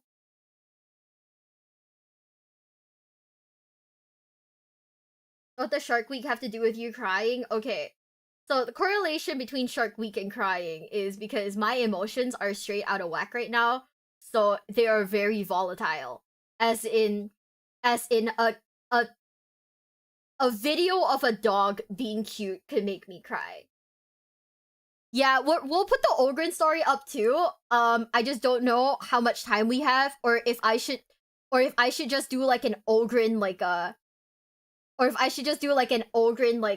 mass watch where we just watch Gavin Bob and the Ogren stuff. Yeah. Okay, guys. Hi guys. Today we are gonna be crying.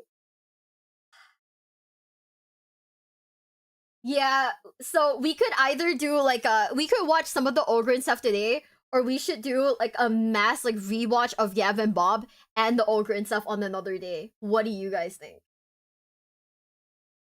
It would be okay. We'll put it on the playlist then. Hold up, I gotta scroll for it. The videos that I have watched, I will be deleting from the channel. That way, I don't get confused. Cause there's a. We did watch a bit of it. What the fuck? When? Oh, this must have been like when I was like really sad, and we watched like a bit of it. Okay, it's only 10 minutes long. That's fine. Yeah, if you recommended videos in the channel and they got deleted, it's because I probably watched it already, and I'm just trying to clear it out so I don't get extra confused. Are you guys ready? In 3, 2, 1, we're watching Rin's World. Cantor Saves a Family. Asher, we're gonna cry extra now that you're here. Okay. Steve Parker. We love Steve. I don't know who Steve is, but we love Steve.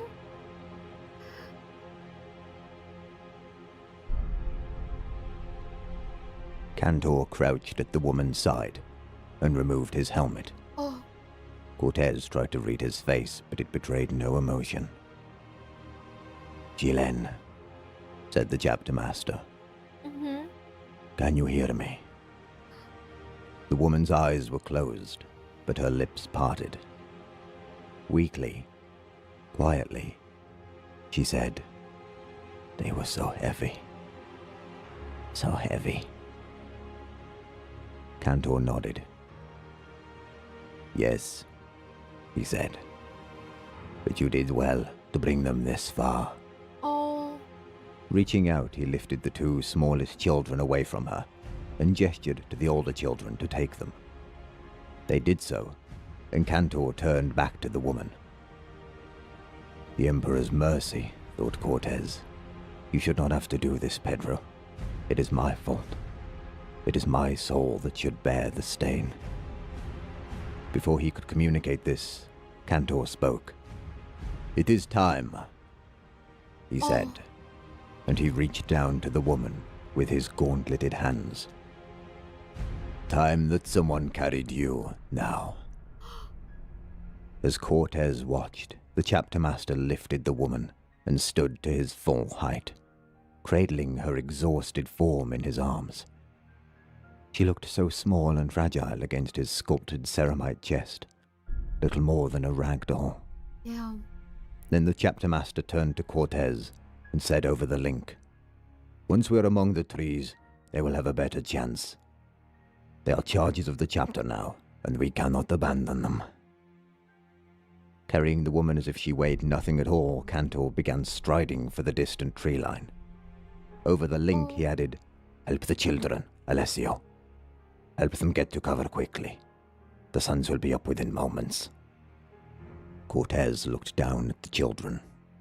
Their clothes were torn and stained with the dirt of their nighttime trek. But in eyes of the three eldest at least, he could see a fierce spark and recognized it as the will to live. Damn.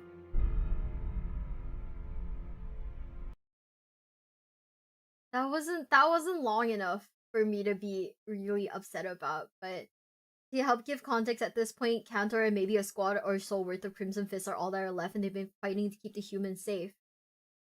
This woman had been carrying her children for miles and couldn't anymore. So Alessio thought Cantor was gonna kill her because she wasn't worth helping, but she did.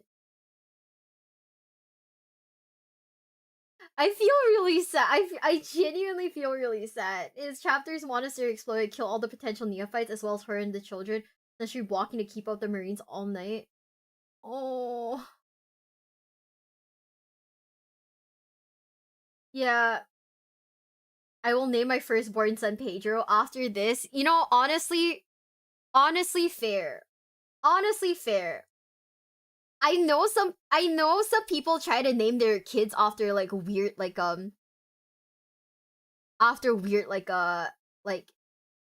nerdy references. I feel like this is at least still a name. Yeah, I am kind of sad because I think this one's a little too short to actually understand the context. That way I think it'd be sadder, but I'm not crying yet. We're still locked in. We're still locked in. She starved for days and nights carrying them with the Marines as she couldn't, so the Marines helped her children and her. So painful. Like anime characters, I remember there was like a really stupid Reddit post about like some guy who tried to name his kid after a Pokemon. You know? Alf, thank you so much for the resub. Thank you. We've watched Don't Go. We watched Don't Go last week, and I lost my mind over it.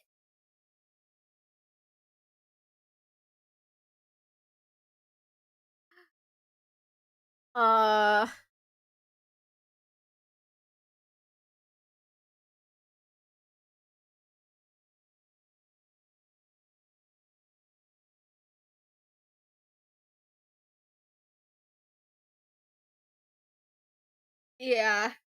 We watched Don't Go. I think Don't Go like a really broke me as a person. The Sanguinius speech also broke me as a person.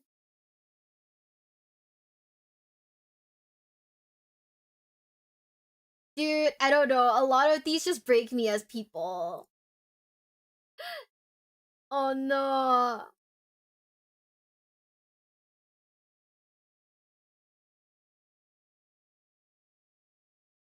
I'm gonna name my son Vulcan. Is no good deed? I don't think it is. But if you guys want to recommend stuff, can we recommend ones that are like long-ish? That way there's more context. Because like I saw some of the ones that were recommended are shorts, and I honestly don't think that I will be sad over them. Because if they're short, I don't think there's enough context for me to understand why I'm meant to be sad. Yeah, that's the issue. Where do we post the link? Okay, so if you join my Discord, there is a channel called Sad Warhammer Stream Suggestions. We'll watch those. But if it's too short, it might be I might not pick those just because I won't get the context. Basically it. We already saw that one, boy. We've seen that one earlier. So this one is Fulgrim's Moment of Clarity. It's 2 minutes long, so hopefully we do get the context. But yeah. Are you guys ready? In 3, 2, 1.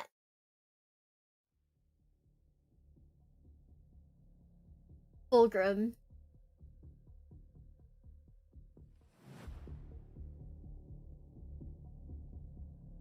Fulgrim's Moment of Fulgrim Clarity. rested his hands on the command lectern as the enormity of his last thought settled on him. He could attack the War Master's expedition and destroy it utterly from here. His own warships were closing to the optimal firing distance, and he could unleash a devastating fusillade that would cripple the ability of the 63rd expedition to respond in any meaningful way. Okay. If Eldrad Ultharn had spoken the truth, then he could end the coming rebellion before it began. Plot firing solutions to the vessels before us, he ordered. Within moments, the guns of the 28th expedition were trained on the War Master's ships, and Fulgrim licked his lips as he realized that he wanted to open fire. "My lord," said a voice beside him.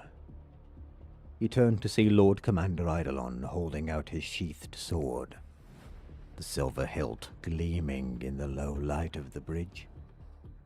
Fulgrim felt the dark, smothering weight of its presence settle upon him, and said, "Eidolon, you asked for your sword," said the Lord Commander.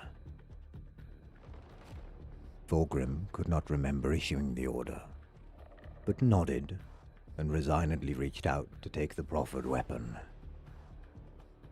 He looped it around his waist as though it was the most natural thing in the world, and as he snapped the golden eagle buckle closed, the desire to order the attack faded like morning mist.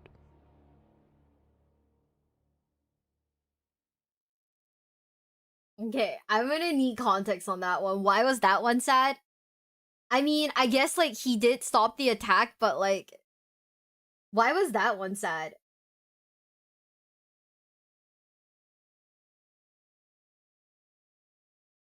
The sword is a demon blade. Okay.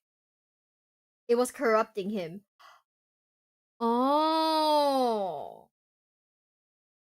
This is pre-fall. Without that sword, the horse heresy never would have ended there. Ah, that's why. Okay, okay, okay. That's why this was sad. Okay.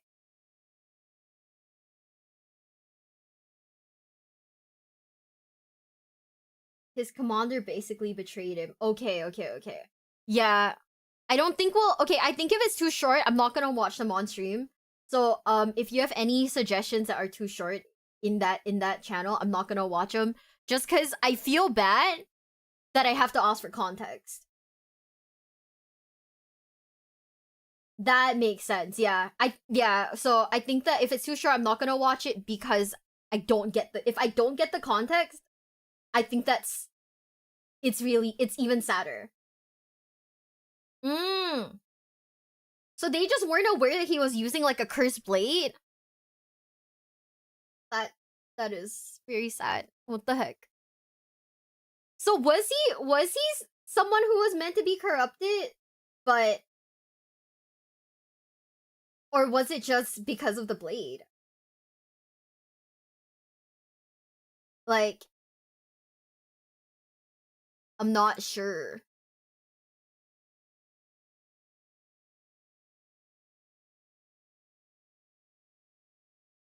Okay, guys, we're gonna watch something called Rylanor's Last Stand. Link to Discord, exclamation mark Discord.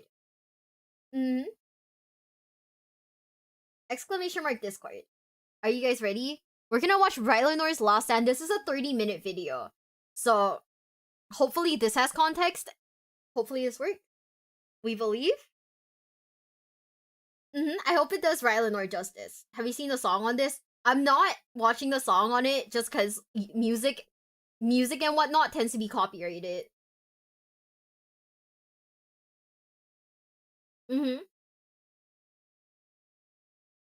Music tends to be copyrighted. I don't think we can watch it on stream. It's fan music. No.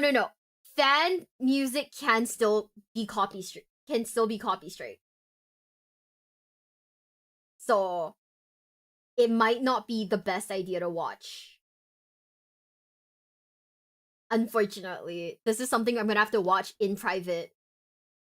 But also, if you guys are just following, thank you so much for the follow. Thank you. Okay, guys. Uninterrupted for 30 minutes. Are you guys ready? That's lame. Yeah, it can't be helped. It can't be helped. It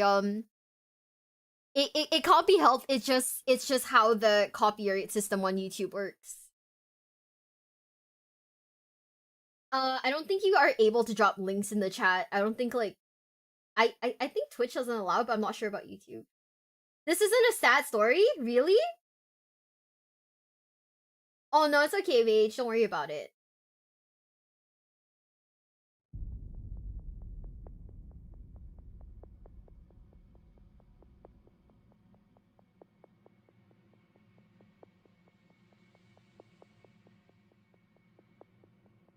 Careful, Visterio, said Murshid.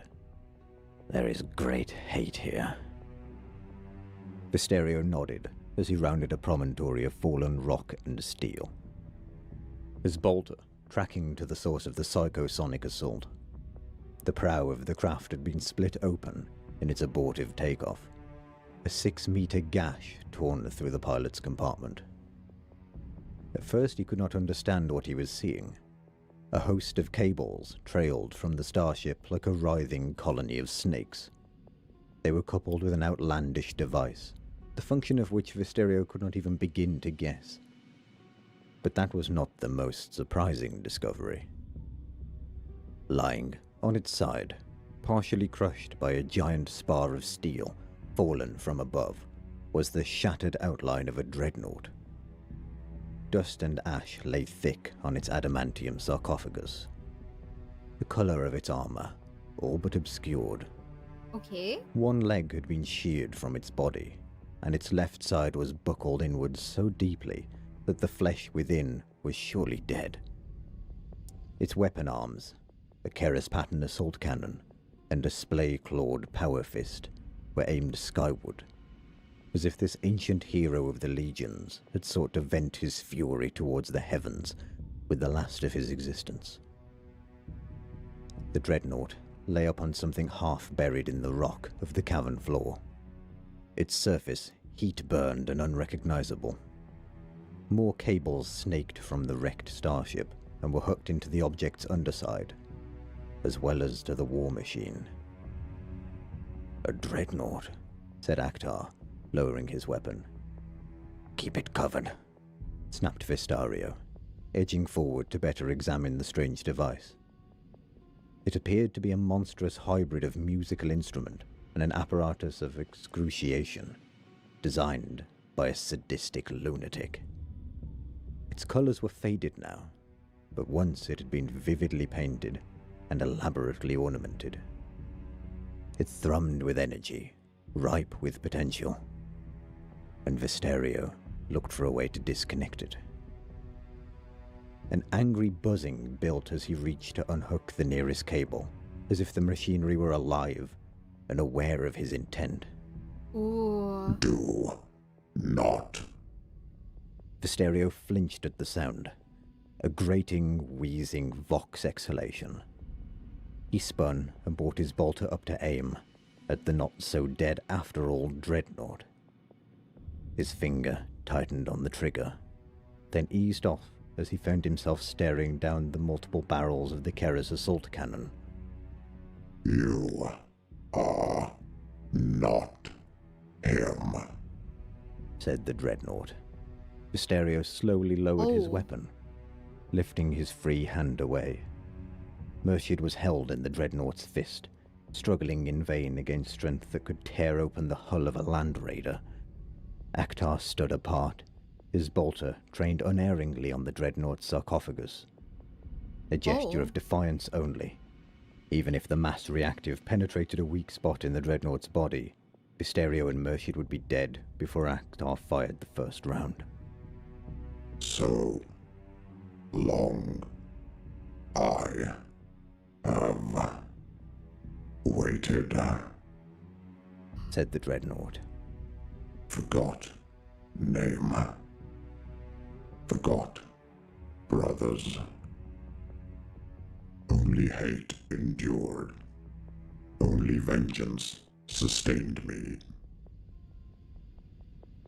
The towering biomachine's voice was redolent with power, its words halting at first, then growing in coherence, as if the very act of addressing the warriors before it was rekindling a memory of speech. Ooh. Soft light built within the cracked, augmentic orb that was all that remained of the war machine's sensorium. Could it see him? And what would it make of his warplate's color? What legion are you? 15th, said Vistario. The sons of Magnus the Red, the Cyclops, the Crimson King, Sorcerer Supreme, Master of Prospero. How fare the 15th after so long?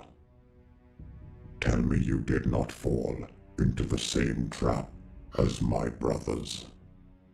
Tell me you endure and yet stand at our father's side. He doesn't know, thought Vistario. All these years trapped below, and he doesn't know. How could he? The 1,000 suns endure, he said. I may be smashed and clinging to life, but I know evasion when I hear it. Oh. Vistario shrugged. You would not like the truth. My like or dislike for the truth is immaterial, said the dreadnought. Truth is all we have. It is our shield against falsehoods. When facts can be twisted to become weapons, nothing good can endure. The Emperor taught me that, but too few of us took the lesson to heart, or understood how vital it was. Oh?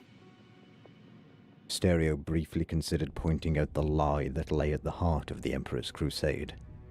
Its corrosive effect like a poison pill, slowly dissolving under the tongue. But he needed no Corvidae foresight to know the dreadnought would kill him instantly for such an utterance. What is your name? Asked the dreadnought. Malin Visterio of the Corvidae Fellowship.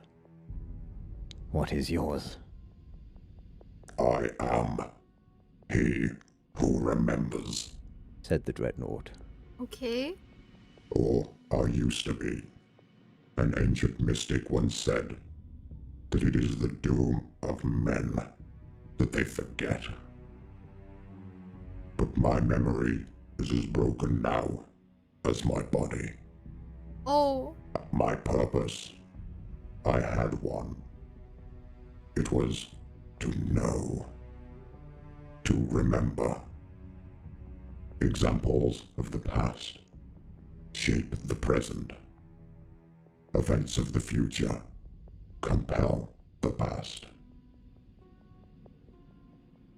Visterio was acutely aware of how precarious was his position. The Dreadnought was clearly insane. After the long centuries spent in isolation, without tech marines to minister the complex biomechanical cycles of his existence and maintain his fugue state of slumber. What were you to know? He asked. To know what, you ask? Growled the Dreadnought in irritation. Shells clattered as rusted autoloaders slammed them into the assault cannon. Does not the 15th retain one whose task is to know, to see everything? I once knew all the things that mattered. Names, dates, places, things of moment. The oaths taken, the oaths broken, the litanies of the faithless. I am he who remembers. I am the ancient of rites. Ooh. A sudden flash of prescience swept through Visterio, and he craned his neck to look around the chamber, his mind's eye racing back the way they had come to the surface. He saw the war-racked world above as the bombs fell from orbit, shattering the city and laying waste to those who defended it. I know this world's name, he said, as its terrible legacy poured into him. Yes, said the Dreadnought. of course you do. Horus cut it into the heart of every legionary, whether they were there or not. This is Istvan III. Yes. And you, said Vistario. You are... Oh. I am ancient Rylanor, said the Dreadnought. Oh. Ancient Rylanor. Visterio knew the name. How could he not? The tales spun around the betrayal at Istvan III filled entire wings of the gallery at Pergamum. This was where the canker at the heart of the legions was first revealed, where the legions had first spilled blood of their brothers in open warfare. Magnus had dispatched cabal after cabal, seeking truths from those who had fought in the battle, desiring to unravel its root cause. It seemed to Visterio to be a thankless task, where every adept of the Corvidae knew that nothing ever really began. There could be no single moment from which this or any other event sprang. The threads could always be followed to some earlier moment, and the actions that preceded them. To attempt to pin any event's origin to a single moment in time would drive a mind to insanity. Perhaps it already has, Bad? thought Visterio, thinking of the desperate need he pretended not to see in his Primarch's gaze. Those who had fought through the virus-scoured hellscapes of Istvan III described loyalist warriors of the World Eaters, Death Guard, sons of Horus and Emperor's children, fighting for months against their brothers, enduring unimaginable horrors in the face of inevitable extinction. The only mention of the Dreadnought's fate came from the most unreliable of narrators, Lucius the Swordsman, who claimed Saul Tarvid spoke of the underground hangar the Dreadnought was rumored to have found. Why did you not escape? Asked Visterio. I would have, but the seismic shockwaves of Istvan's death went deeper and lasted longer than any could have foreseen. The roof of the cavern collapsed, trapping me here as you see. Stereo glanced at the strange device hooked to the interior of the wrecked warship. And what is that? A sonic weapon of some kind. A handful of my former brothers found this place and sought to kill me. They failed, but the power of their weapons crippled me and left me as you see me now. And you wrought it into what? A distress beacon of some kind? The Dreadnought's Voxcaster grated with what Visterio took to be a rueful chuckle. A distress beacon, said Rylanor. No. A lure. A lure for what? The sound of dead skin slipping over rock sent a chill down Visterio's spine. What? A silken voice answered the Dreadnought's question. For me, it said. Isn't that right, Rylanor? Visterio's mouth fell open as a towering serpentine shape emerged from the shadows of the cavern, multi-limbed, sinuous, and beautiful. No. Ivory white hair spilled across the shocking purple of the sculpted warplate. At last, said Rylanor. Fulgrim. The Primarch was an abomination, even by the standards of warriors who had seen their own father hideously changed by the transformative energy of the great ocean. Stereo felt aether fire pulsing from within Fulgrim's body. His ability to manipulate its energies massively powerful, yet unsubtle. Swords glittered at his midsection, and his eyes roved the chamber, taking the measure of the present tableau. How long had he been watching and listening? In the centuries since the Battle of Terror, the Phoenicians' behavior defied rational understanding or a sense of predictability. Oh. Magnus himself had given up any form of prognostication concerning his brother's actions. But how could Visterio even begin to predict what Fulgrim might do next? Ancient, said Fulgrim, sliding over the floor with grotesque peristaltic motions. Oh. You No. look terrible. A disgrace, even. What has become of you, my Primarch? Said Rylanor, his horrified disgust clear, even through the degraded quality of his Voxcaster. You are a monster.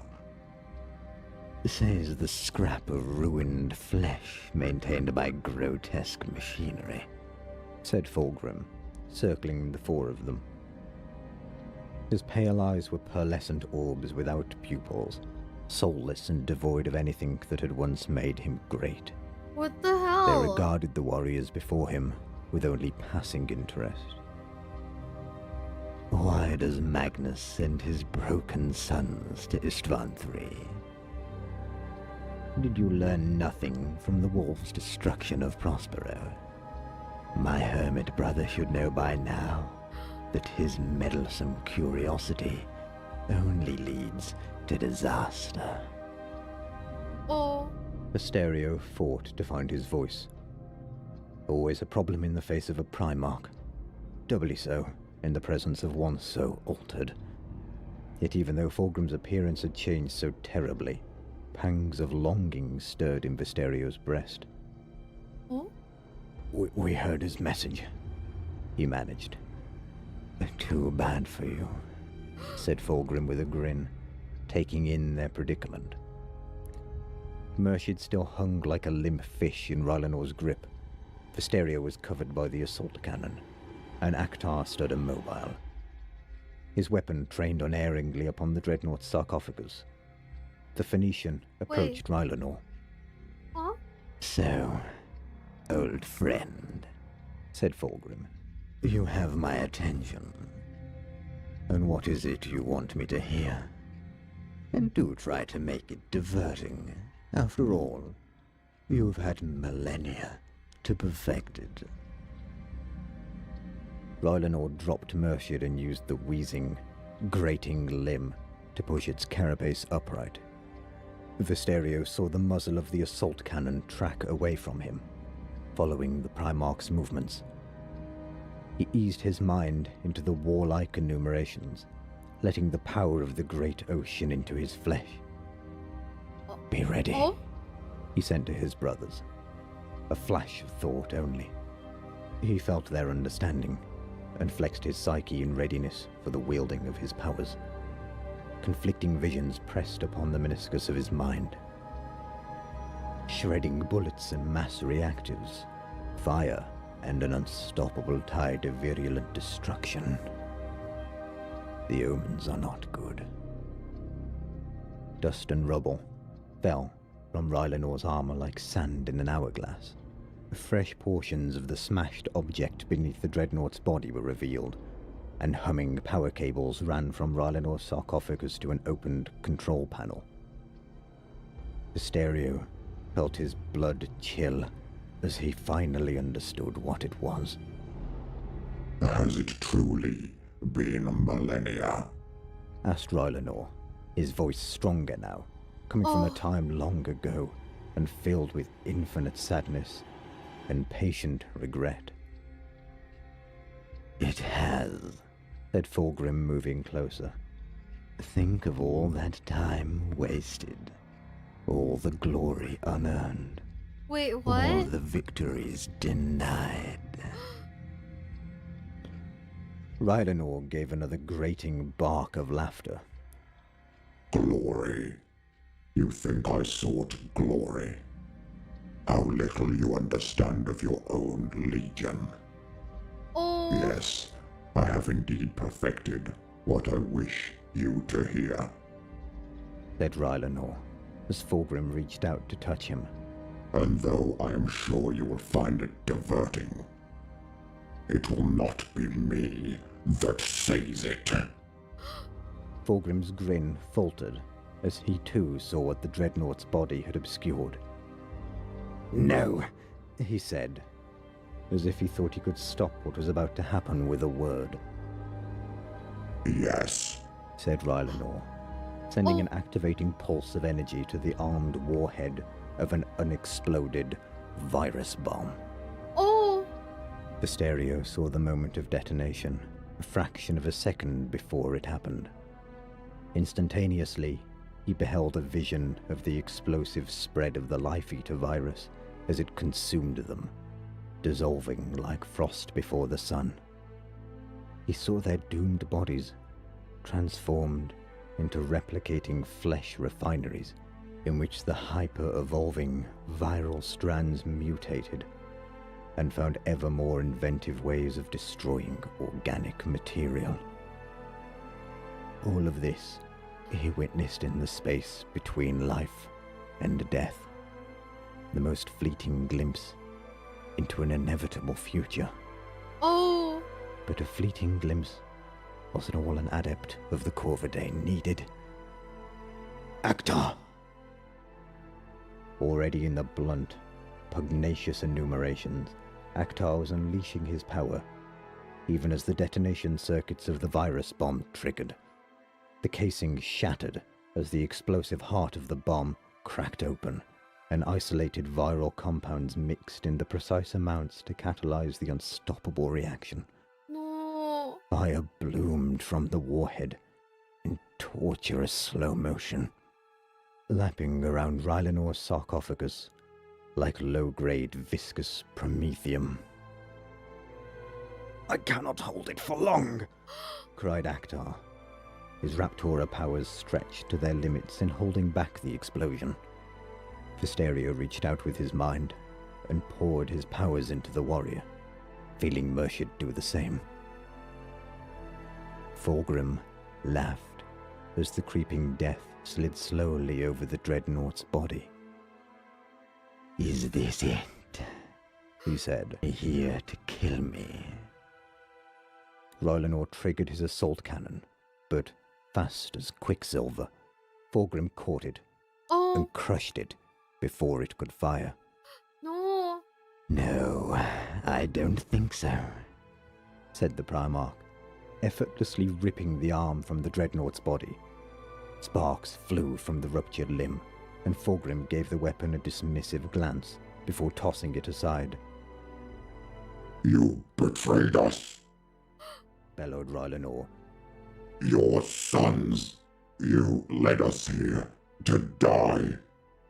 There is no forgiveness for that. None. You must die by my hand. The Emperor's justice will fall upon you. Wait. Not even Fulgrim, the Illuminator, can escape the Life Eater. Fulgrim leaned in close to Rylanor and shook his head. You wish me dead, he said, scathing pity dripping from every syllable. Why? Because you think I betrayed you. The Legion.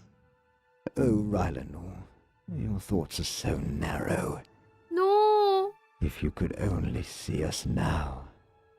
How beautiful we have become. We shine so brightly. Each of us a brilliant sun. Fulgrim reached down, sliding his bare hand inside a rent torn in the Dreadnought's armor. He smiled, closing his eyes and letting his tongue slip across his lips as he pushed deeper inside. No, stop, leave him alone!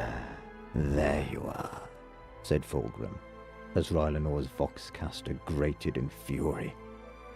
Wet and wriggling.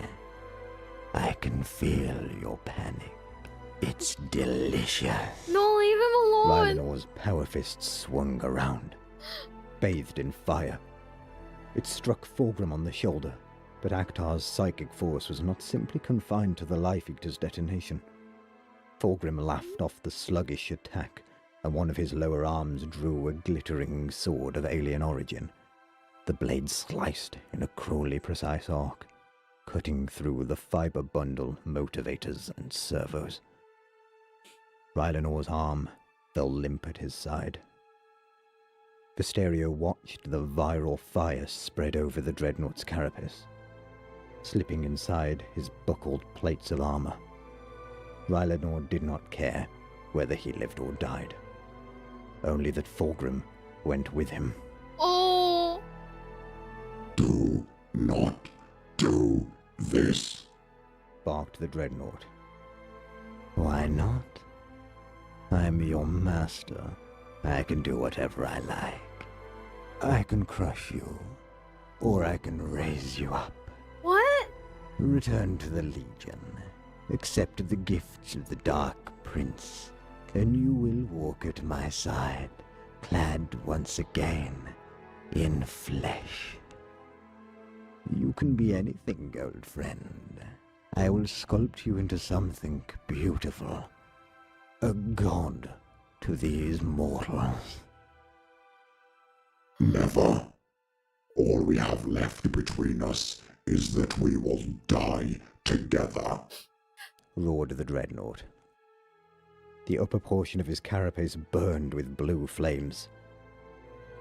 I am Rylanor of the Emperor's Children, ancient of rights, venerable of the Palatine host, and proud servant of the Emperor of mankind, beloved by all. I reject you, now and always.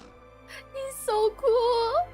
Fulgrim laughed and said, I'm sorry. Did it sound like I was offering you a choice? The Primarch wrenched his hand from Rylanor's sarcophagus, dragging a sopping mass of fluid and matter with him. Glutinous ropes dripped from his fingers. He was like a midwife holding a mewling newborn. Ruptured cables spilled amniotic fluid, so stagnant it must surely have been poisoning Rylanor with every passing second. No. I will remake you, brother, said Fulgrim. No. You will be my crowning achievement. No, leave him alone. Though his body was little more than rags of wet meat, Visterio sensed Rylanor's horror at this last violation. No, leave him alone. An inescapable destiny, where he would become that which he hated most. What do we do? The question was Murshid's, and the connection between the Thousand Suns was so strong that the Athenians' perception for emotions spread to all three of them. Visterio felt Fulgrim's infinite malice, his cruel enjoyment of Rylanor's anguish, and the helplessness of the Thousand Suns. The Primarch of the Emperor's children revelled in his overweening pride, a trait Magnus had more than once told Visterio had been present long before his fall. But more than anything, stronger even than Fulgrim's spite, Visterio felt Rylanor's pride and honor, the unbending core of greatness that had set him against his brothers and seen him descend into obsessive madness beneath the surface of a dead world. Visterio took the measure of Fulgrim, seeing nothing worthy in him. His warriors felt the moment his decision was made. Primarch Fulgrim, sent Vistario. Rylanor deserves better than you. The Primarch looked up, Holy his once shit. bright eyes now black and filled with the darkest poison. He deserves better than all of us. He raised his bolter and fired a mass reactive into the back of Akhtar's skull. Oh shit. The Raptor's head exploded, and with his death, the psychic force holding back the warhead's detonation ended. Visterio saw fire, and once more, all life burned. Oh shit. It took much less time for the Life Eater to burn out on Isfan III's second death. Its first ending had claimed 8 billion lives, snuffed out in a matter of hours when Horus launched his bombardment from the vengeful spirit. With such plentiful mortal flesh to fuel the Biokiller's fury, the psychic scream was said to have eclipsed the Astronomicon itself. Shadow emerged from the Undercity, a serpentine outline of cinders held together by a web of never-born energy. Not even the viral toxins wrought by ancient science could unmake that which the darkest powers of the warp had raised up. No, stop. Phoenician's form was already weaving itself anew, but his soul was broken. For no pain, no hurt, and no injury could wound such a being as much as denial of its magnificence. That was ancient Rylanor's final victory.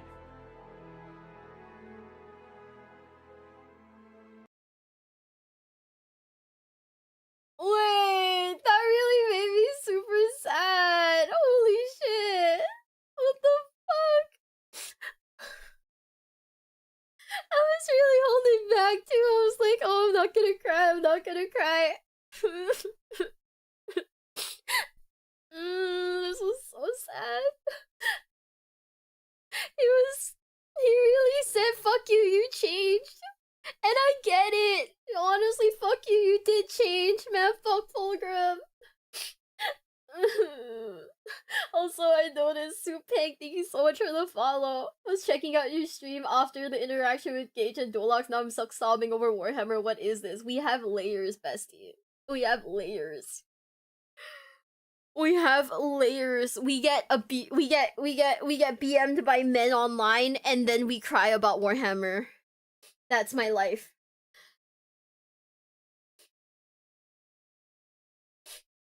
Even there's pride more than anyone could. Honestly, I really admire him though. I mean, Bro, I feel like it would take a lot to like to stand up to your like Primarch, right?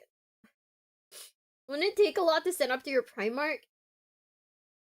Expect 1,000 suns for helping Rylor in the end. Like the fact that even the 1,000 suns were like, yo, this like Fulgrim is like fully crazy. He's like actually tripping. Like that's insane, and it's so sad.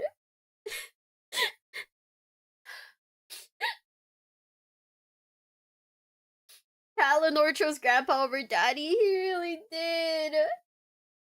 He really fucking did. Thank you for the super chat. Yeah, they're supposed to be coded to obey their Primarchs, but then he was like, hey, no. You're a really bad person. He was like, you're a really bad person and I can't support you and I'm gonna do what should have been done.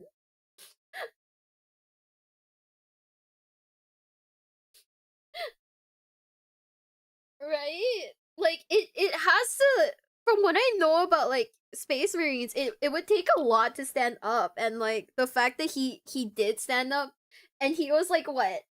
I saw someone said earlier, which, like, put a ton of, like, context, right? Like, what Rylanor did what he thought was right, and for over 1,000 years of setting the plan to kill Fulgrim alone, keeping his sanity. Like, holy shit.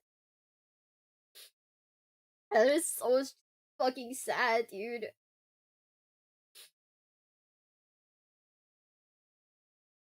One of the theories is that Magnus intentionally sent those sorcerers so it could hurt Fulgrim. Remember the Chaos Space Marines hate each other too? Yeah, but... Dude, I don't know. This is like Rylanor's moment. Even if he wasn't successful, holy shit, bro really tried. He really fucking tried. Oh, man. The loyalist Emperor's children. Yeah, he literally waited thousands of years for Fulgrim to be led there and like... And then nuked himself.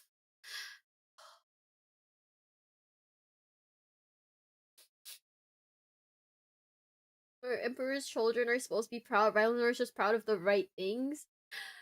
I'm trying to calm down. The bomb went off at the end, but like Fulgrim didn't die, right? So, well, Fulgrim didn't die. Oh man, guys, send help. Send help. I'm trying to calm down right now. What if we just didn't calm down and we just full sent and went to the next one?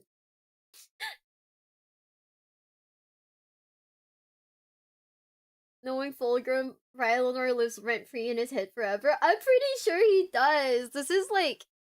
This has to be like a top 10 anime betrayal for like Fulgrim, right? Considering this is literally his like his boy. Kamba Diaz holds a bridge. It's 16 minutes long, so hopefully this one. What's the channel that we are watching? DQVO. We're watching DQVO. I think the only thing is that I'm not sure which of these are like... I'm not sure which of these are really sad. We've watched the Sanguinius speech like twice now. Every time I hear the Sanguinius speech, I cry.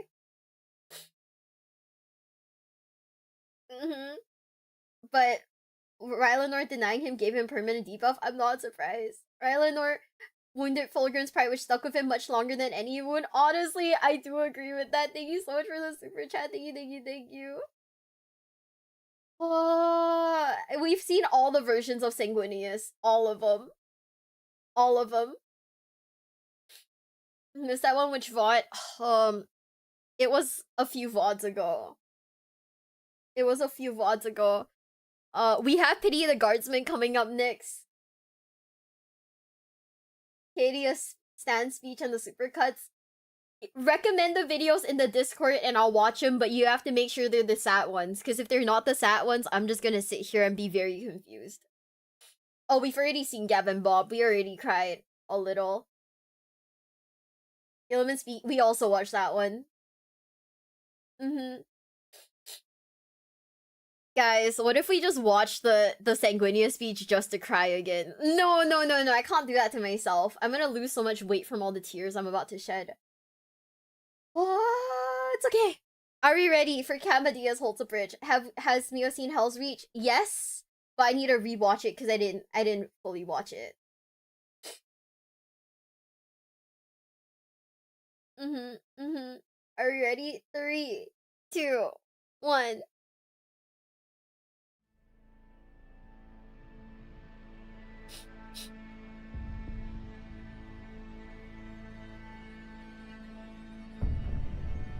The plasma fire of Taj Reyes's hoplites did not seem to stop the charge.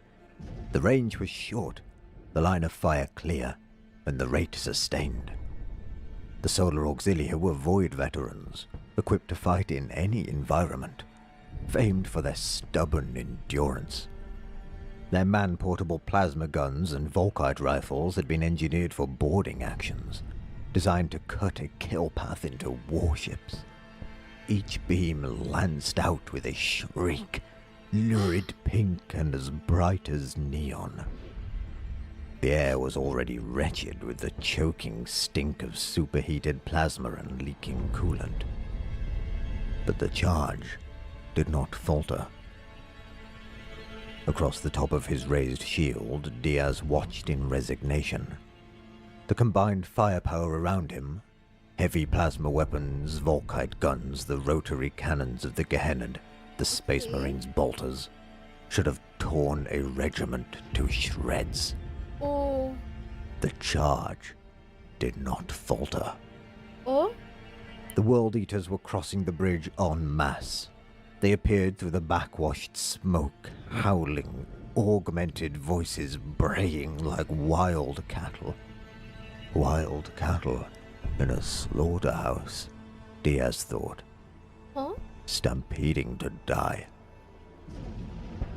There was the most exquisite streak of pain at the heart of every war cry, like a vein of pure agony running through the booming rage. They were massive, they seemed, even to Diaz. Bigger than legionaries, like the feral traitor he and his brother had killed in that water-choked thoroughfare. They were bounding and galloping, some propelling themselves on all fours like great apes. They were lumbering ogres in size and movement, but their speed was shocking. The wave of white armor spewed across the bridge like a horizontal avalanche. Some still wore the high horn crests and roaring sarum visors that distinguished the 12th, but many had passed through the recognizable form of legionaries and had become hulking, hunchbacked monsters, bareheaded and insane. Eyes and brows had receded, jaws had extended and swelled, mouths had become the screaming maws of saltwater reptiles, of cave bears, of giant carnivorous ocean fish. Blood ran from stretched lips, foam and spittle flew from hooked teeth and exposed gums. Beaded strands of hair and cranial cables whipped and shivered behind their heads in writhing manes. They brandished chain blades, executioner's axes, spiked mauls, maces, falques, cleavers. Among them came other horrors, baying never-born spawn that ran like hyenas or tottered like biped goats and rams, loping hybrids of man and aether, scurrying vermin that dripped blood and oozed warp light, flocks of winged things following the mass, flapping overhead or swooping across the gully beside the bridge. Some were half-feathered, half-flayed, the size of vultures cawing like crows. Others were small, fluttering in clouds, with frayed moth wings or iridescent pinions that beat rapidly and buzzed. The hoplites kept firing. The Gehenna kept firing, Diaz kept firing. Bright pink beams seared into the onrushing mass. Rotary blasts mowed into armor and flesh. Bolter shells detonated. World Eaters burst, burned through and fell, crushed beneath the following tide. Goatkin were torched. Swooping, bat-winged monstrosities caught fire and plunged into the gully like meteors.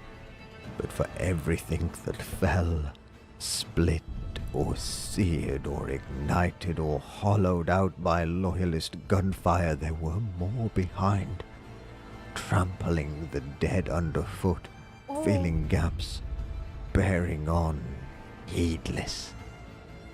Diaz saw a World Eater lose an arm, sliced clean off by a plasma beam. The arm tumbled away like debris. The World Eater kept coming, oblivious. Oh.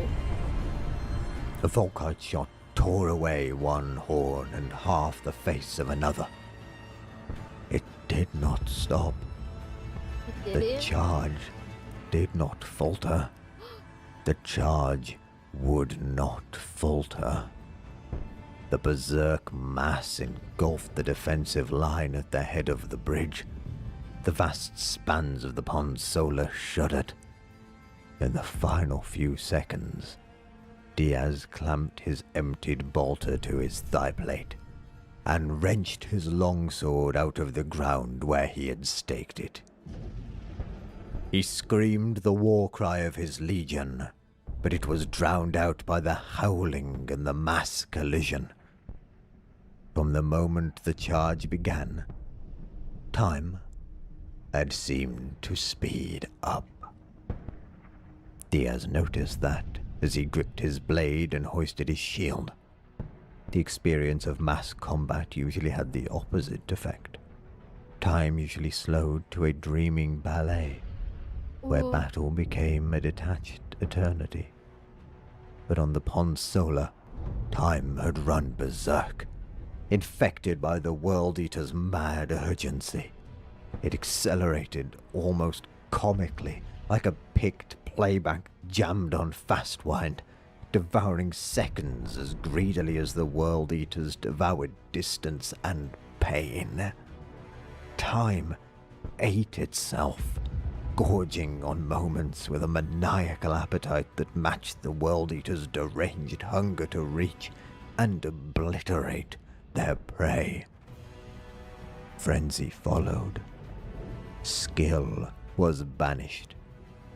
Lunatic, hyperactive time allowed no opportunity for technique. Camba Diaz was strong. As strong as any Imperial fist. He judged that every single World Eater coming at him was stronger by far, enhanced by rage and the warp beyond even transhuman limits. His only real weapon of value was his mindset. The heritage of the Seventh. The unquestioning, indoctrinated will to stand and deny. Damn. That focus kept him planted like a rock. The discipline, that Praetorian defiance, branded on his genetics and reinforced by decades of intense training and the voice of Rogel Dorn. The voice of Rogel Dorn. All fear from him. Annihilated doubt and hesitation. Erased any notion that what he faced was better or stronger or faster or bigger than him. The mindset fixed him. It angered him like extreme gravity. It locked Bloomer and Taj Reyes too. It pinned them in place. Though time around them had unhinged and become a psychotic blur that permitted no skill, Diaz stood. In the name of his Lord Dawn. He brought his siege shield up. It held firm, absorbing the first impact, demolishing a roaring face. His sword swung, carving a World Eater through the chest and throat. A chain axe struck his shield in a welter of sparks, Ooh. cleaved the face and shoulder of its owner. He hooked a keening goat thing off its hooves and cast it tumbling through the air. Blood sprayed, torn meat spattered. In the name of his lord Dawn, he shield smashed a world eater aside so hard it broke neck bones. His longsword speared into a howling maw, punching through the back of the skull. Damn. It tore free through cheek and ear and mastoid and occipital bones. Metal fragments spalled, glittering. A falx tore a chunk of his vanbrace. A blade cut his ribs. He took a head off its shoulders and sent it spinning like a ball. A piece of severed horn bounced off his visor. He broke a World Eater's jaw with his shield rim and gutted him as he staggered aside. He split a head down to the lowered teeth. In the name of his lord, Dawn. A beam of pink plasma screamed past his ear. Oh. A Gehenna fell against him, his face bitten off. It slid down his hip and leg. Diaz kicked. He disemboweled. He broke a power lance with his shield and scythed off the arms wielding it. Diaz hacked. He carried a charging World Eater over his head on his shield and cast him off the bridge rail. He impaled. He chopped a darting witch dog through the neck and spine. Blood and black ichor filmed his plate. He barely noticed the chainsword gash across his right thigh, or the broken spear tip protruding from his hip. Focus. Maintain focus. Diaz swung. In the name of his lord, Dawn. Ooh. Broken teeth flew up. A cracked tusk, a whole eyeball ejected by crush force. Chain blades screeched, cinders, arterial jets, a hoplite thrashed, burning alive. A plasma gun overheated, detonating. A dozen figures in the blast zone vaporized or staggered ablaze. Diaz struck off an arm, a face on a downswing, another head, a grasping hand. In the name of his lord Dawn. Ooh. Focus. A mist from the steaming innards. Corpses lolled, still upright, unable to fall in the density of the press. An Exertus trooper flew overhead, flailing, eviscerated. Diaz swung. Blood erupted. The concussion of a mace. Unremitted impacts. Blumel at his side mashed faces with his power hammer, swinging like a smith. Feet caught on unseen corpses. A carpet of bodies and parts of bodies. Diaz ripped his sword through ceramite and meat, split a skull, sliced a throat. Damn. Taj Reyes, in the name of his lord, struck with a captured falx. Another falx impaled clean through his torso. The reek of death. Broken chain blade teeth pinged out like bullets. The stench of blood, the cloud of rage, a frenzy in him that matched the frenzy he fought. Ooh. In the name of Dawn. Blurring violence, Diaz struck, sword buried deep in plate and black carapace. Taj Reyes on his knees, stabbing. Again and screamed. A rotary cannon fired, blind, point blank, blood on everything. Blumel, one pauldron gone, drove his hammer into a monster twice his size, hair braids whipping and snapping at the impact. Diaz struck. He struck. Again. In the name of his lord, Dawn. Dawn. Again. More. His long sword snapped. He drove the broken blade into a hilt. Damn. He punched empty-handed, breaking face bones. He killed a world eater with his shredding shield, wrenched the purring chain axe from the traitor's hands, rotating it, making it his own. He swung. He struck. Tajreus knelt, headless. Diaz drove the squealing chain axe through World Eater's plate. A fountain of gore, thunder, carnage, time rushing, headlong, in the name of his lord. Blood flying, bone snapping, Damn. flesh tearing, impacts, collapses, swinging, striking, pinned. The name of Dawn. Frenzy, glory, Diaz, smoke blind, blood blind, striking again.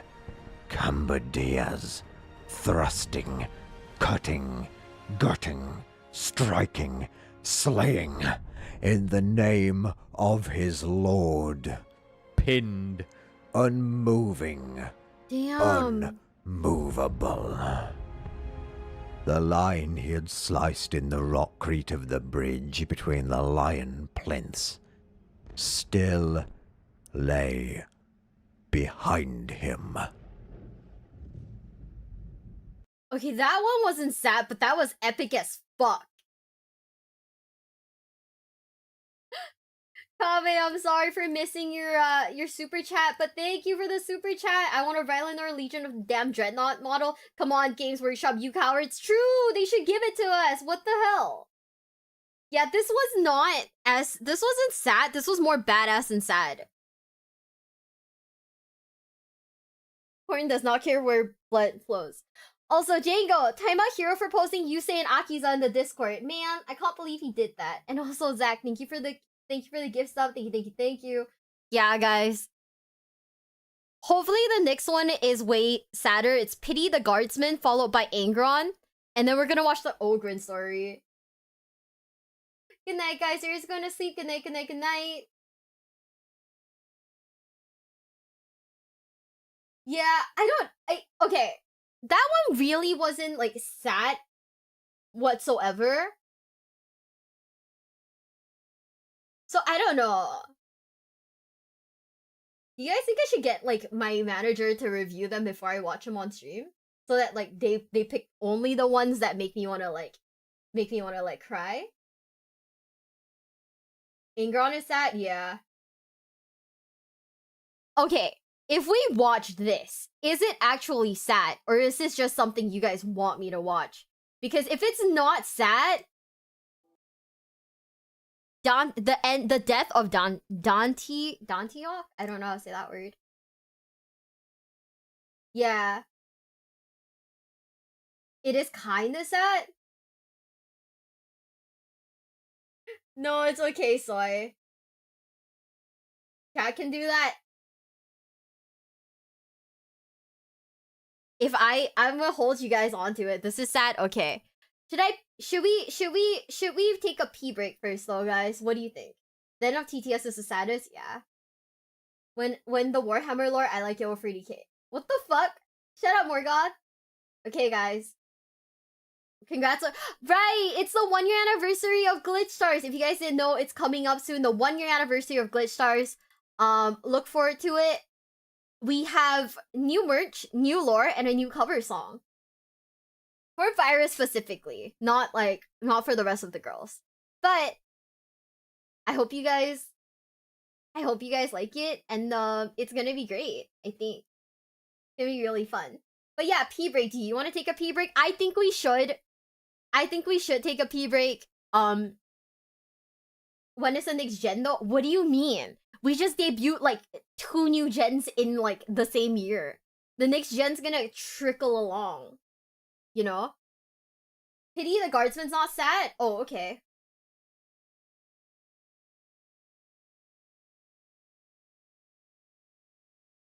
Remember the Guardsman stories? Any event stream? What do you mean event stream? Like, are we gonna be streaming the anniversary? We will be. Oh, okay. So I guess like we won't watch Pity the Guardsman today because I don't think we know enough about the Guardsmen to actually feel sorry for them. Mm-hmm. Yo, please, I need more girl failures to watch. Girl. Okay, okay. We'll watch stuff where I don't need too much context. I feel like the Sanguinius one was a really good example whereby like Sanguinius's like speech, even without context, I'm still sat there going like, what the fuck? Like I die for this man, I don't even know this man, and I die for him, you know? Honestly, not great. I don't know. Maybe I cried a little too hard. Maybe we cried a little too hard for that. I don't think we'll kidnap Mogu because we have a lot of like respect towards one another. And like I don't think we'll force any of the girls to play anything that they don't necessarily want. You know? I'm 1 year closer to retiring. I'm not retiring. The unfortunate thing is that some of the really sad ones, they're probably sad in context. But if I don't know the context, it's not that sad to me. You know? That's the issue. Like, it's not that I don't like your guys' choices. I just think that, like, it's wasted on me specifically because I don't know why it's sad. Yeah. For Last Stand. No, we'll watch Hell's Reach, but it'll probably be a different stream. Definitely not today. Because we have, like, this is a 2-hour video, this is a 10-minute video, this is a... Oh, okay, I mean, the rest of the videos are, like, what, 10... Like, this is 20 minutes, so it's... We still have, like, a 2-hour video. Death on Dantiok is sad without context, with context it breaks you. Then we need the context! Oh, no! Okay, guys. You guys argue amongst yourself. I'm gonna go pee really fast. You guys argue amongst yourself. On which one needs context and which one doesn't. Cause I do feel bad. I do feel like some of these moments would have been really sad. But because I don't have the context for it, I'm just sat here like, oh, this is pretty badass, you know? Mm-hmm. Okay, be right back, guys. I'll put some music on for you guys so you're not too lonely.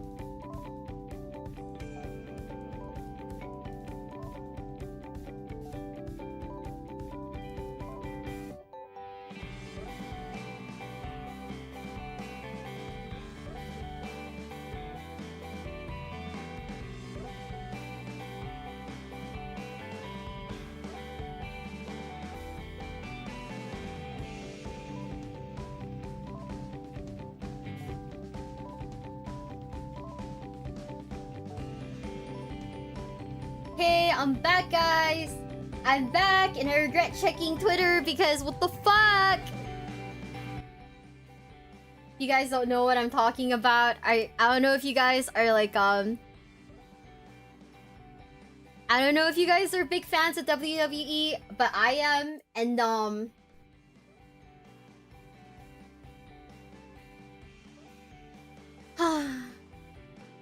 what the fuck? What happened? Oh, The Miz and Gunther have both removed, like, anything WWE related from their bios on, like, Twitter. So there's a good chance they're not getting re-signed. What are my thoughts on the R-Truth release? Why? Why'd they do that? I don't get it. Why did they do that? I'm so sad. I'm so sad that they dropped R-Truth. Like, I mean, I guess he got to wrestle a childhood hero. That was fucking funny, but you know. But yeah, that blows. That really blows. Guys, I just got what was it? I just got the Sanguinius thing recommended again. Why'd they do that? They keep sending me the Sanguinius speech, and I'm like, I can't listen to this again because it's gonna make me cry again.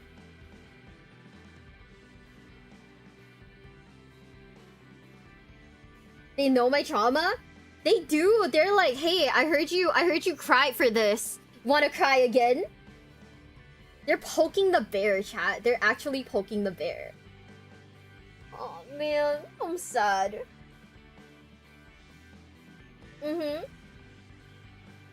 But yeah, oh yeah, so for context, the next 2 weeks are gonna be, for me, are gonna be insanely busy. We're gonna be streaming just about every day.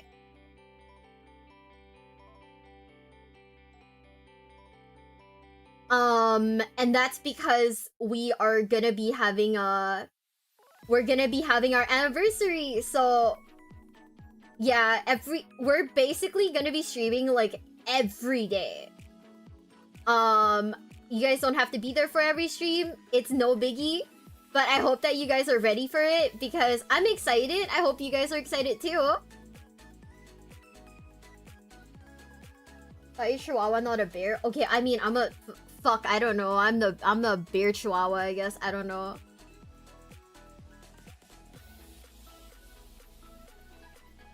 You going to America? I am!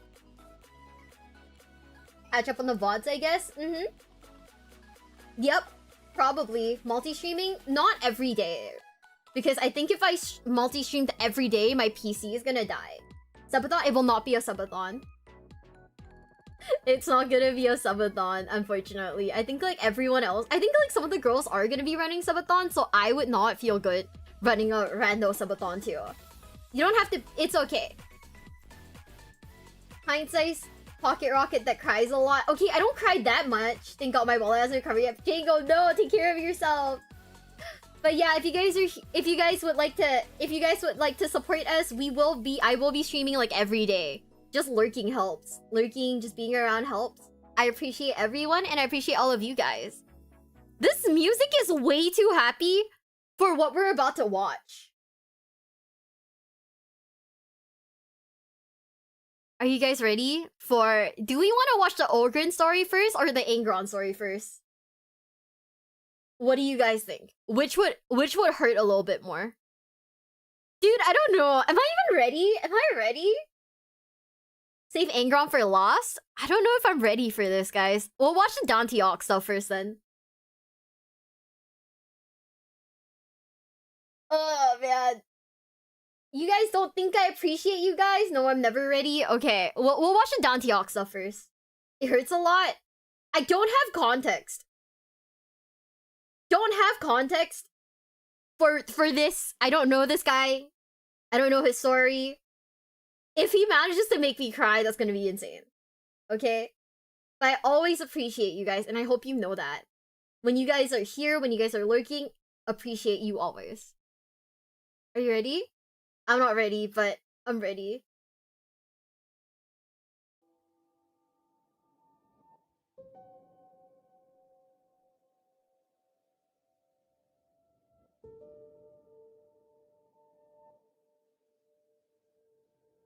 Pollock struggled to his hands and knees. Ooh. The pain spikes were so much junk, like everything else in the room. All the illumination in the chamber was dead.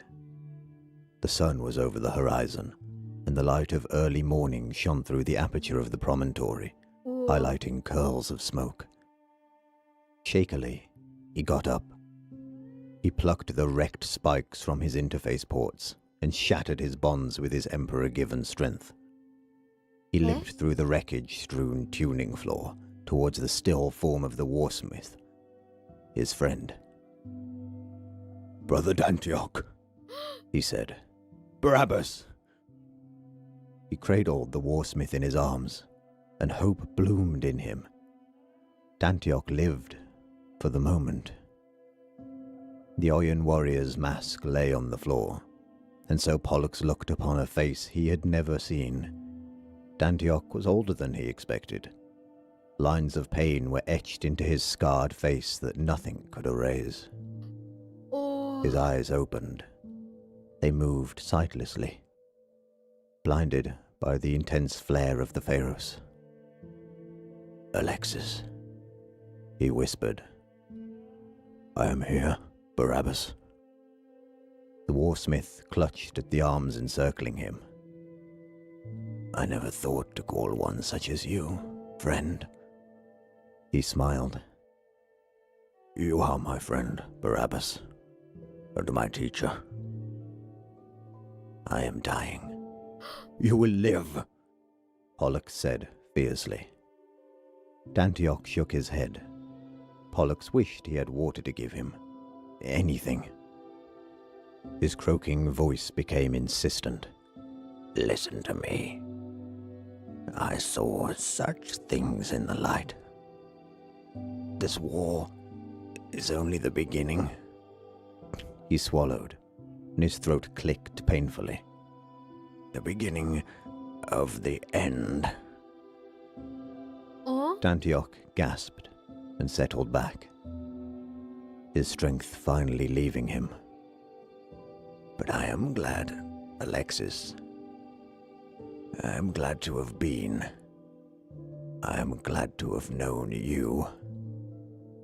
It is something that friendship can exist at all in this universe of terror and betrayal.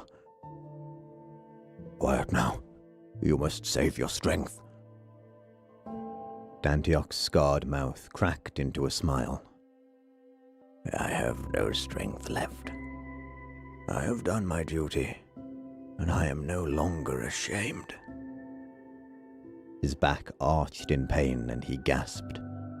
All hail the Emperor of Mankind, still beloved by all.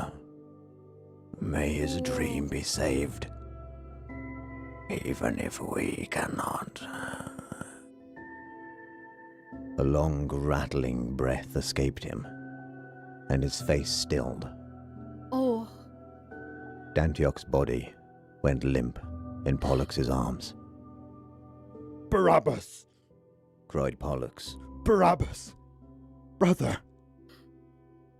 He bent his head and wept for his enemy, his friend. Tenderly, he crossed Dantiok's arms upon his chest, as befit a champion of the legions who had fallen in service to the Imperium. The warriors of Ultramar would find Pollux there, hours later, his head still bowed in mourning. Oh.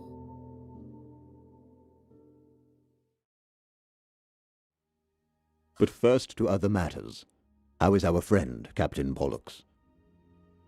They looked over at the Imperial Fist, sitting, immobile, by his friend in the center of the chamber. Someone had draped a blanket around his shoulders, but otherwise he remained as he had been found, motionless with grief, refusing food, water, or help. He does not move since we came here, but sits in vigil. Well, that will not do. Pollux, Gilliman called, raising his voice. Gilliman? Pollux looked up. I command you to rise, Captain Alexis Pollux of the Imperial Fists, ordered Gilliman. He stood, the blanket slipping from his shoulders. My Lord Gilliman. No. It is time to let us take care of the Warsmith. We shall commemorate his deeds this evening, as night falls, in a manner befitting a true hero of the Imperium. The Imperial Fist nodded dumbly. Suzerain guards came to him, carrying a bier. They made to raise Dantiok up, but Pollux stopped them. No, No? said Pollux, softly, but dangerously. None shall touch him. I will carry him, for he was my brother. Oh.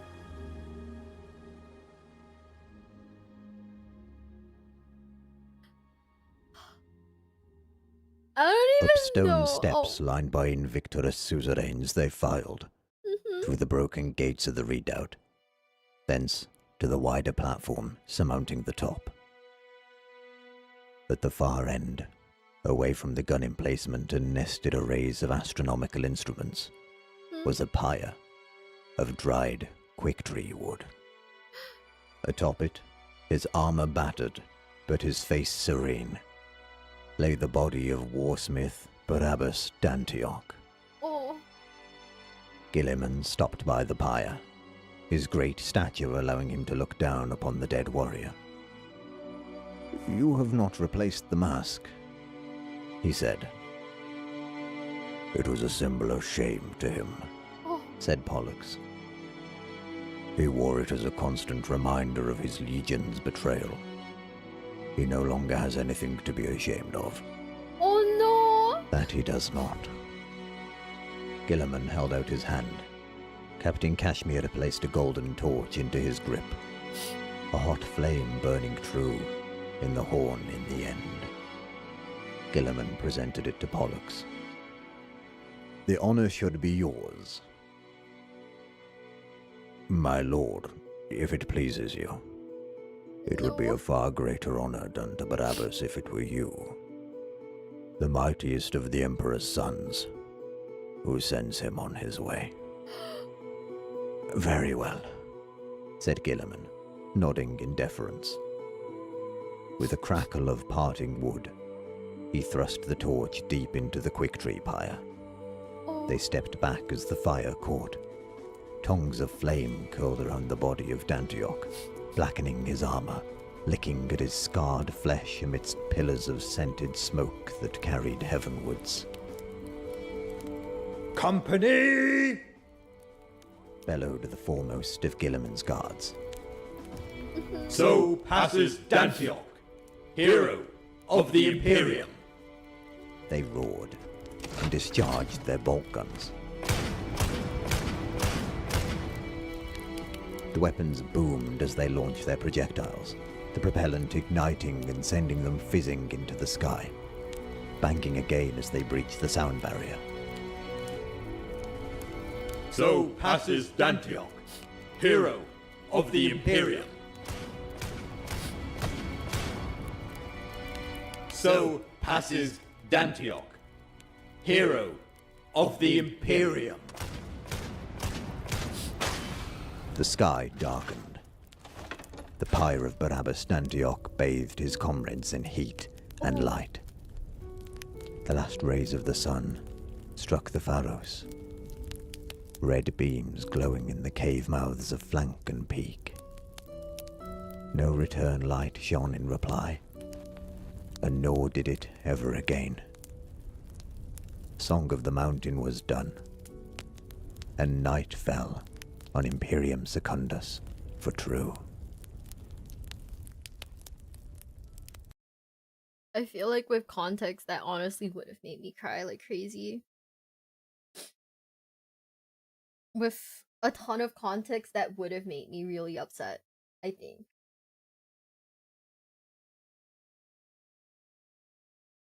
Cause I think it hurt, but I think it didn't hurt as much as I would have anticipated because I don't know who Dantioch is and what he's done. But holy shit, that was really sad. I'm gonna watch the Ogren story now. Is far more context, I can imagine. Knight, thank you so much for gifting us sub. Thank you, thank you, thank you. Yeah, I think like if I had the context, I think I would have just been like inconsolable. You don't want to read the book.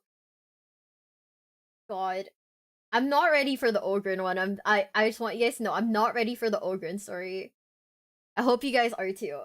Basically, reason the Ultramarines, he was the loyalist Iron Warrior. Wait. Oh, that means I definitely have to read it then, because I don't know who Dantioch is and I don't know his story. So I definitely am gonna have to read it then.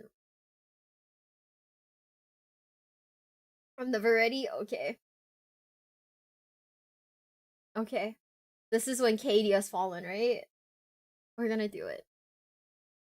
Are you ready? I'm not ready. Are you ready? Oh no! They tell me I can't laugh when I hurt people. But when they try to hurt me and my friends first. So it ain't fair, ain't it? People try to hurt me, think I'm stupid. But I'm not. He really I'm always isn't. certain it's a brave Ogren to be who he really is. And Mama don't lie. Just 'cause I'm big doesn't mean I'm mean neither. He's just The small ones misunderstood. always a bit spooked by Ogrens. I don't need to be. Commissar Elise gave me this to talk to. And I like Elise. I'm the only soldier allowed to call that. Everyone else had to call her Mum. But I'm special. My friend says 'cause she's scared of me. No. But it's not. I think it's once I've helped her out. Before home went away forever, we used to get a lot of time off. We like to get visit other worlds and meet other people who look like us. We visited a hot dark place called Krieg once. Oh, But I stayed on the ship. I don't like how everyone wears them masks. Can't see their eyes. That way I don't know if they're friendly or not. Everyone was drinking and laughing and joking and being friendly until one of them gas maskers got upset. Him and his boys started fighting with our crew. It ain't fair when there's 5 of them. I got shot out lot because I got one of them engineers to launch me in the drop pod. He said, "No, I won't. What will command say? No, it's not regulation." I told him I'd squeeze him into a ball if he didn't, and that's when he set me down. Drop pods is fun. A lot of people don't like them because it's funny when the ship's shaking. And you can look out the window and see everything getting close really, really, really fast. I was laughing even though I was angry about Elise in the fight. Why? Took me 25 minutes to get her. Elise said I was nearly killed because I crashed in the big house in the drop pod. And then I ran into Miss Elise. She had the gas maskers kicking her. What? I just ran to them and started punching. Me and Lurch. He's Elise's he's the best crew member, managed to fight all the gas maskers away. It got so bad I had to hit one of them with another one to scare him off. Damn. One of them was a nice goat fella, something like, "Oh, you best stop or I'll start shooting at you now, Will." And all the maskers stopped trying to fight me and Lurch and Elise. Elise was asleep, but I picked her up, carried her out the building by stepping through a window. I had to carry him off because he said he broke his ribs and couldn't walk well. I had him on each shoulder, that's okay, they're light and small. If they had to carry me, they wouldn't be able to stand up. But I like Elise. Also, she's like the only charged person who didn't treat me bad. So I go and help her. That's what soldiers do, ain't it? When I was in training to cut man up in charge, I was said, "Soldiers, we are guardians." And in the Guardian 6764s, that meant something we never retreat. Something like that. I liked him too, but I ain't seen him in a long time. I think he was at home when it went away. I hope he's okay. They didn't treat me like crap either. His right eyes just scared me sometimes. Anyway, when I got Lurch and Elise to the lander ship and put them on board, Elise said to me, "Thank you. I think you saved my life out there."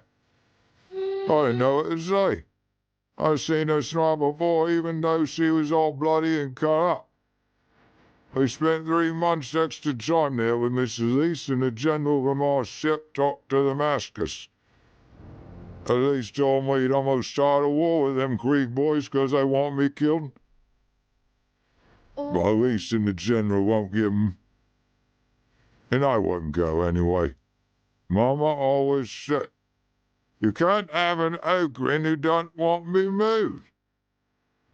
And that's true, 'cause Mama can't lie. After we left Craig, our orders to never return to Elise. She told me stay with her at all times. We left Krieg, I followed Miss Elise everywhere. She started telling me don't call her ma'am or captain or sergeant, just call her Miss Elise. That still looks up sometimes in surprise when I say her name. He always asking, "Why is that big and get to call her name?" But I don't. She always says that same thing. "So don't you carry me a mile on your shoulder after almost starting a war? And you can call me by my name." It's been a long time since Krieg. A lot of things have changed. For a long time all the crew was sad and angry. Elise told me her family had gone and she could never see them again. She always told me one day her daughter would thank me for saving her, Mom. Elise said her daughter wouldn't get the chance to meet no one. Lurch told me our mission from there was to kill something called an Abaddon. They must be real evil, like. So I told Elise and everyone, if I sees him, I put him through a wall until he can't move no more. One thing a while ago, we attacked by some space marines in black armor. Elise told me it was Abaddon soldiers, and we had to kill him or he'd kill us. We lost Lurch that day. I was sad for a long time. Elise told me it died of hero, but I don't want to hear that. I had to beat one of them black marines to death with his own helmet, because my Ripper ran out of cells. Damn. After we killed them marines, Elise told me that everyone under her command was to be known as Legion's Bane. Legion's Bane. I think that's it. Because from then on, we purposely went after the Black Legion whenever we could. One time we got to work with them salamanders. They were nice. One of them. That was a fight. The salads we put up nice, friendly guys. But when you rock with them, oh, they were brutal. One of them big sellers, a big Green Mountain man called Sergeant Brassus, he blew a hole in a Legion soldier the size of me, and I couldn't help but laugh. That really made them other Black Legion really mad. I got into it with them, close quarters. I killed them with my new club, but then I realized that they'd broke my bloody eye out. No. I wouldn't minded having one eye. I was like them patches, but Elise said she needed me to serve. Elise had said a few times she wants to go up and see where home is. But she can't see it, whatever that means. Oh, man. I understand why she wanted to go. I want to see my mama and sister again. But I can't while they're Black Legion soldiers looking to hurt people, you know? Not on my watch. It's like Mama always said, if there's a bully, it's an Ogren's job to stop him. Oh, he's... And I miss Mama. I love the Ogren. I love the Ogren so much. It's not that sad. Like, it's not sad. I just... Oh, man. I love the Ogrins, dude. I think the Ogrins are... They're way too pure for this world. They're honestly way too pure for this universe. Like, if there is, like, one thing that I really do love, it's probably the Ogrins. But all of them are so fucking tragic, dude. They are too pure. We have seen this before. We have. But I think... have we seen this before? Have we also seen this one? Actually, I don't think we've seen the Angron one yet. But we have seen the Ogren story before. That was when chat was introducing me to Ogrins. But I didn't have the context that I have today.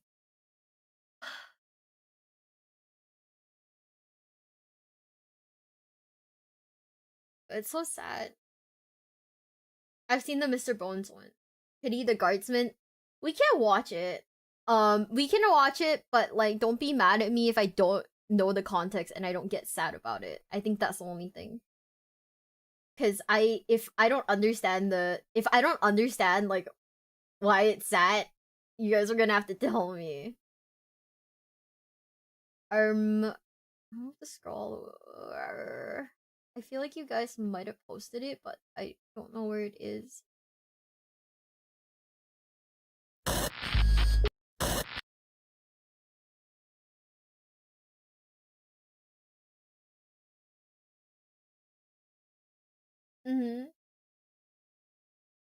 Doesn't understand.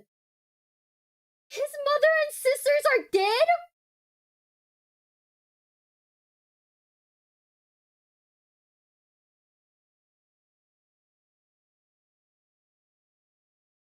Wait, what? They were on see, that bit I didn't know. Oh.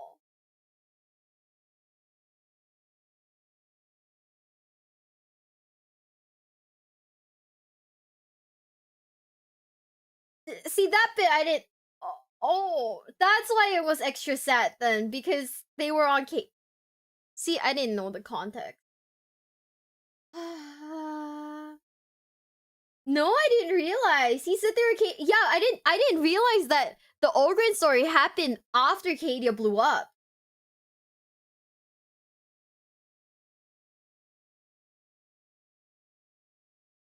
I didn't realize that was like post Cadia's fall.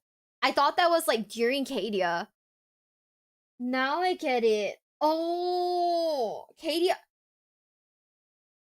When they said went away, I was like, oh man, okay, I need this explained to me, like, a lot. Holy shit. Home went away? Oh.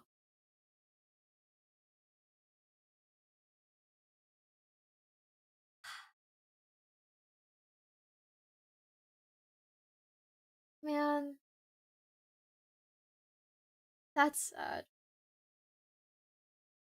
That's what he meant. Now I understand. That's why they went after Abaddon. Oh. That makes more sense now. Now I'm sad again.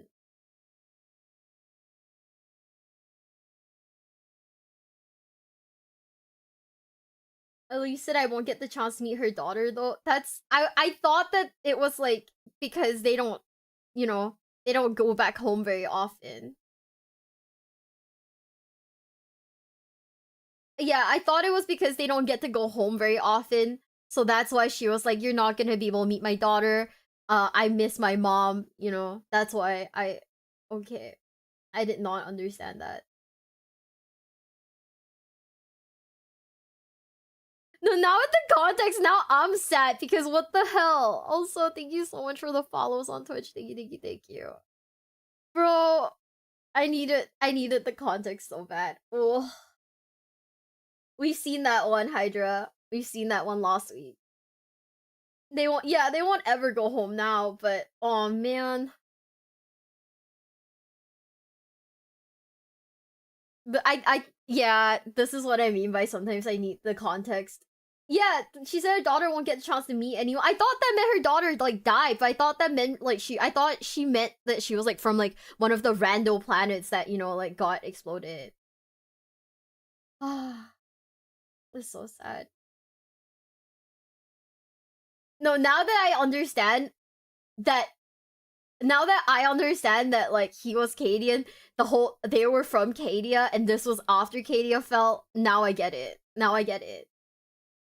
I'll recommend it you because of your Warframe watch along. Can't wait to see more of your content. We'll be doing Warframe on Twitch on I think it's Thursday. So yeah.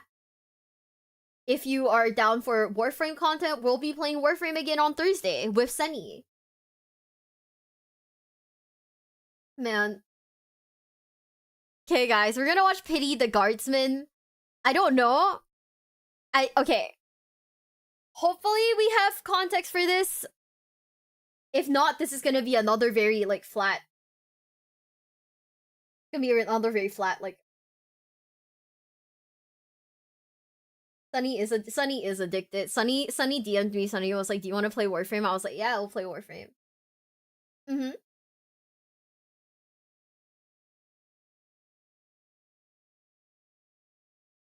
It has context? I hope it has context. I can't wait. Hopefully this has better context.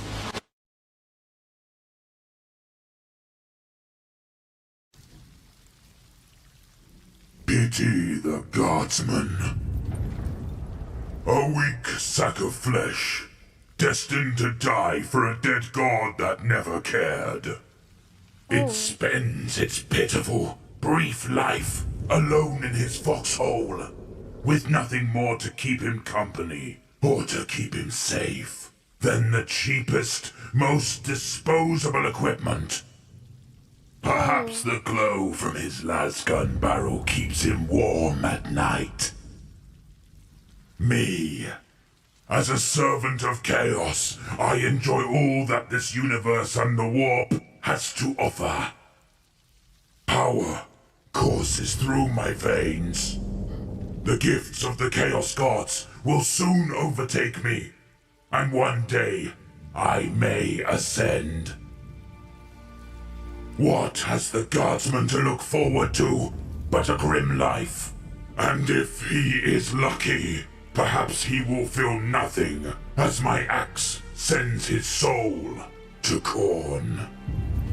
Oh. He lives for a corpse god, and he shall join his god as a corpse. And I shall spare a second to think of his kind. Then I shall only laugh. Hail, Chaos! You would laugh, monster. But let me remind you.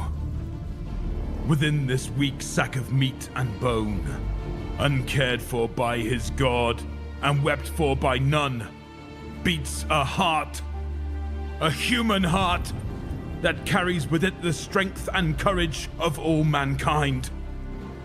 Within that sack of meat is the hope, the will, and the fury of every man, woman, and child from every corner of the Imperium. Within that weak sack of meat, festooned in thin armor and weapons only powerful in numbers, beats the heart of a man. And for 10,000 years the hearts of men have beaten, strongly, in defiance of your so-called powers. For 10,000 years the hearts of men have stood united against a galaxy that despises them for no reason, save that they had the audacity not to lay down and die. For 10,000 years your Black Crusades have been pushed back, beaten down, and made a mockery of by weak sacks of flesh with cheap weapons and disposable equipment. For that weak sack of flesh that you so gleefully mock is no super soldier, no immortal warrior, no creature cursed by chaos like you. He is a man, an Imperial guardsman drawn from some forgotten corner of the Imperium to fight for his species and for the safety of the people he loves. He is a factory worker, a farmer, a storekeeper, a father, a brother, a son, a mere man. And against creatures like you, teeming and numberless, powered by the wills of thirsting gods, he holds the line. He has held the line for 10,000 years. So what is your excuse, monster? Yeah.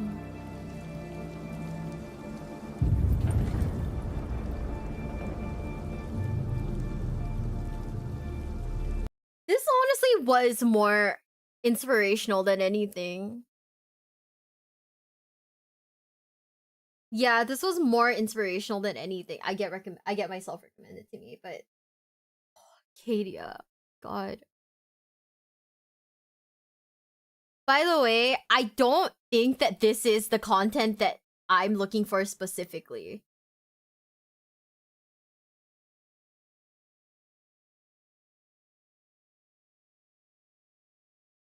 I actually thought about it. I actually don't think that this is it. Is this on the same level as the Sanguinius thing? I don't know.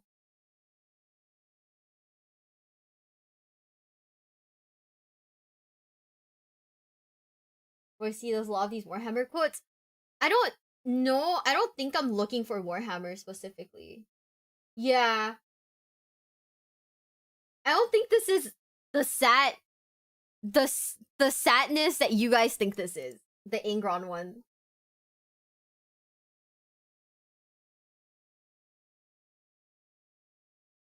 Yeah, hold up. I'm gonna go look for something that might be more on like Angron lore is not the sadness that you guys think it is. I don't think. No, we've already seen Dante. We've already seen that bit. Let me see.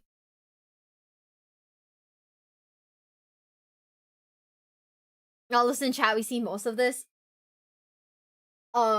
It's really fallen flat right now. I'm gonna see if I can find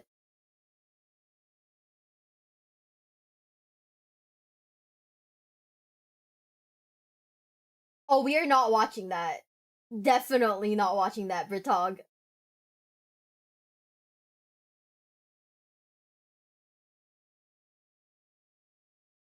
Yeah.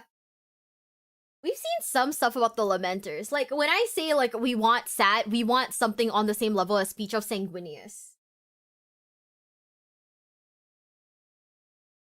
You know? Not, this is why Angron is sad. Because we do know that, like, you know, we do know why Angron's sad.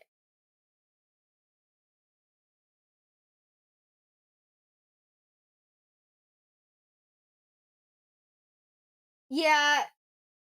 Bye, Kami. Thanks for being here. Bye. Mm-hmm. You need 2 hours to get the story. Yeah, that's the issue. I think that's the issue. Mm-hmm.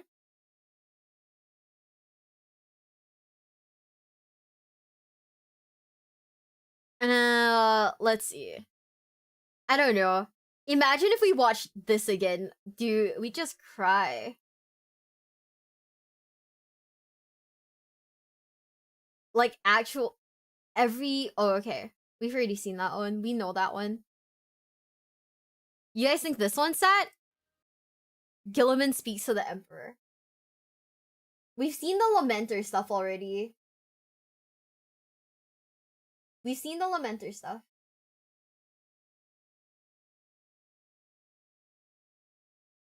Most of sad stories need the whole book build up. I think, yeah, that is probably an issue. So maybe we'll put a pin on like any more crying streams until like I've read the books. Mm-hmm. Maybe that'll have to be the play. We just put a pin on like all crying streams until I've read the books. You know? Gilliman meets the Emperor in the Golden Throne. It's oh, we've seen that one. We've seen that one. Wait, is this the same one? The one where he's like pissed at the Emperor. He's like, bro, you fucked us. You fucked me. All 400 books? No, I'll just read I'll read like the important bits. Thank you for the super chat, Gabe. But yeah.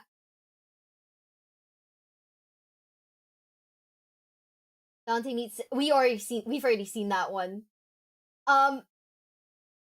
Malcador, when I sent you, haven't seen that? No, the time we met in person. They keep seeing each other. They keep just seeing each other.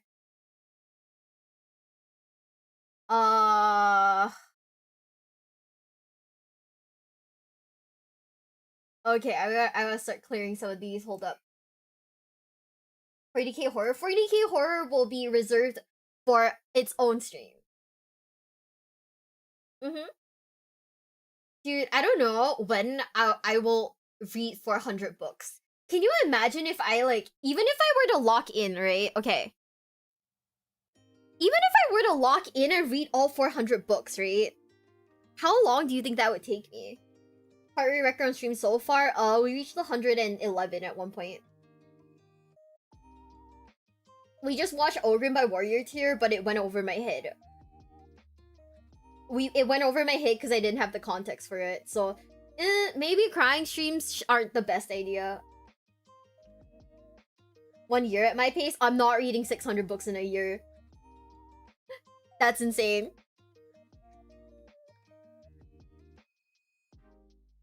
First War of Armageddon by Warrior Tree, that's a damn good one. We're not watching videos per se. We are watching specifically the really sad bits of lore.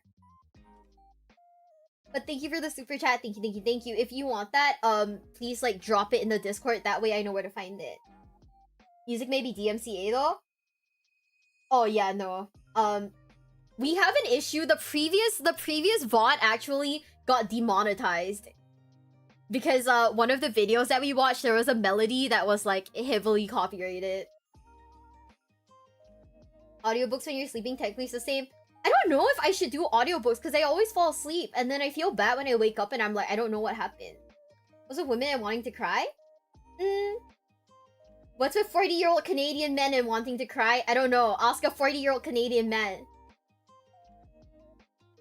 Yeah, I think the horror stream will have to be a separate would have to be a separate one.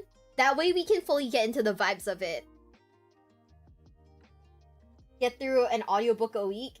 I don't drive anywhere, and I fall asleep during audiobooks. That's not it I don't know. I worry because I do want to like listen to audiobooks. Like I bought an audiobook, right? I bought an audiobook for like that my therapist suggested, and I fell asleep listening to it. So I was like, "Oh, you know, it's over." Or DK comedy stream? We can, but I would need like a audiobook during Master Duel. Perhaps no, that is DMCA as fuck. We cannot stream audiobooks, guys.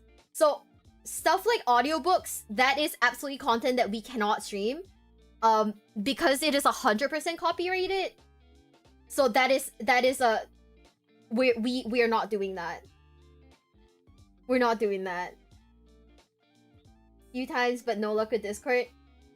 Okay, I mean we can make note of that, but yeah. Bye, boy. Take care of yourself. Good night. Good night. Can you also get yeah, I don't know. You know, it's all it's not just book content. The voice actors recording. Oh yeah, no. 100%. We are gonna get bonked over the head. You could mute it to where we couldn't hear it. That makes even less sense though. I mean, I would prefer to just like read the book. Yeah, we gotta do a lot of things to circumvent copyright, but doing it on stream's absolutely out of the question. Like the problem with a lot of like Warhammer content, right, is that even though the music is like a lot of the music that they use is actually like copyrighted. Yeah, why not book club? No, that's what I was thinking. I think I was just gonna do like I would just like drop like book reviews on like Patreon or something. Free ones of course, because I don't really want to monetize Patreon. I just want a place where I can like drop like book reviews, you know? That's what I'm thinking right now. Actually, can you not monetize Patreon? Do you have to monetize Patreon? I'm not sure.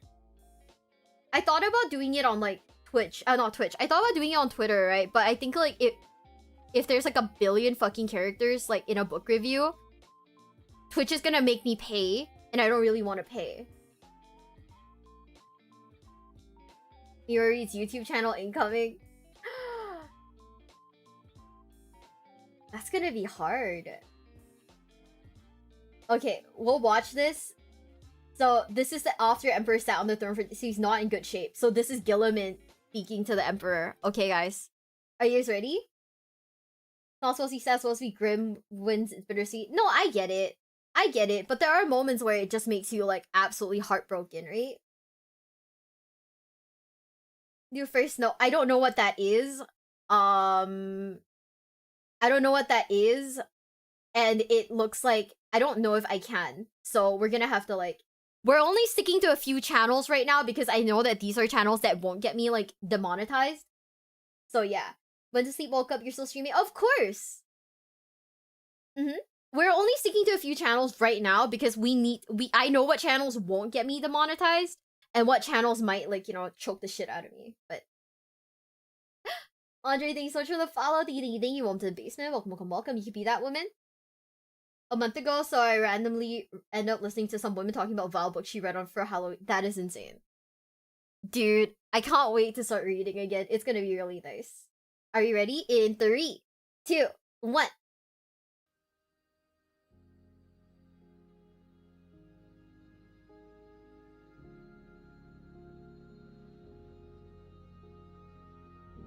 He was in the dust of a corpse king's court.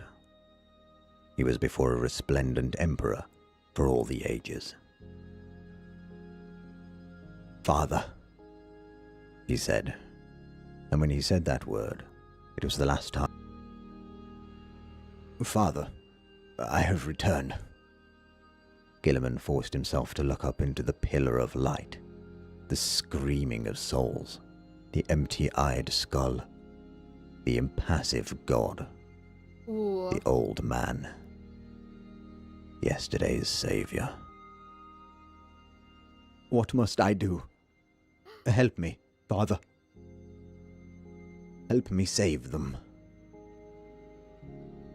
In the present, in the past, he felt Mortarian's wordless presence at his side, and felt his fallen brother's horror. He looked at the Emperor of Mankind, and could not see. Too much, too bright, too powerful. Damn. The unreality of the being before him stunned him to the core. 100 different impressions, all false, all true, raced through his mind. He could not remember what his father had looked like before, and Rabute Gilliman forgot nothing. And then, that thing, that terrible, awful thing upon the throne, Ooh. saw him. My son, It said. 13, It said. Lord of Ultramar, Savior, Hope, Failure, Disappointment, Liar, Thief, Betrayer, Gilliman. Oh. He heard all these at once. What the hell? Why? He did not hear them at all. The Emperor spoke, and did not speak. The very idea of words seemed ridiculous. The concept of them a grievous harm against the equilibrium of time and being. Rabute Gilliman. The raging tempest spoke his name, and it was as the violence a dying sun rains upon its worlds. Gilliman, Gilliman, Gilliman. Oh. The name echoed down the wind of eternity, never ceasing, never reaching its intended point. The sensation of many minds reaching out to Gilliman, violating his senses as they tried to commune. But then one mind seemed to come from the many. A raw, unbounded power. Oh? And gave wordless commands to go out and save what they built together. To destroy what they made.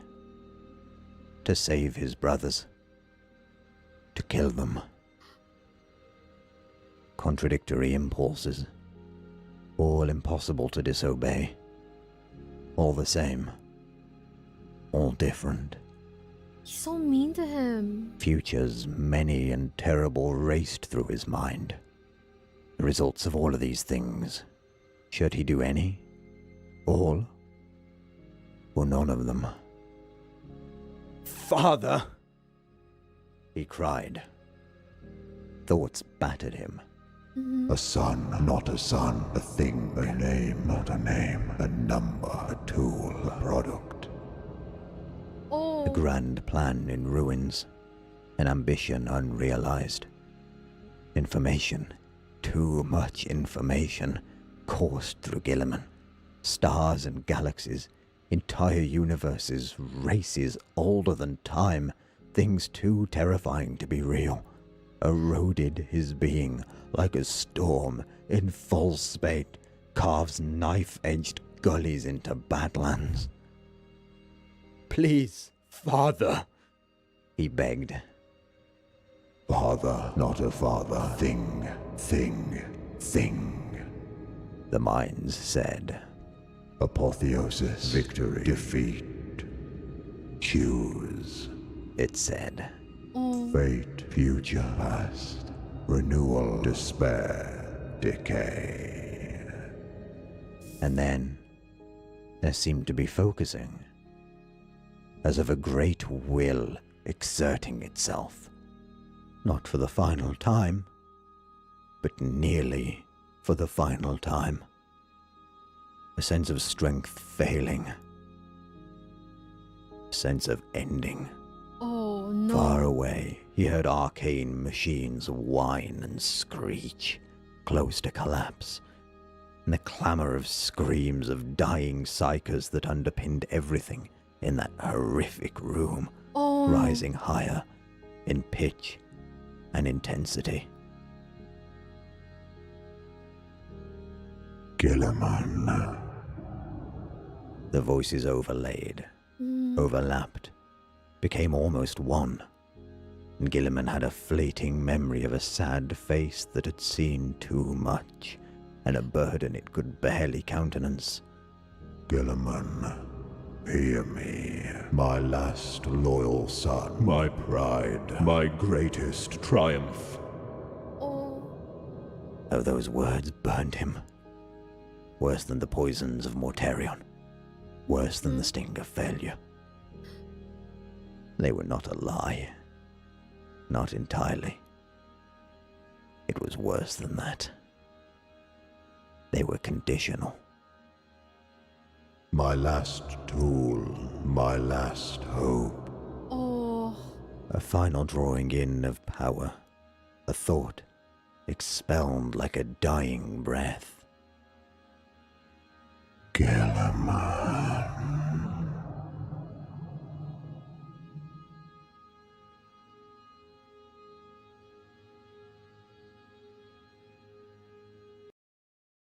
I'm so bummed out by it. I don't feel sad. I just feel so bummed out by it. Oh man.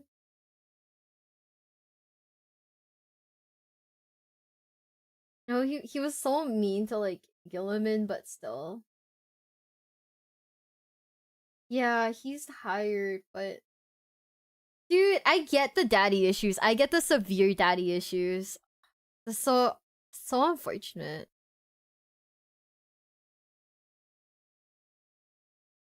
This is why every Primarch has massive daddy issues. I'd have daddy issues too. Oh shit, no, I do have daddy issues. You guys want to know something stupid? So like, my therapist was like asking me if I had like daddy issues, and I was like, no, I don't think I have daddy issues. My dad wasn't around growing up. And then he looked at me, and I was like, oh.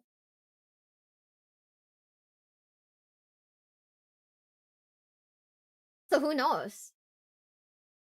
And Gilliman, but yeah, I don't think we'll watch that now. I think that's like way too much to watch. But oh wait, hold up. I don't know why I still had this open. The speech of Sanguinius just always like ruins me. That he was a kind of an issue. I mean, that for Gilliman, he was revealing the truth of how Big E felt. But also, Big E tried to say, I don't know. I mean, it was. I know it wasn't like him being mean to him necessarily, but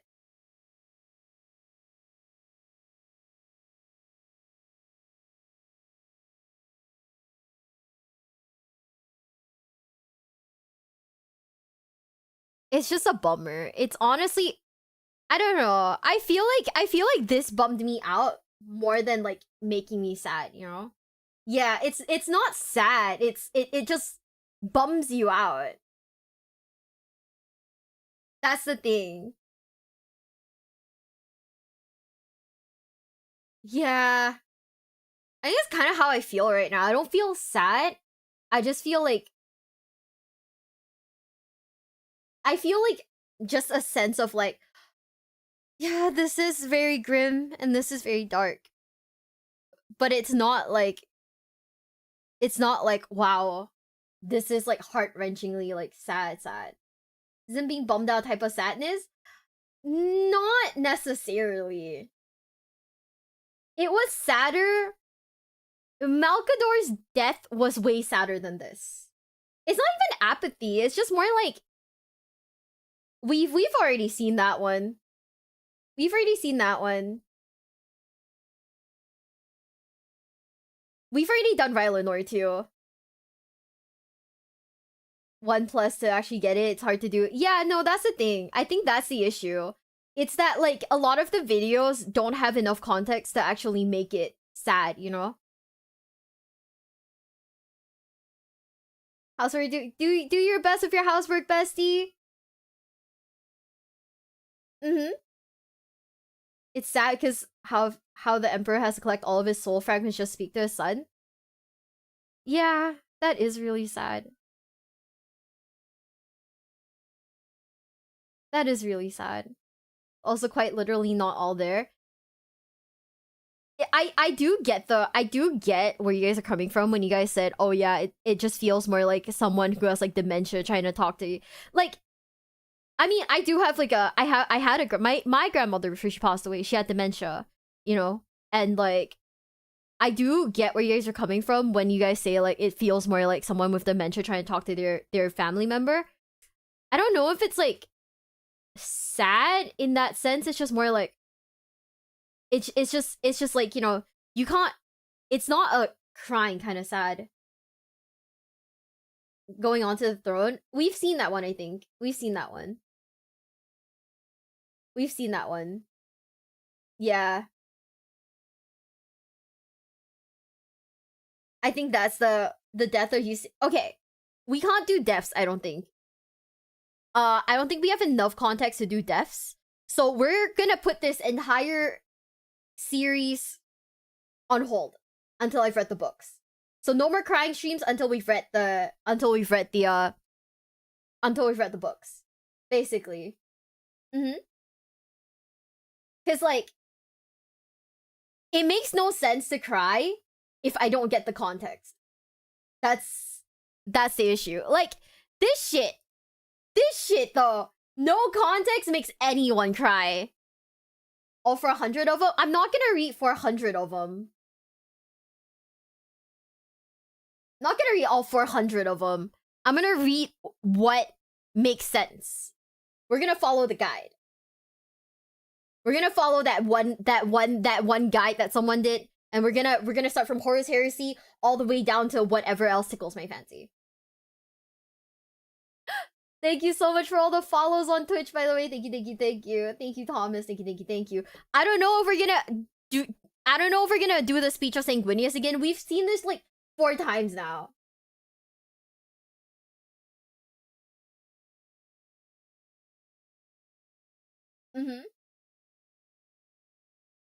Yeah, I think that's the issue. It would seem as if the Emperor's psyche is shattered. I think that in context, what happened to the Emperor is really sad, but I honestly feel like I might be a bit ruined by it because we did watch If the Emperor Had TTS, and it made him seem funny. The way you don't know what you're promising. I just want to read the books that I enjoy, that seem interesting to me for now. I'm not gonna read all 400. I'm not gonna promise to read all 400, but I will try to get through as many books as I humanly can. But yeah. You guys really want to do this again?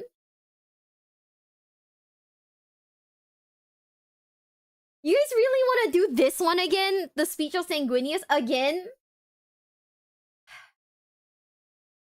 Yes in the chat if you actually want to do this. Oh my god, you guys. Oh my god, you guys. Who's asking for this? Twitch chat. No, my YouTube's chat's just saying no. Just read half, that's only 200. 200 is still a lot, guys. 200 is still a lot.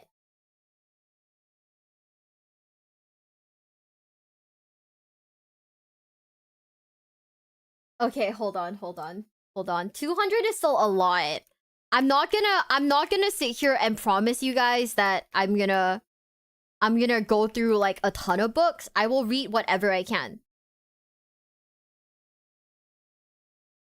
Okay, you know, we'll do the Lamenters one because I know the Lamenters one's always gonna be sad. Lamenters are always fucking sad, bro. Lamenters are always sad. Yeah, like even just the Horus Heresy is like already 80 books, right? Maybe I could get through half of the Horus Heresy by the end of this year, maybe. But then I would, fuck dude, how much money am I spending on books this year? How much am I gonna okay? How much am I spending on books this year, and how much am I spending on fucking on tanks? it might be over for me. It might be over for me and my wallet. Well, can I get an 07 in the chat? That one's pretty sad but long though, but very cool. We're gonna do a specific Hell's Reach stream. I don't know if we can fit it in today because we've already been streamed for 6 hours. Yes. Diego, no. Less than on plastic crack. Plastic crack is my new addiction. Oh man. Just borrow them, lol. I don't think they have them in Singapore. You know, I don't think they have them in the books, in the library in Singapore. Knowing Singapore, shit gets like insanely censored here. Warrior Tiers for a different stream. I think Warrior Tier goes more into lore than what we want from today's stream. Good night, Diego. Good night. Have a nice rest, okay? Good night, guys. If you guys are going to bed for the night, good night. Sacrifice your money for the Emperor. I'm poor. Oh, no. Okay, are you guys ready? In 3, 2, 1.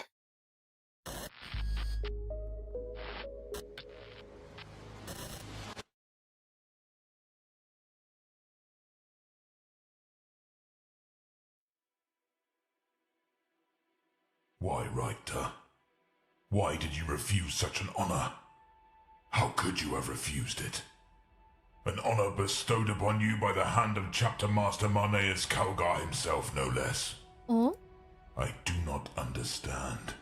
You deserved it, brother. Beyond a shadow of a doubt. Throne, your whole damn task force deserved it. I lowered the wine goblet from my lips and carefully set it aside. I should have known Antorelon would ask me this question. Should have suspected the topic of my unprecedented actions would be breached the moment he sought a private audience with me aboard the Daughter of Tempests. I regard him now with some caution. This Astartes I had come to consider a friend and a trustworthy ally. The Marine's errant captain stands before me, adorned in ceremonial battle plate. Each segment of blue and white ceramite polished to a lustrous parade ground sheen. His crested helmet tucked under one arm, his goblet of wine barely touched in his right hand. He does not appear to be angered or offended.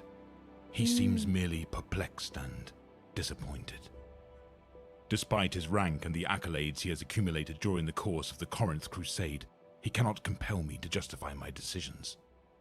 We meet as equals, as the appointed leaders of our respective chapter forces, and as brother cousins who have jointly shed greenskin blood during several successful campaigns.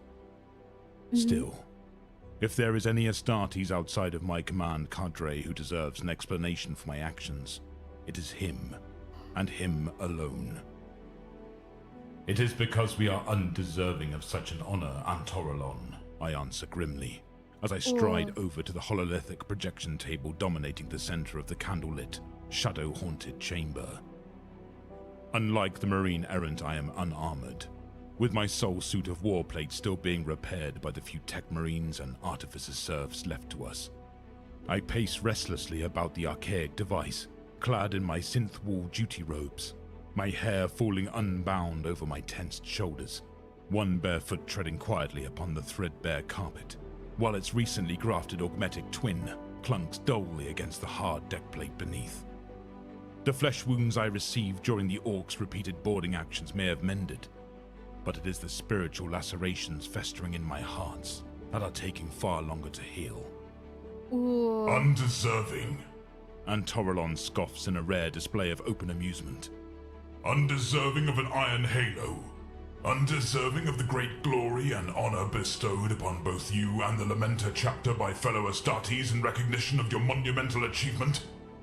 You said the same thing to the Lord Calgar at the award ceremony, and had I not been present to witness the exchange, I would have never believed you had spoken such words. Why did you do it, Richter? What would cause you to? I hold up a forestalling finger as my hand dances over the inlaid cogitator runes in an all-too-familiar sequence. 3 seconds later, a hololithic projection of the orc mining world of Slaughterhouse 3 explodes into existence in the air above our heads, accompanied by scrolling text screeds of accumulated data and our compiled after-action reports. What do you see, brother? I growl softly, unable to keep the pained bitterness from my voice. Look closely and tell me what you see. The Marine errant gazes analytically at the revolving image of a planet laid utterly to waste, his grey eyes narrowing as he tries to puzzle out whether or not I am asking him a rhetorical question. It does not matter. I already know what he is going to say. He will never see what I see. He cannot feel as I feel. In this I consider him fortunate. At times I even envy him. No. I see a great victory, Aeneas. For that is what it is. And Torelon speaks with all the confidence of a zealot, whose purpose and goals will forever be clear and unquestionable. His deliberate use of my forename driving home his unshakable belief in the place of a space marine within the Imperium of Man. I see the total destruction of vital enemy assets, the complete denial of invaluable war materials, and, in time, the very destabilization of the Orcs' resistance to our holy endeavors to see them eradicated from the Corinthian system and beyond. The Marine errant smiles, a noble warrior's smile full of pride and satisfaction. I cannot recall the last time such an expression crossed my own face. But that is not all, brother. Setting down his goblet, and Torelon steps up to me, still smiling. He rests a gauntlet upon my shoulder, and it takes all my self-control to keep from pulling away. I do not like being touched, especially by those who are not my chapter brethren. I see also that these are the results of actions undertaken by valorous space marines, the heroic battle brothers of your own task force, Richter. You fought against a vastly superior force of greenskins and destroyed Slaughterhouse 3 on your own, without my aid, or the aid of the Ultramarines, the Silver Skulls, or any other Astartes contingent that crusades with us. This glorious achievement belongs solely to the Lamenters, now and for all time. It was a good deed. That's good. No, it was a great one. One most worthy of the Lord Calgar's praise and honor. You fulfilled your mission alone, and still emerged victorious, even in the face of overwhelming odds and despite the loss of so many Marines. Those are the kinds of deeds upon which legacies and legends are built, brother. Yeah. Those are the grand feats of initiative and audacity every warrior of the Emperor should aspire to. No! I cry, the word clawing free of my mouth like a curse. But I push Antorelon's hand away and step back several paces, gesturing despairingly up at the hololithic planet flickering above us. Anger and grief overcome me, and the veneer of my self-control cracks like porcelain. Oh, you do not see. You look, Estir, but you do not see. You behold a decisive victory. I behold only a colossal tomb, a vast graveyard that will forever stand as a lasting monument to the consequences of my great failure. Oh! The Marine errant's eyes widen, and he favors me with a look of utter incredulity. He does not understand, yet how can I expect him to? Misfortune and disaster do not overshadow his every decision and action. Melancholy does not saturate his soul, nor do bloody visions of his slaughtered Primarch trouble his rest. And Torelon is a worthy scion of a venerable chapter, forged of pure gene stock, who looks upon the galaxy as a true Astartes is meant to. And I am a descendant of botched laboratory experiments. An accursed creature whose raw, bleeding hearts are forever bared before the ravening jaws and thirsting blades of a cruel and pitiless universe. What? Why? How can you say that, Richter? The Space Marine demands, his demeanor stiffening, his patrician features hardening. What failure are you speaking of? I see nothing. When I gave the order for the seismic charges my battle brothers had planted in the depths of Slaughterhouse 3's mines to be detonated, I signed the death warrants of nearly 3 million mortal men, women, and children. I roar in anguish, unable to maintain my composure any longer.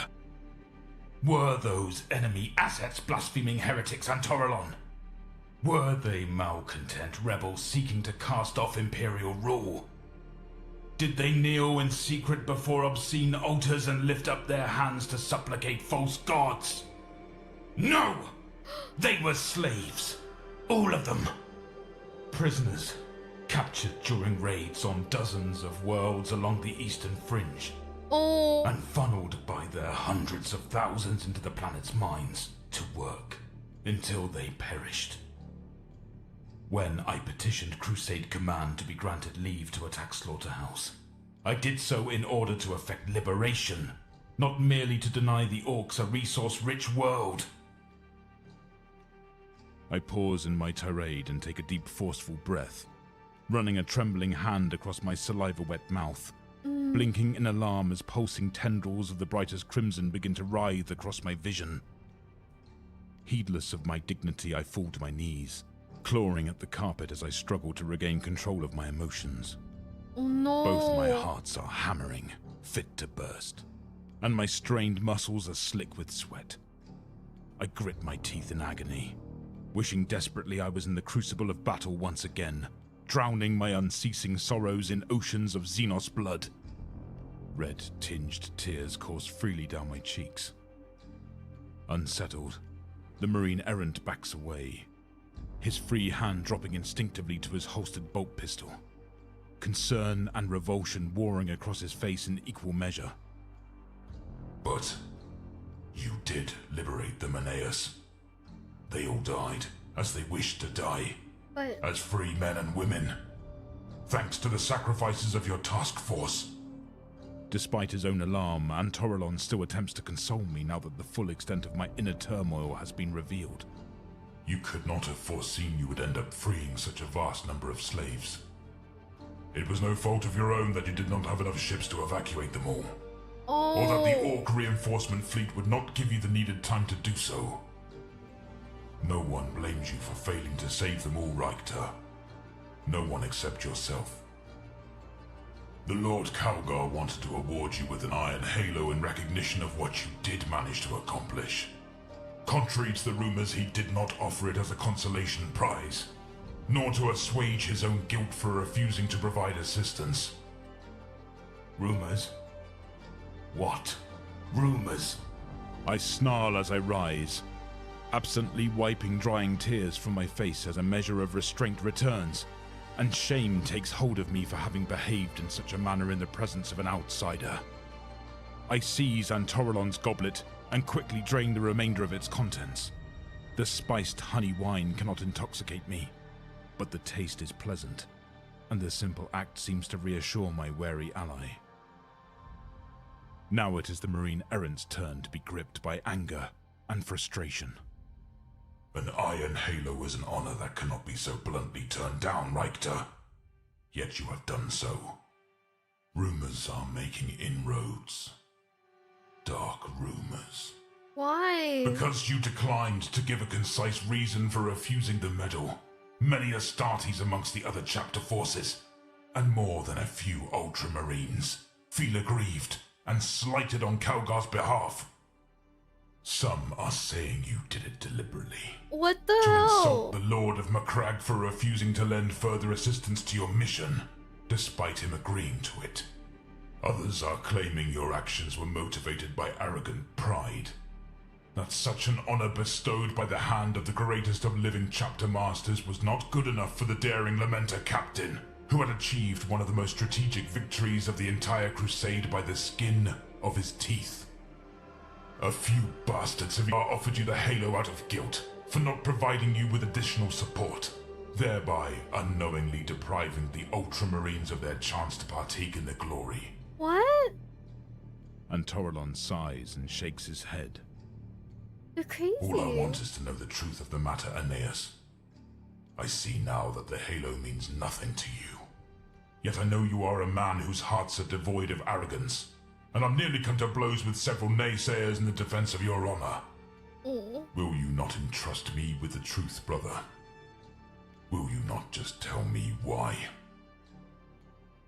I make my way to a chair and collapse into it, feeling as worn and weary as my battered battle barge. And Torelon relaxes somewhat, and removes his hand from his sidearm. Rumors.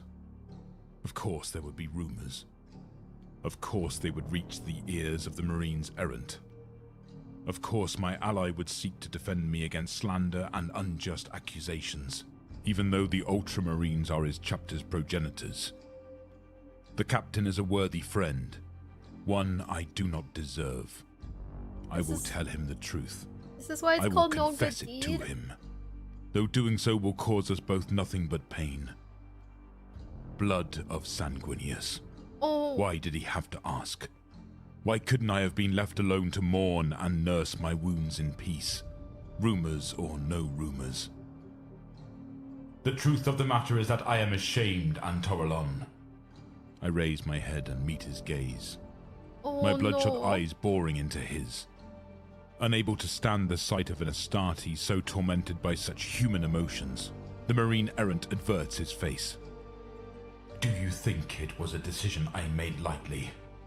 I was tempted to accept the Iron Halo, tempted as any other Space Marine to bask in the adulation and acclaim of my peers, for even a Lamenter still possesses a warrior's dignity, and a warrior's pride. But as exalted as Marnea's Calgar may be, he is not my liege. Oh. Come the Crusade's end, and my men and I will eventually return to the Mater Lacrimarum, whereupon I shall be expected to kneel before Malakim Phoros, my chapter master, and give a personal account of my deeds and the deeds of my battle brothers, both those living and those dead, and... My voice trails off and the tears threaten to spill again as unwelcome memories of the final desperate engagement flood into my tumultuous mind. The daughter of Tempest shuddering as she unleashed her payloads against wave upon wave of Orc ram ships, kill cruisers and fighter bombers. A lone battle barge, her escorts and under 200 lamenters defying nightmarish odds to buy enough time for less than a tenth of the freed prisoners in the few transport vessels and slaver ships capable of warp travel to escape off-world.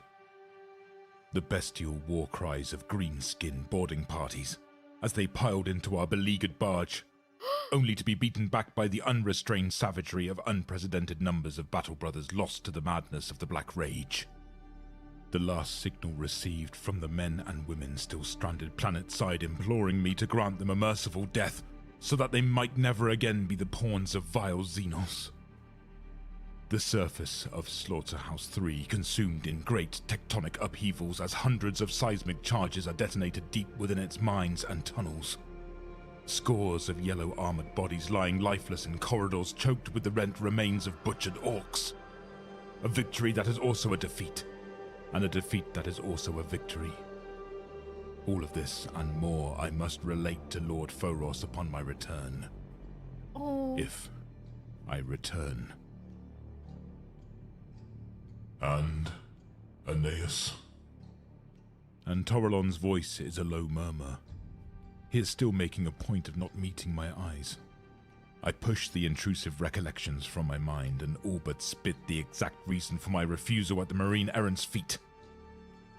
And what would it have availed me, brother, to enter into the presence of my liege and the elite veterans of our first company as a victor covered in glory, bearing an iron halo?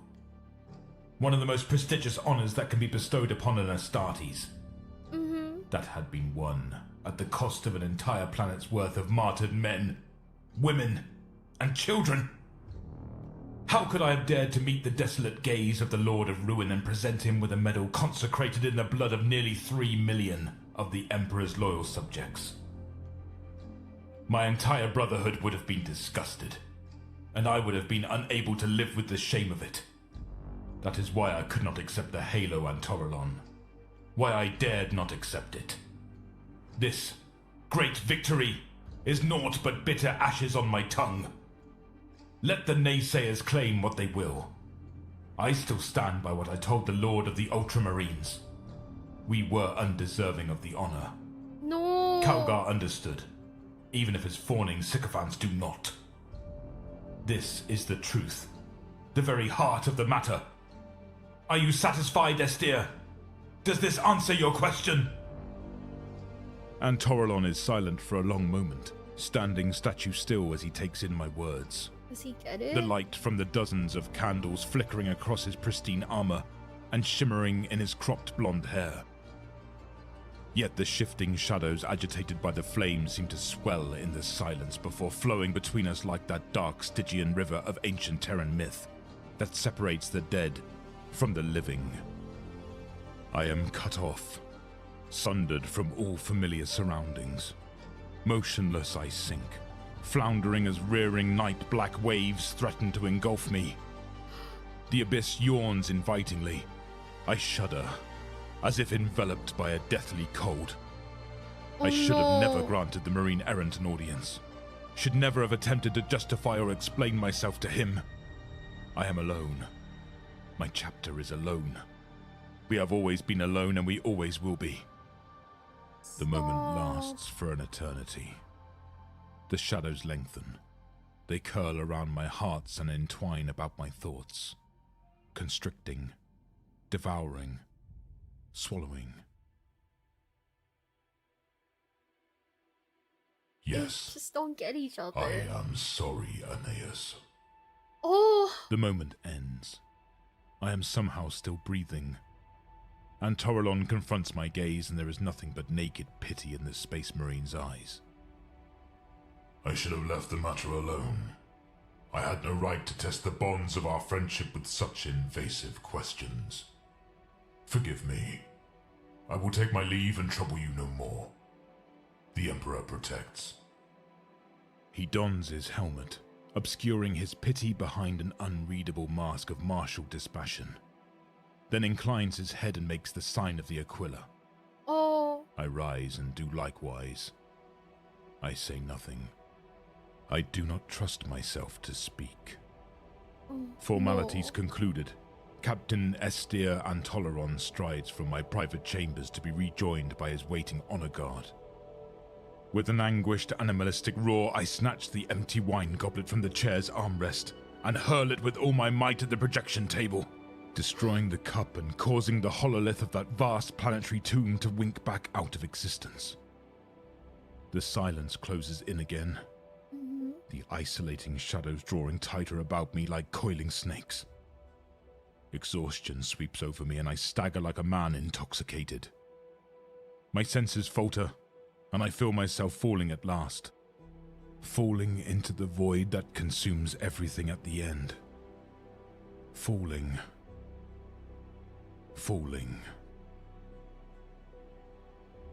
Then I am caught. A pair of powerful arms wrap around me as my knees start to buckle. The shadows slowly dissipate, and I gradually become aware of my surroundings. I hear the thrum of active fiber bundles and feel the familiar contours of ceramite plating pressing against my skin. Brother Captain. Chaplain Clopas' harsh, war-worn voice rasps from his vox grill like a blood-starved revenant's. Be still. I am here. Return to the light. Return to those you cherish. I clutch at the Space Marine's pauldrons like a drowning man, anchoring myself against the solid reality of his imposing black armored form. He holds me, and I allow myself to be held. You are weary, Aeneas. There is neither scorn nor condemnation in Clopas' observation, only knowing sympathy for my plight. I nod my head, reassured and comforted by the steady beating of his twin hearts. Yes, I am weary unto death, but am still too much of a stubborn bastard to yield. The old chaplain scrutinizes me through the baleful red eye lenses of his alabaster skull helm. Somehow I know he is grinning, despite his own internal pain. I am glad to hear it, Captain. Come, let us head to the chapel together. It is almost time for evening prayers, and your warriors are waiting for you. My warriors. With a grueling effort of will, I soar above the ocean of melancholy, threatening to swallow me, and come fully back to myself. I am not alone. My battle brothers are with me still, even when my strength fails and my grief overwhelms me. Less than 100 Astartes remain standing after the liberation of Slaughterhouse 3, and not a man amongst them objected to my refusal of Calgar's Iron Halo. Damn. Our love for our liege and for the Emperor's people is far greater than our hunger for the transitory honors and praises of those who have lost sight of what it means to be the bulwark against the terror. For we are lamenters. Our blades, our blood, our tears, and our deaths we offer up without complaint to the Imperium of Man, even as our Primarch progenitor freely offered up his. We are the Zions of Sanguinius. Ours is the glory of sacrifice eternal. Ours is the duty that never ends. I stand back from Brother Clopas, and we grip one another's forearms firmly in a proper warrior's embrace. The stalwart chaplain's continued survival is a blessing beyond my ability to articulate. I would be truly lost without him. For those we cherish. I recite the first part of our chapter's battle cry with a welcome sense of pride and satisfaction, adding grandeur to the words. We die in glory. Clopas finishes with a guttural cry of pious defiance. Then he draws his ancient Crozius and brandishes it over me reprovingly. You have been brooding here in solitude and shadows for far too long, Captain Aeneas Richter. Your men have been deprived of your presence long enough. As penance, you'll be required to run all the way to the chapel like a panicked courier served with a horde of demons on his trail. I will follow at your heels at a dignified jog. Hopefully we will arrive before our brothers all fall asleep on their feet.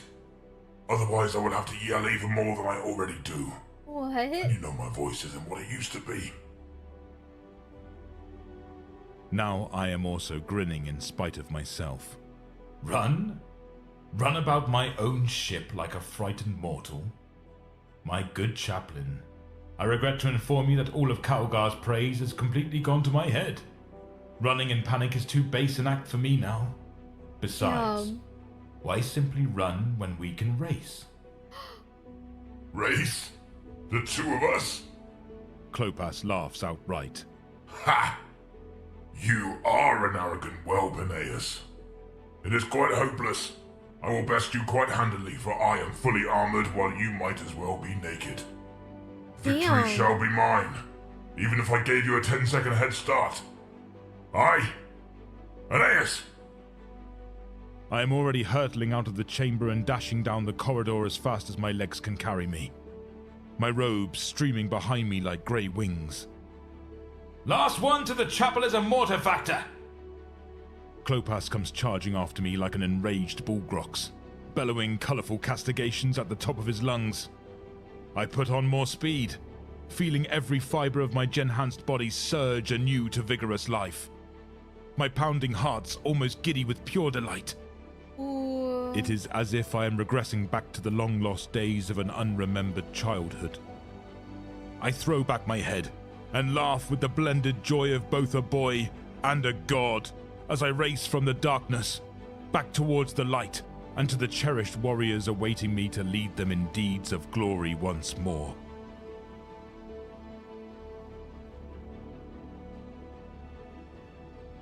I'm not even sad. That was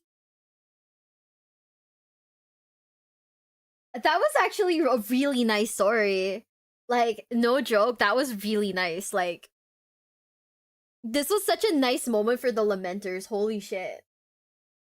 Like, I do get that, like, you know, it's fundamental differences between both like factions, right? Yeah, it really brings you back up. Yeah. I wouldn't say it's bittersweet. Like it was very good. You know, it was like very very good. Where they were like, I don't know. I mean, I get why there's like such a misunderstanding. You know, I get why there's a misunderstanding, but it ultimately I think it was really nice. You know what I was actually gonna do? I was like, okay, maybe to end the stream on a high note, I was gonna play a bit of like Words of Vengeance on stream because I thought it'd be funny again. But then I don't think I fixed the fact that I type like an idiot, so maybe you shouldn't do that. 2.7 million casualties didn't hit harder. Can I be real? I honestly think that at this point, when it comes to like death figures in Warhammer, we're kind of desensitized by it. Because at this point, so many of these videos talk about how many people have died in this war, died in that war. It's just, it doesn't feel real anymore. It doesn't actually feel real. But this was really wholesome, and this was a really nice break. This was really, really, really nice. I don't know, I'm happy again, you know what I mean? It's not rookie numbers, man. Come on. 2.7 million is still really bad, but context here. Yeah, the numbers just start feeling a little like, yeah, I think I have reached that stage where like the numbers just are numbers. But then the Lamenters have the curse of not being able to be numb to the universe's cruelty. Poor Lamenters though, I would totally make a little like Lamenter like Space Marine and just never have him do anything because I don't want him to get hurt. You know, I never want. I just put him on my shelf and have him like never be hurt. I do like that. I'm still like in shock that someone like suggested for the sat Warhammer stream. Guess what someone suggested, chat?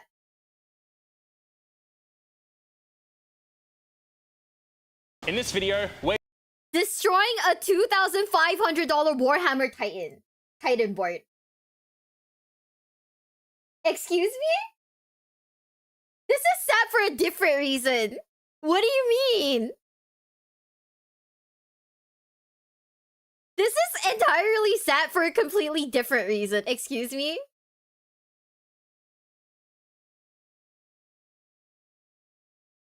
Their shoulders are miserable if hands are accurate. Oh my god. Yeah, we're not watching this. We're not watching this. We're not watching this. This is gonna make me upset for a completely different reason. That's gonna make me really upset for a completely different reason. We're not watching it, guys. I can't do it. I can't do it. He builds it. And then I don't know at which point they destroy it, but I don't even know what destroying a $2,500 Titan board means. I could not watch this, guys. How do you think? We could end the stream here? Or we could, like, de-stress with a bit of bulk and Words of Vengeance. What do you guys think? Or we could just end the stream here. I feel like, oh man, I don't know. I just feel like, ooh, gotta, like, work off this, like, aggression. I remember when I painted my first ever figurine, and it got carried off the shelf and still breaks, still sings to this day. We're not watching Hell's Reach right now. Hell's Reach is 2 hours long. It is 2 hours long. We streamed for like 7 hours already.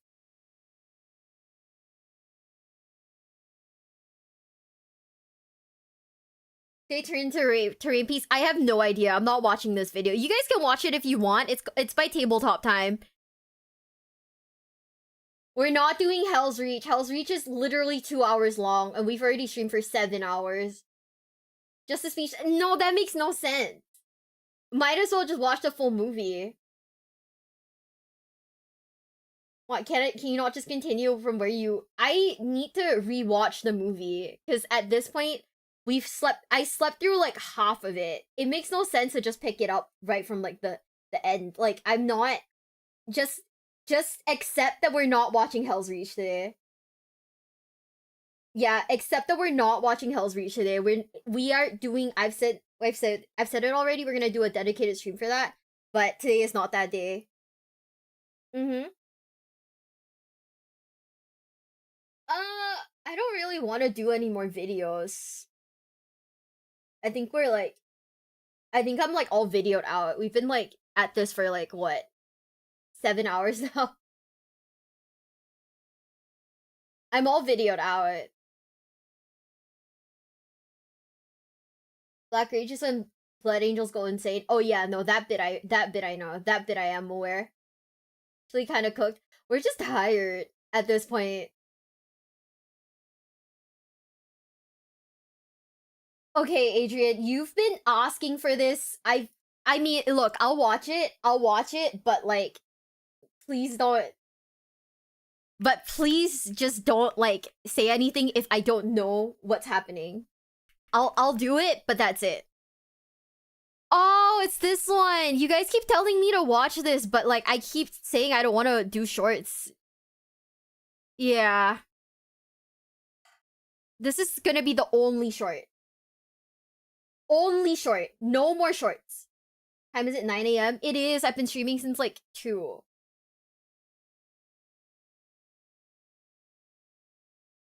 Oh, this looks like a... You know what? How 40k fans hoped This is a shit post. Union between Gilliman and the Emperor would go. My son, you have returned to me. Yes, Father. How it actually went down. Lord of Ultimate, my last, my son, Savior of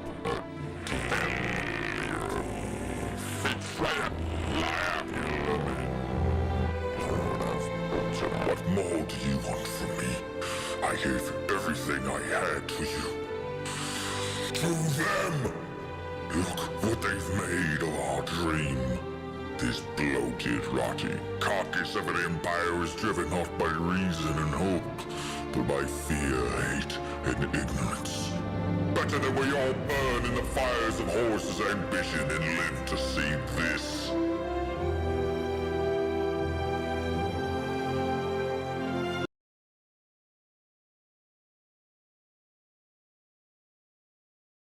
We've seen this before. People keep posting it in the Discord. This is like the 5th time I've seen this.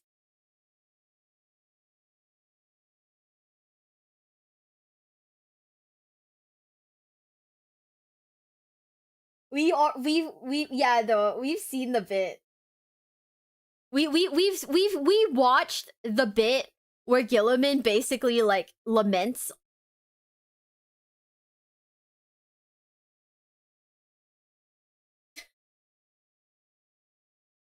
Yeah, we've seen the bit. We've seen the bit. We've already seen the bit. It's okay. This bit we already knew.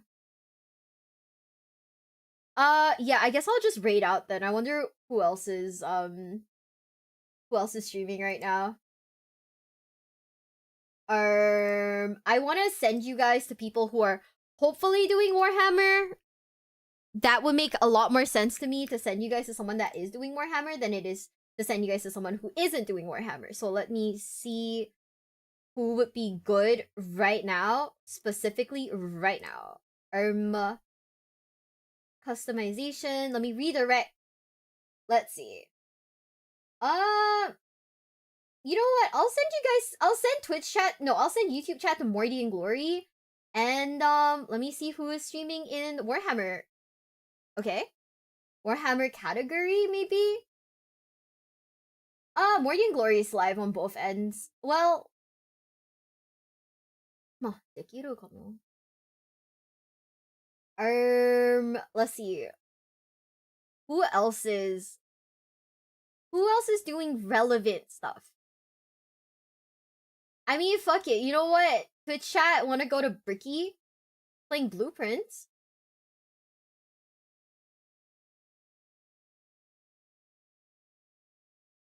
You can hear him in the back because I'm literally watching. Thanks for listening. Yeah. Book report type stream. I don't think I'll do a stream necessarily, but oh, it's sub only. Oops. Don't worry about it, Adrian. Don't worry about it. But anyways, we're gonna send off Twitch chat first. So anyways, Twitch chat, bye guys. We're gonna send you guys off the bricky. Bye. And YouTube chat, you guys are still here for now. So in regards to the book, we're not gonna do book report streams. Mainly because I don't have a good enough memory to do book report streams. Instead, what I am gonna do is I will do like a book report, and I'll just write a book report, and I'll just post it somewhere. Yeah, I'll just post it somewhere. I like the Emperor, conceptually speaking, the idea of very powerful being that's becoming something closer to Psychic Hurricane Fracture is very dark. I think it is very dark. I think it fits the grimdark universe. I do feel really sorry for Gilliman, because it's like he's doing his best, but at what cost? You know? He's doing his best, but like at what cost? Poor guy. But yeah, I'll send you guys off to Morty and Glory. I hope you guys like him.